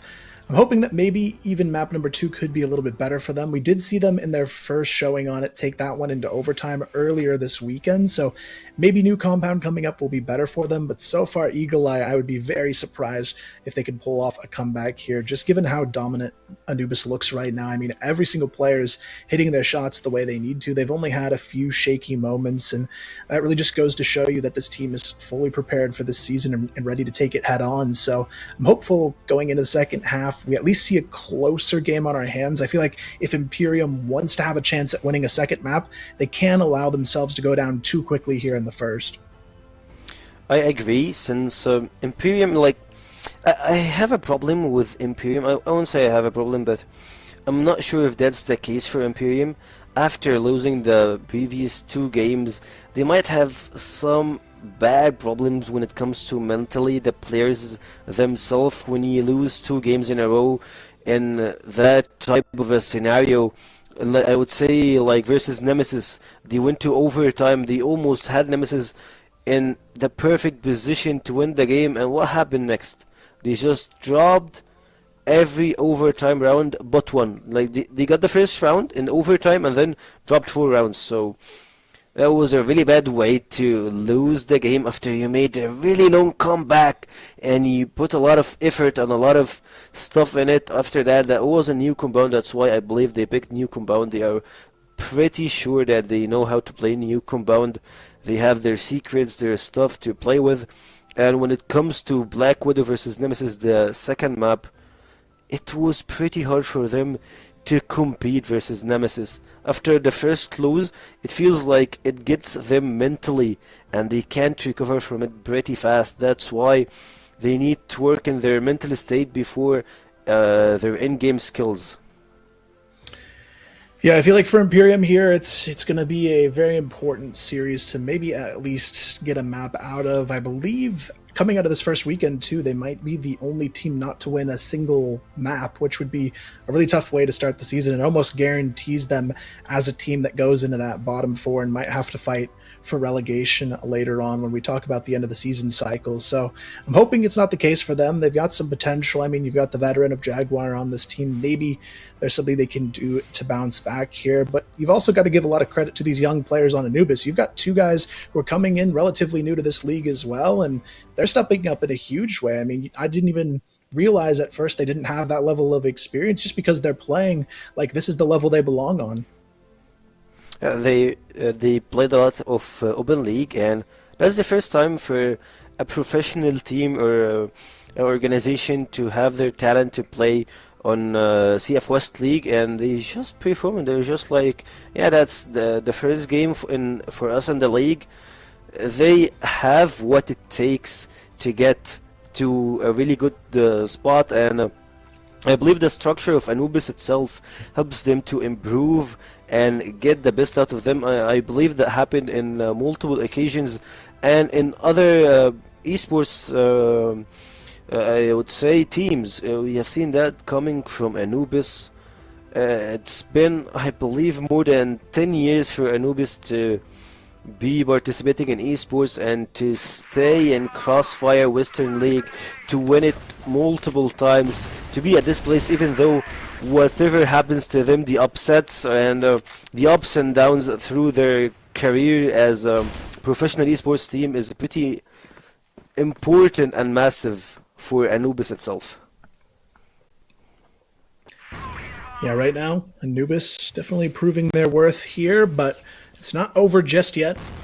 IMPERIUM with at least a chance to show us what they've got left on this first map. Unfortunately, so far, this round after the reset and the side switch is not looking too good for them. They've already lost Jaguar. Frapsy down to about 50% health as well, and it is going to make this round a lot more difficult to work with, especially when you still have these two snipers on the map to deal with. On top of it, you've got Muffin playing on the A-top angle, and then Dirty, of course, kind of floating towards that B bridge. So pretty much everything's covered across the map, and it's going to be up to IMPERIUM to decide where they want to attack. But they're just kind of spreading out right now, trying to find any information they can. But Anubis, they just make it so hard to take the early fight against them. Yeah, and speaking of the early fight, still testing water here is but Dirty. Lands a dirty shot, to be honest. Just you peek, you lose your head. And again, he spots multiple enemies. He goes for it, goes for a pretty awesome quick scoop. Doom just goes here to assist in this fight, and they just dropped 4 players from IMPERIUM. Only rest remained. Yeah, Rizd, I would love to believe in the 1v5, but I don't think it's in the cards today, especially when he is stuck with the C4 out in the open on A long. There's a wall of players just slowly collapsing in his direction. A matter of moments, he should be taken down, at least able to find one before it ends for him. But Anubis, it seems to be there is no way out here for IMPERIUM on this first map. Eagle Eye just looks so smooth for this team of Anubis, and I don't blame them for continuing to make this one harder and harder on IMPERIUM, because there's still another map on the way. If you can kill the momentum of the other team in map number 1, they might be so impacted it starts to hurt them in map number 2 now. They definitely are, and for this point, a lot of flashes being invested. Shots are coming out from Team Anubis. They're taking 1, 2, 3, 4. Muffin and Gainer, the dynamic duo, taking multiple frags here, and Damp left out. It feels like it's the same scenario. One of IMPERIUM stays alive, since like not all of them stay at one place. One of them is actually trying to lurk, trying to get information, and the remaining 4 are just taken down one by one, and Damp trying to make heroic play, but only leads them to another round for Anubis, and that's match point for Anubis. Well, that's quite frankly it. Yeah, it's crazy to think it's happened so fast here, but IMPERIUM, not much more they can do except try and get a little aggressive and see if it pays off. It's going to be a pretty even trade in mid, actually, a chance at the round for IMPERIUM now, as Nexlon takes down Doom, but it's still not over just yet. Anubis looking to try and hold on to control here, but it's going to be Dirty sneaking up along. He actually whiffs the shot onto Damp, thankfully able to pull out the pistol in time and keep himself alive. But now for Nexlon, it could just be the beginning of the end here. He's only got about 20 HP to work with. Salty, full HP, already working his way around on the flank. Now all they've got to do is just sandwich him into position, and Nexlon knows there's a player approaching quickly, hits the shot though. A 1v2 could keep it alive here, and he's got the HP advantage now to win it. Yeah, Nexlon got the HP advantage. He still doesn't have the C4, but at the same time, Dirty is not even trying to stay by the C4. He's checking around, checking his angles. C4 is still pretty close to him. Both players are testing waters. I would love to have a split screen now and see both players, but still. Oxen, I believe he's just gonna pick the C4, go straight to A site until Dirty can catch up with this skill. And another round goes for Imperium, the third one. Yeah, nice little clutch there from Nexlon. Unfortunately, it's still 3-9 on the overall score, so a lot more work to be done if they want any hope of getting a map win here on map number 1. They'd have to win 7 in total in a row after winning that first one. Still 6 more needed. Gainer, though, already looking to take a fight with Muffin over towards A-Long. Salty swoops in for the support, but Frapsy and Jaguar actually get the best of the fight here. Now they've got a chance to take control of the A-bomb site, but Muffin still has yet to be dealt with under the stairs. Jaguar good for a second, but Muffin not able to hang on there, and even though they're able to find 9, Imperium holding them to it for a little bit longer. 2 more rounds goes to Imperium, and at least they're trying to make the gap a little bit closer. I don't think that they will be able to get 5 more rounds, but if that happened, I would be the first fan for Imperium at this point. They use a lot of stalls here, trying to push Muffin in their turret, getting helped by Gainer. Both of them again holding the side, dropping 1, 2, 3, dropping bombs right and left, and taking Imperium to game number 2. Huge win for Anubis here on their first map of their league life in the West League, and that's quite a statement to start off their tournament live here. I mean, 10-4. It could have easily been even a 10-2 win if they didn't have those mistakes towards the finish line, but it definitely shows how strong this team is looking right out of the gate. I'm excited to see if they can close this one out in a 2-0 sweep, because if you want to prove something in this league, I feel like Imperium is a team everyone has a target on to beat. But we're going to go ahead and throw it to the desk to break this one down and let us know what they think about Anubis' first map of the league.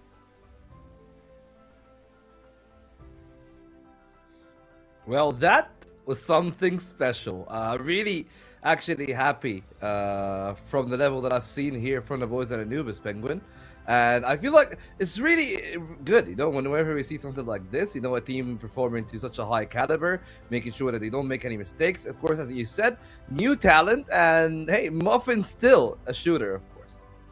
Yeah, definitely. They play very good. They play very fast. They give no chances to Imperium to even adapt versus their strategies. I know that Anubis is going on a certain goal is not to win, because everybody knows that Anubis is going to be winning versus Imperium, but to show a statement for other teams that they are ready. They have some other shooters as well. It's not only Doom, it's not only Gainer. No, you have Salty, you have Muffin. Dirty definitely is one of the superstars as well, as a sniper. So yeah, Anubis showed every statement. There is not much to talk about. It's just a big gap of experience and individual skills between both teams. A team that's been here for like 6 years, and then that team has been here for like 3 days. So it's just a matter of time for Anubis to show their performance more versus stronger teams, and also for Imperium to improve and at least learn something from mistakes, learn something from their gameplay versus top tier teams. Like they've said, they played versus Vitality, they played versus Nemesis, and now they play versus Anubis, so they need definitely to gain some experience and show some better performance on phase 2.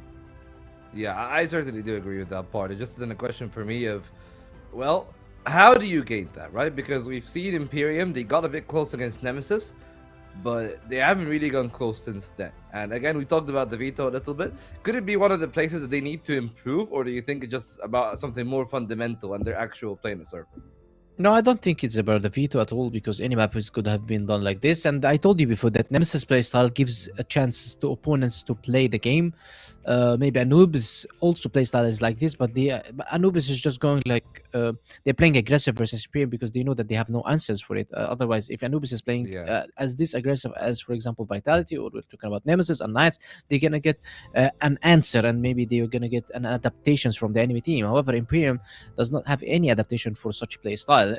Nemesis, when they played versus Imperium, and that's why we saw Imperium very close, because Nemesis gave the chance for Imperium to play the game, which is their biggest mistake. If you're gonna let your enemy team play the game, then they will control the map over you, and they will set the tone on the map. And that's not the case from Anubis. Anubis came here to set the tone from round 1 till the last round. They started as an aggressive as they could, and they got the rounds. Yeah, full-on control is what they got. And even reflected in the highlights, it's gonna be a ton of Anubis ones. But there are definitely some good moments here for Imperium. Yes, it's only, what, four rounds I think that they got here? But like the attempts was close. I really like their setups. It's just what happens in the setups, the rotations, and especially whenever they're trying to play for the retake. That's when like I struggle to like them a bit, right? Because like for example, that one play there. I like the deep push towards the B slide, but I don't like stepping up close enough that the wallbang is an easy answer afterwards. Yeah, that's that. If you look at this exactly highlight and how both highlights are after each other. The first one was Gainer catching one guy from this door, from this angle, rotating. The next round, instantly Jaguar checks this angle and kills it. That's the experience that Jaguar has. That's the experience that maybe the rest of the players of Imperium miss. However, it's not only about that. We've seen also a good shooting skills from Anubis. It's a very good startup game for them to be able to at least gain some confidence for the next games. Yeah, I mean, that's great. And again, reflected in the server here, Dirty, by far the best player. 2.5 KD is what we have here. And on the side of Imperium, it's just a struggle bus across the board. Nobody really got the ball going. And yeah, unfortunately, I don't think that we have seen anyone that maybe we can say, hey, like at least there is some good out of that team. But for Anubis, though, yes, I know it's Imperium that apparently we kind of can come to a consensus that they're one of the weaker teams in the league. But I mean, at least we can discuss Anubis' game plan, right? It's a good game plan. They definitely played well, but as he said, we haven't really seen them against a top team yet. But at least from this one map, how do you feel about them? Yeah, as I said, Anubis is coming here to show a statement. Because I said everybody is expecting Anubis to sweep Imperium. It's not a thing that we are expecting a fight between them. Maybe it can be a close map like 10-6, 10-7, but still Anubis will win. So Anubis is not coming here to win because they are already coming here as winners. On this matchup, I'm talking about Imperium. I'm not discounting Imperium, but the amount of the experience that Anubis players has is just huge for them. Only Salty maybe is not that much experience. However, we are seeing a statement for Anubis. They want to show a statement. They don't want to show us the strategies because there is no strategies Anubis did. There is nothing that you can take from Anubis. They just played super aggressive. They get 1-2 picks and they play defensive. They try to go for picks. They have 2 snipers too. So even when they are clutching, I think Imperium, maybe this is the first time they're going to hear this. But guys, if you are playing a clutch versus 2 snipers, they will definitely play slow. So you do not need to go and move around because they will need to pick you off. Yeah, of course, still got another map in play. So let's get it over because apparently the players are raring to go. Maybe it will be a 2-0 from Anubis on new compound. Well, let's see how this one shakes out, Seikyo. I'm not feeling too confident in Imperium's chances, unfortunately. It was a tough first map for them, and I don't know about you, but it would be hard for me to believe it's any different here at map number 2. Me too, Kale. It looks pretty hard for Imperium to get back through the course of what happened in the previous game. But new compound still, we have seen them play pretty good versus Nemesis, so I hope it's not gonna be the same scenario that we had in the previous map. At least they can go back and forth. They went to overtime versus Team Nemesis. I don't want to set the bar to like, yeah, who can beat Imperium faster, but it looks like that might be the case. But hopefully versus Anubis and this map particularly, it doesn't go that way.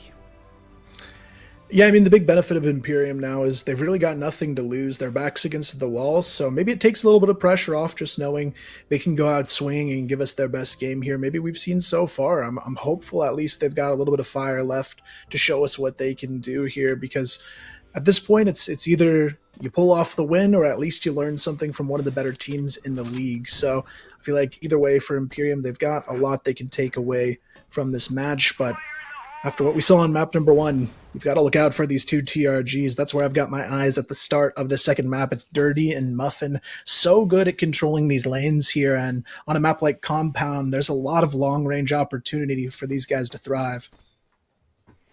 Yeah, and they have Salty, they have Doom, Gainer. Some of those players are just recently joined Anubis, so a new formation. Speaking about that, Salty...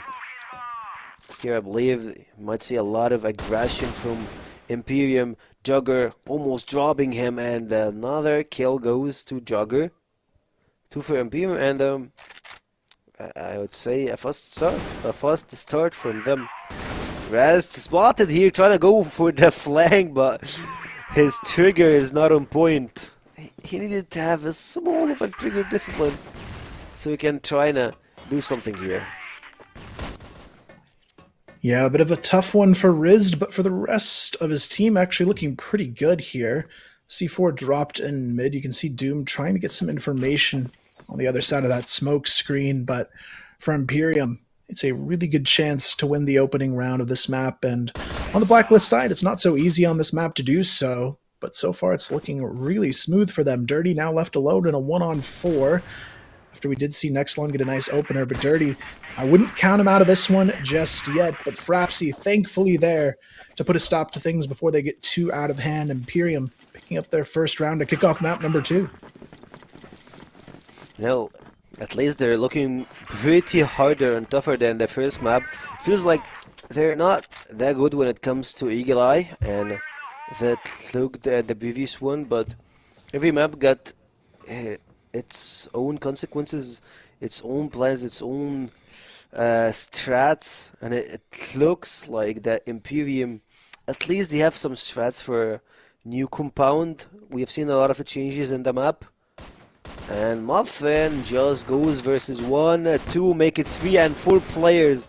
They're just peeking him. Who's gonna answer? Who's gonna help him after he dropped out? Yeah, you can see the rotations coming through from Anubis. They've got 2 players now on the B-bomb site. However, it's going to be Doom on the lurk, taken down by Rizd. So again, Imperium getting the better of these opening fights, catching Anubis getting a little bit overly aggressive by themselves, and they're going to pay the price for it. Now they've got to win it in a numbers down situation. The pressure of the bomb potentially rotating now out of this B presence as well. It's actually dropped in the B connector. You're going to see Jaguar here go ahead and scoop up the C4 and find his way back towards A. But Dirty, he is all alone on this angle A long. He's going to have to hold off potentially 4 players in this direction. Can he do it? He sees the first one and immediately jumps out. Drops a kill, and he's waiting in the connector. 3 people are hovering his side. Gainer also. Moving here, Gainer, Salty, and Dirty. 2 snipers and 1 player. You can see Frabzy and Nexlon watching what could happen here. Dirty holds the first shot, lands the second. At least I believe he's giving Anubis more odds and a lot easier play style to do. Dirty drops down in a 3v2 situation at this point. And they retake. Oh. Gainer good for 1. Can he find anything more, though? Oh, a little bit rough around the edges, unfortunately. But Imperium, they'll take that all day long. 2-0 to start it off. And I'm liking what we're seeing so far. Feels like a much different team in map number 2. Could it be enough, though, to get them to that next level of maybe even winning a map for themselves in the series. That's what we're going to have to wait and see here, because I'm expecting Anubis to change things up, and that's exactly what they're going to do in this round. Dirty, wasting no time, pushing up mid by himself to get the first pick on to Frapsy. And look at this as well. 3 players pushing on the defense into the B pillars, through the connector into mid. Jaguar had no idea what was coming his direction, and Anubis, they said, hey, we don't need to play passive anymore. Let's put the foot on the gas. But Riz, he's got a little fight left in him, able to find at least 2 for now. Yeah, they are playing. And the defender side, and they're just like, let's just rush them. We are better when it comes to guns. We're better when it comes to aim duels. Let's take it. And quite frankly, as always, Riz is left alone at this point versus 3 players from Anubis. No C4 intact already for him. And I was just about to say that Imperium in New Compound, they feel like a whole different team than the one we saw at the Eagle Eye. Feels a lot different, and Razd at this point trying to get the C4, trying to get closer to Anubis, get at least 1 catch, spots 1 here, still waiting. I believe they heard him through moving here, not sure, and the answer appears to be no information on him. Yeah, Gainer has the positioning though to probably catch him off guard, I would imagine. He's going to hear that drop down for sure. Goes for the swing. Actually doesn't fully connect the shots, but it's not going to matter. The kill goes the way of Gainer, and Anubis are able to put their first round here on the board. So we'll see if that's enough to get the momentum back on their side. But you got to hand it to Imperium, keeping things close so far. But the aggression from Anubis in that last round starts to scare me for Imperium, because if Anubis realizes how aggressive they can be on this map, it might be hard for Imperium to answer.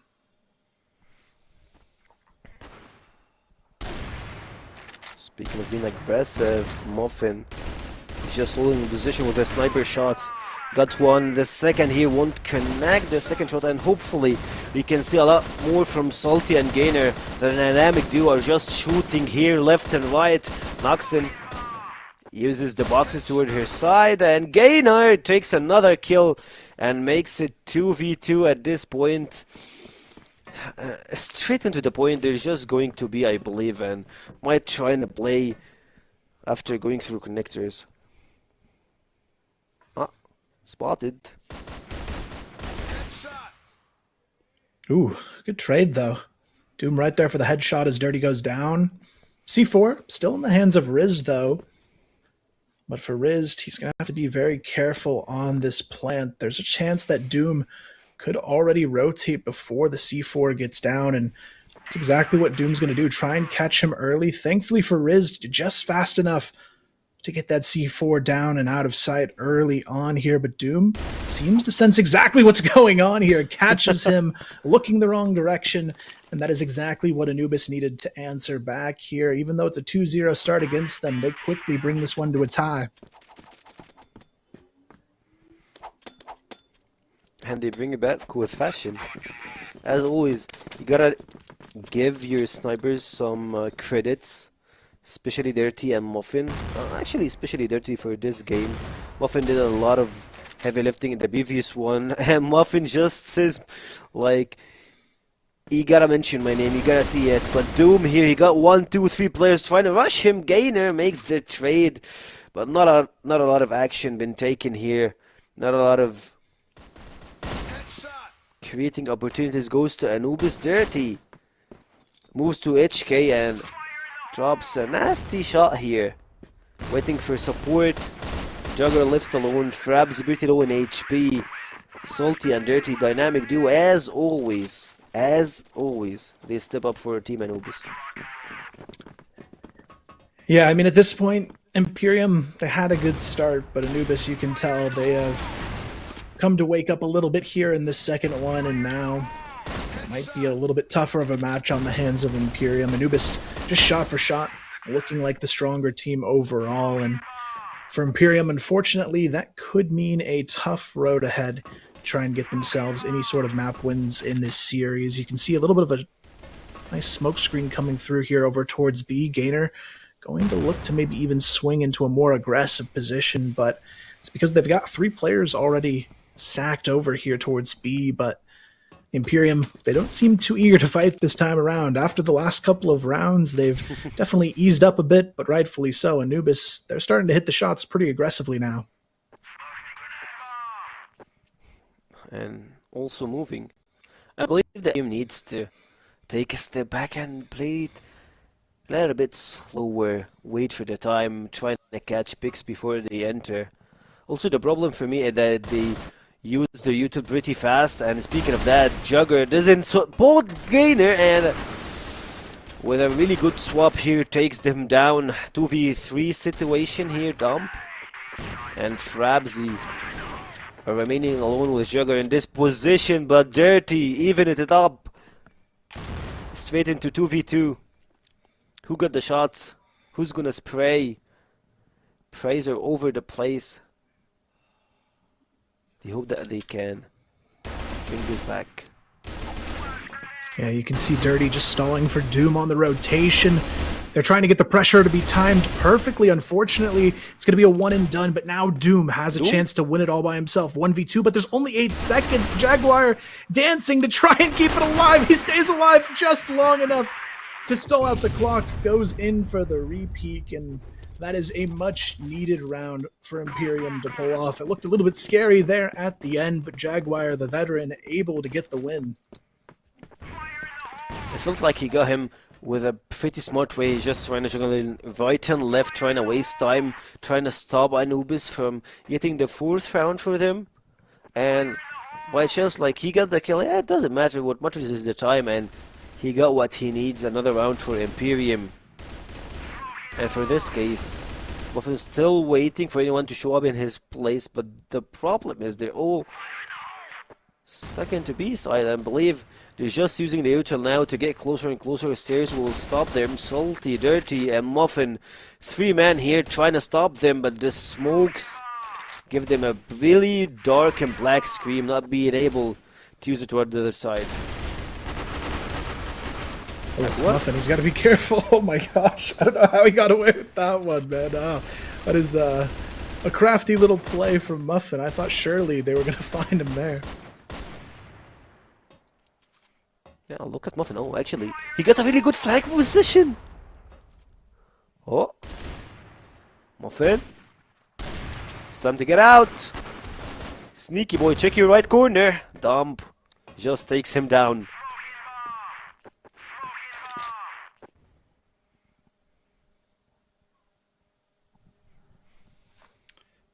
Yeah, it's a bit of an interesting one now. I mean, Muffin, I don't even know how he got 2 kills from that position, but it gives a lot of advantage now to Anubis here, though it's not over just yet. Dirty and Salty are very low on HP, so it's still pretty even across the board in terms of HP to work with for the round. You can see Riz kind of on the lurk here towards A, trying to get some information, but Doom, he's pretty patient on this A-long fight. Riz might have to be careful. He's not going to go into this one too safely. You can see Doom senses something's going down here, throws a nice early flash to stall the timer. He knows they've only got 20 seconds to work with, so he's got the right idea of what to expect. Damp able to find one. Doom a little bit late on the peak, though. Riz just getting the best of the timing there. C4 should go down uncontested. Dirty with 12 HP has to try and pick up the pieces with Gainer, who's slowly swinging his way through mid on the support, but there's just no good angles to work with here. You've got the wraparound to deal with on top of it from Damp, who's already on the flank. Gainer has to just go in swinging and hope for the best here, but it's just not going to work out. Dirty goes down as well. Riz doing a great job in this round of holding on for Imperium. Yeah, and they tried to go from separate ways to try and separate the firepower of Imperium, but the problem is you lost your first shot, and then you're playing with 12 HP. It was pretty hard for them to replay what happened and repeat. And Imperium, for the first time in this series, they have a 1 round up, and they have everything to do when it comes to the course of action. They're doing it. They're making it. Dirty goes for the entry kill. Muffin Even it up 3v3 at this point, and Dirty, can he get another kill with that TRG? He's got a chance at it here. They definitely seem to know somebody's in the mid tower. It is going to be Damp, who's kind of stuck now in a 2v1 fight here. Jaguar, though, coming in for the support to try and help maybe get Damp in a spot where he can read position, but it doesn't seem like it's going to be too easy to get out of here quickly. It is going to be a fast rotation now towards B. You can see Damp repositioning over towards the B pillars, but Muffin, he's right here on the other side of it, ready and waiting for someone to make a mistake, but surprisingly doesn't actually go for the shot. Instead goes for the repeat, gets taken down to 11 HP. He kind of has to just go for a risky play here to try and save himself, and he's going to actually get it and have it pay off here. Looking for the second, not going to happen though. Damp right there for the trade. Dirty though, looking to be the backup player they need, but surprisingly, he's going to go down as well. Gainer thankfully gets the flank of Jaguar taken care of, has the advantage as well, but Damp at least has the C4 in hand for the 1v1. I feel so bad for Dirty to whiff this shot, and also Muffin didn't even go for the first attack. Like, he was pretty wide open for him. He had to just pull the trigger. He felt like it's not the perfect time to try to go in this fight, but at this point it's that versus Gainer 1v1 position here, but also that is pretty low in HP. Gainer with one shot takes him down. A good equalizer for Team Anubis. They really need to get this 5th round before they switch sides.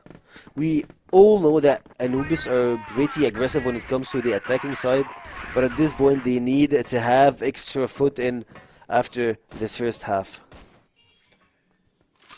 A good start though. A quick trade on to Doom and Jaguar, both going down early in that mid-fight. But the big advantage you're going to see here is look at Gainer's position. He's already pushed up to the BL spawn, and that is going to be a massive amount of information to work with, especially if he can catch Rizd here on the lurk without getting caught too early. But just holding this position even is going to be pretty huge for him. Gainer, though, he's been spotted. Rizd, I think, seems to know what's up here, but it's going to be a fight anyways that he wants to take. Gainer able to win one, and now they've got to worry for the rest of the round because he is tucked away behind them.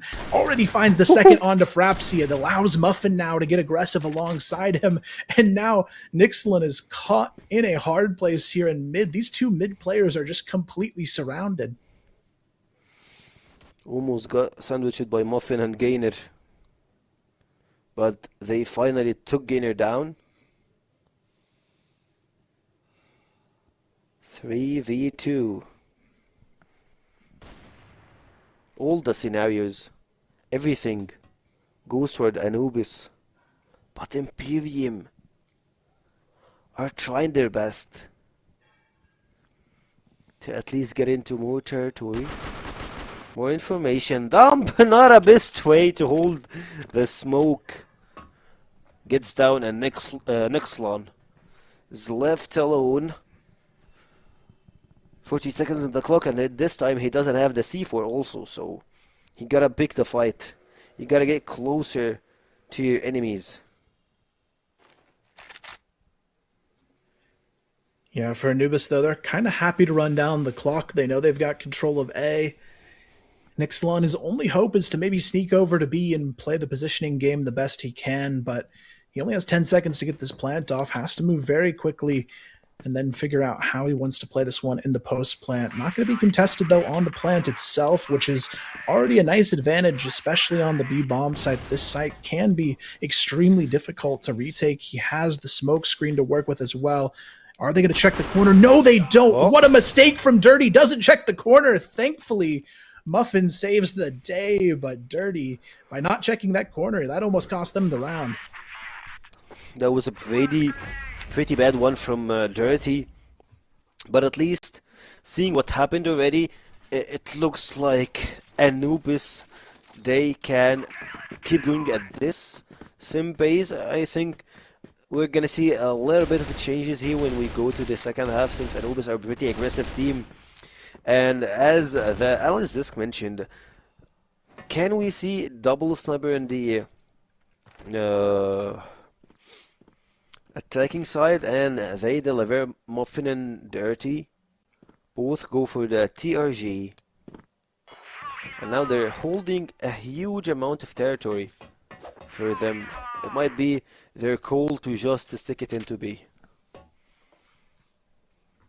Yeah, a lot of the B bomb site is going to be left up to Riz here. He's kind of just holding this forward position on the B pillars, but he has to be careful not to go down too easily. He does call for backup. Frapsy rotating in behind him to hold on to the B entryway, but C4 is still slowly pointing in that direction. You can see Salty kind of eager to take this fight alongside Gainer. They're going to spot Riz on the corner of the window, trying to back off here and kind of bait them into this fight with Frapsy, but Riz still has to be careful with that TRG in hand not to get caught too early on the push, but I do like the patience play from Imperium, just trying to get these players to push in, but they've got to be ready because this B attack is coming soon. Speaking of the attack, Doom just goes in with a jumping shot here, doesn't land anything. Gainer goes for the supporting play. It's a bloodbath right and left. Gainer and the remaining players are just taking Imperium by hand. Only guy left is Dump versus 4 from Team Anubis, and I believe it's just about a few seconds for him to drop down. It's a bloodbath. It's a good way to just spray, and it all connects. Yeah, an unfortunate way to end it as well. A grenade to the face gets the job done, and Anubis show us they've got what it takes as they kick off the Blacklist side with a nice win. Only 4 rounds now away from a series win on top of that, so all in all, things looking good, but when you look at the scoreboard, you've got to give that credit where it's due. Gainer 15-7. Fantastic scoreline coming out of him so far on this one. But this time around, Jaguar's got something to say about it. Takes down Doom, but Muffin through the corner of the box. Not going to let him get away too easily on that one. And of course, guess who? It's Gainer around the corner with Salty, steamrolling their way into the A-bomb site. Nothing stopping them at this point. Frapsy and Riz wondering how their teammates went down so quickly here, now forced into the retake. Yeah, they're playing in the backside here. Salty picks another kill. Frapsy left alone in the room here, and Dirty lands the final shot. 16 kills for Gainer, 12 for Dirty. Both are doing a really incredible work for the entire map. 3 more rounds, and what's happening here sets Anubis into a place. It's either gonna take them to the sky or will bring them down to the ground. They need to keep the momentum going in this series, in the league itself, since they set the bar pretty high after the game versus Imperium this one. If they can finish it the same way that they did in the first not best of 3, I'm sorry, in the first set of this best of 3. Yeah, I mean, for Anubis, it's been looking good, but this round, unfortunately, not quite as good. Gainer and Dirty going down without kills in the round leaves it to a few of the more quiet players in this one for Anubis, but it's not to say it's over just yet. Muffin able to find Riz. Makes it a little bit more winnable. You can see them starting to lean towards this B-bomb site, but Nexlon has the right idea. How he can disrupt them here by sneaking up mid could be a big game changer in the round if they don't check for this reposition. He's already snuck underneath the mid windows, and Muffin has absolutely no idea, but Doom, beautiful timing, checks underneath just before his teammate goes down here. You couldn't ask for a better time for Doom to be above you. He almost got 2 kills. He had some trigger discipline, but the problem is he waited too long. Doom, check your corners, left side here. Jugger left alone and went to death. They have the A side fully cleared now. Doom trying to make sure that no one is here in the top side of it. Catching them pretty low in HP, drops to 20. Pistol shot will make the job done. Also, he's waiting for some support from Muffin and Salty, just waiting for anyone to get closer to the defuse. Muffin with the pistol, dropping the first one. It's a 1v1 situation. Salty is moving around. A lot of smoke's been used here. 25 seconds on the clock. Salty might try to defuse here, knowing that he's pretty low in HP. No one knows where the other guy is, and the smokes pays a huge rule for Anubis to get this 8th round. Yeah, really big round to take away, too. It was a 3-on-5 for Anubis. Looked like they shouldn't have been able to win it, but thankfully Doom, perfect positioning at the right time, helps them win it, and now could be a little bit of a slow one here for Imperium to try and get anything done. They've already lost a player. Thankfully, the trades are there, though. Muffin goes down as well, but the two players you've got to look out for are still alive for Anubis. It's Gainer and Dirty, who have both been pretty spectacular in this matchup so far, and they're going to have to find a way to get through them in this one. The C4, though, slowly rotating its way back towards mid, where it's really just Jaguar holding on to the left corner here.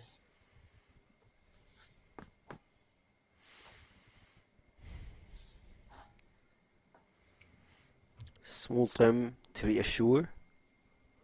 Where should they move? And I believe they're starting to lean forward toward A. It looks like they might just trying to make some fake movement in B. Throwing some smokes, mid turret being controlled by Dirty, getting more information. Gainer is spotted by Jagger, and they know where they go. Dump is also in the control room at this point, trying to wait for the support from his teammates, and they immediately starting to rotate. But they have only 2 places to join. Smokes are there, and the flashes. Anubis manages to plant and waiting for the after plant fight. Yeah, right now, Imperium, the clock is ticking against them. They've got to find a way to break through, but it's not going to happen. Dirty and Gainer right away take it down to just Dampen, a 1-on-3, who does manage to at least get one, but that will be it here. And that makes it a 9th round on the board, which means it's match point time for Anubis. They've got 5 chances, and all they need is 1 more round to get the job done. No more mistakes from Anubis. That's their call. They want to finish it pretty fast here. The nade takes more than half of HP of Muffin. Still gets into the turret through the middle here. Taking a huge territory from Imperium. Dump would be the first guy to fall off. And Dirty, the remaining guys are just trying to rush hit. The jump. Noxlin gets 2. Muffin with another sniper shot. Jugger is left alone here in the A site, and he still got rezzed in a 2v2 fashion. Makes the 2v1, and the odds are bigger.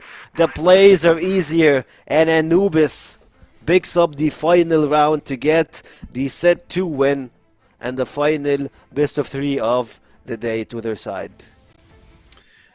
Yeah, fantastic first best of 3 for Anubis Gaming, and I'm excited to see where they'll end up next, because this is a team that has definitely come to win in this season, and you love to see it. Unfortunately, that means Imperium is going to end their weekend 0-3, I believe, but for Anubis, it's going to be up to them to see where they can go from here. But let's throw it to the desk and see what they thought of Anubis' second map to close out the weekend. Well, for me at least, Penguin, I felt equally as clean, equally as good. There were some moments where I was a little bit hesitant to see, like, hey, is Anubis gonna be okay? But they got over most of the hard rounds pretty okay.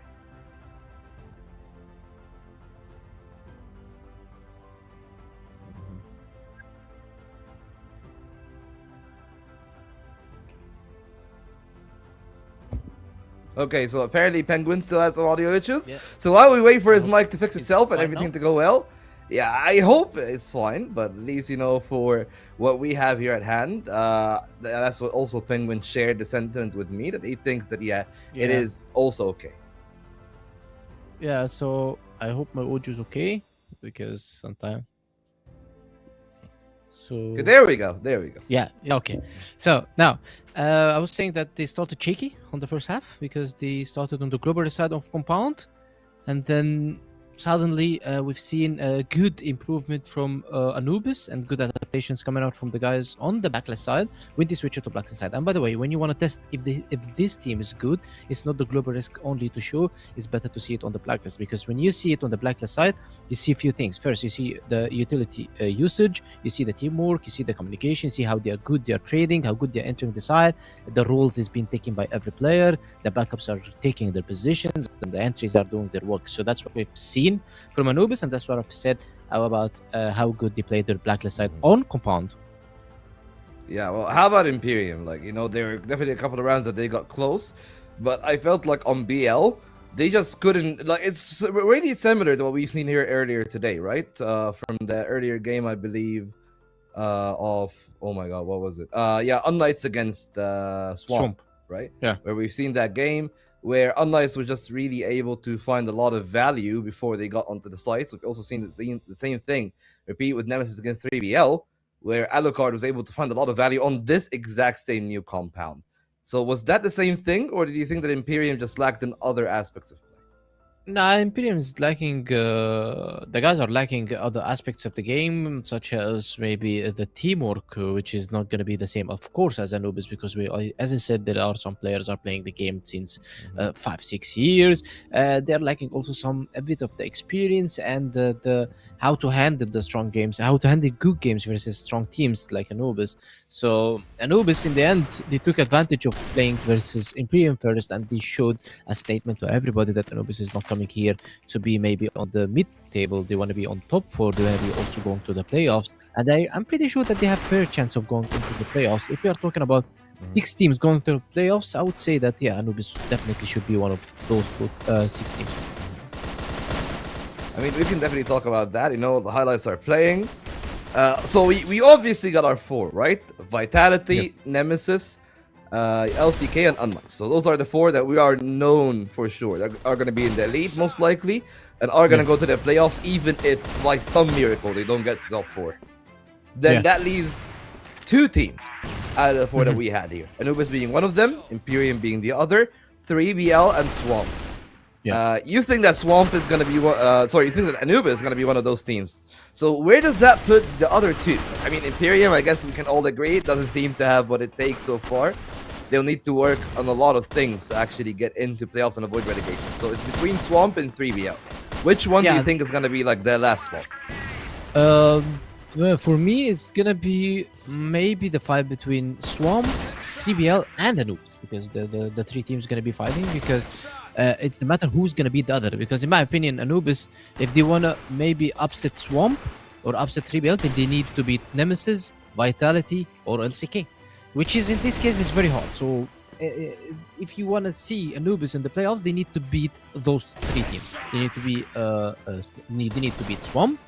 They need to, of course, they're going to be on the playoffs. I mean, if they want to be on top 4 to 5, they need to beat Swamp. They need to beat 3BL. And 3BL also needs to beat Anubis and Swamp. So it's the fight between the 3 teams on the placement starting from maybe 5th to 6th, 7th on the West League. Yeah, and of course, that is going to be the tough duel for those 2 teams. Anubis looked to be really solid here today, even when Doom wasn't really shooting as well. Really impressed by the new guys, really. That's the same thing for me. It's like, I'm just looking at how much they actually impacted the game, not just those kills. Looking at like how much work did Dirty do, the Gainer do, the Salty do as a new addition to the team. Hell, Muffin didn't really look that bad either, right? So whenever I'm thinking about the team and I'm thinking about the lineup, I'm thinking, hey, like the 2 newer players that they brought are looking really solid. And if one of your problems is one of your veterans not performing as well, I mean, that's already a good thing, right? Because the veteran, you know that they have quality. That's what made them reach like international events in terms of like a player like Doom, or been such a staple in the CrossFire West League. And if you can rely on new talent that look this good as Muffin and Salty, things might really be, I guess, great for them. I say new talent because I mean new to the West League, not that they're actually new to like Open League.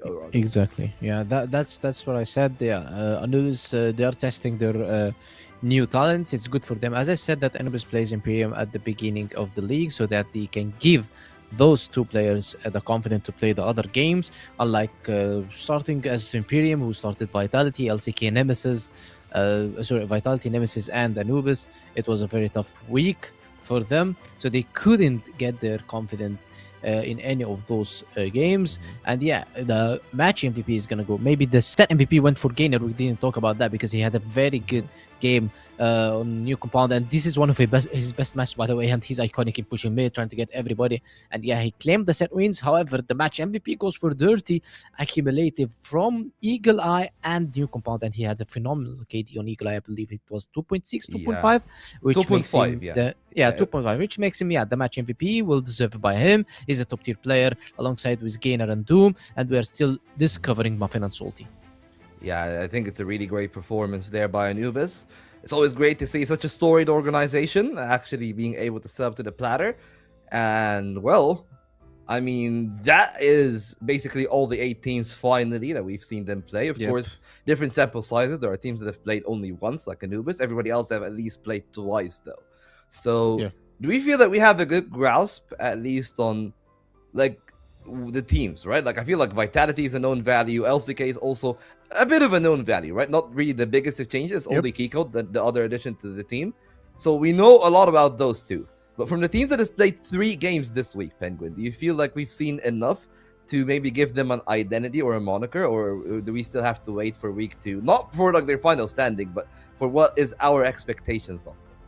Definitely, we'll need to see more from Nemesis, because Nemesis played one tough game, of course, versus LCK when they were just lost 1 round away from sub-base and they went 3 games. I would love to see more from Nemesis fighting unKnights and Vitality. At this moment, we can say if Nemesis is going to be improving, going for 2nd place, going for 1st place, or maybe they will just fight for 2nd and 3rd place, and maybe we cannot be seeing them on the finals. Also, I would love to see more from 3BL fighting versus Swamp, fighting versus IMPERIUM, versus Anubis as well, because this is where all the heat is going to be. But yeah, we know the 1st, we know the 2nd, we know the 3rd. unKnights can claim the 4th maybe easily if they get 1 or 2 more wins. However, from 5th to 7th, we don't know who's going to be there. Yes, Anubis claimed their 1st win. It's against IMPERIUM, which unlikely all the teams is going to get this win as well. And now Anubis will have to face Swamp, and they need to beat them. They will have to face unKnights, and they need to drop them down. And also they will have to face 3BL, and also to get in order to get on top 4, they need to be fighting there. Other than that, I'm not saying that they're going to be having very bad games versus Nemesis or LCK or Vitality. No, it's the fact that how to get into the elite group with the lowest effort is just to beat the 4 teams I said about, or the 3 teams, Swamp Gaming, 3BL, and unKnights. And then you are in top 4 already, even though if you didn't perform versus the top 3 teams, which no pressure versus Anubis. These guys are playing together for like years, and Anubis is just reforming the roster right now, so you don't need to expect that Anubis should destroy these teams. No, we need Anubis to play more into those teams. Also, we need 3BL playing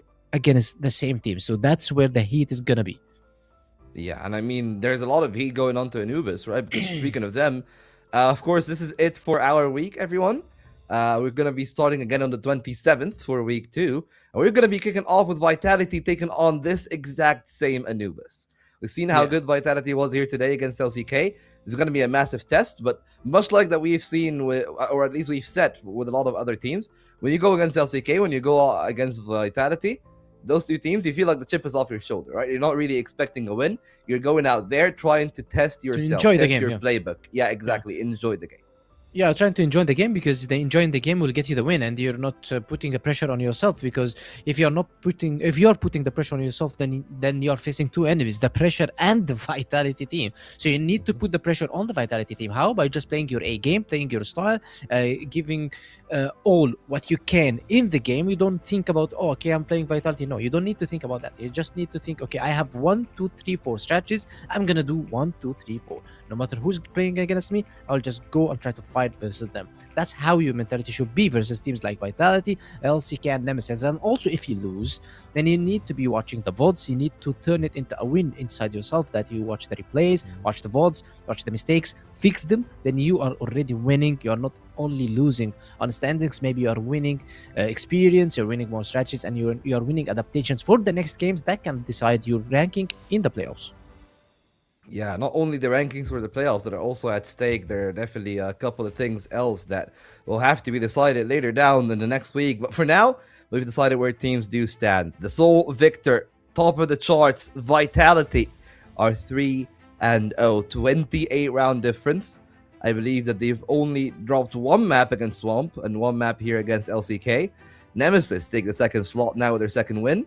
unKnights still without a game to be played. Their first game next week is going to be against that Nemesis team for another fight, this time for a second place. And, well, with the rest of the table, we've seen Anubis, seen Swamp, seen 3BL and Imperium.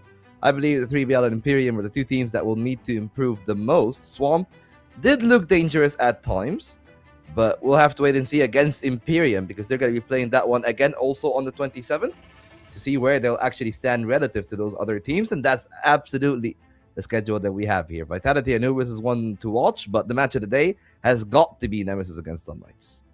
Yeah, Nemesis against unKnights is the fight for maybe a better placement on the elite contender, or in the elite group, or even if they drop to the contender group, one of them. But in my opinion, it's just two teams. They want to fight for the fame, because it's Petro is meeting his old team. Is Petro meeting the demon that he trained, because he can be playing versus Beck and the Alucard. On the other hand, I guess Alucard want a revenge versus Petro and want to show that he's still the better team and he still have the good momentum to be able not to be only on top 4, maybe on top 3 or top 2, because this is the fight for top 2. Yeah, this is absolutely the fight for the top, the fight to escape from the bottom.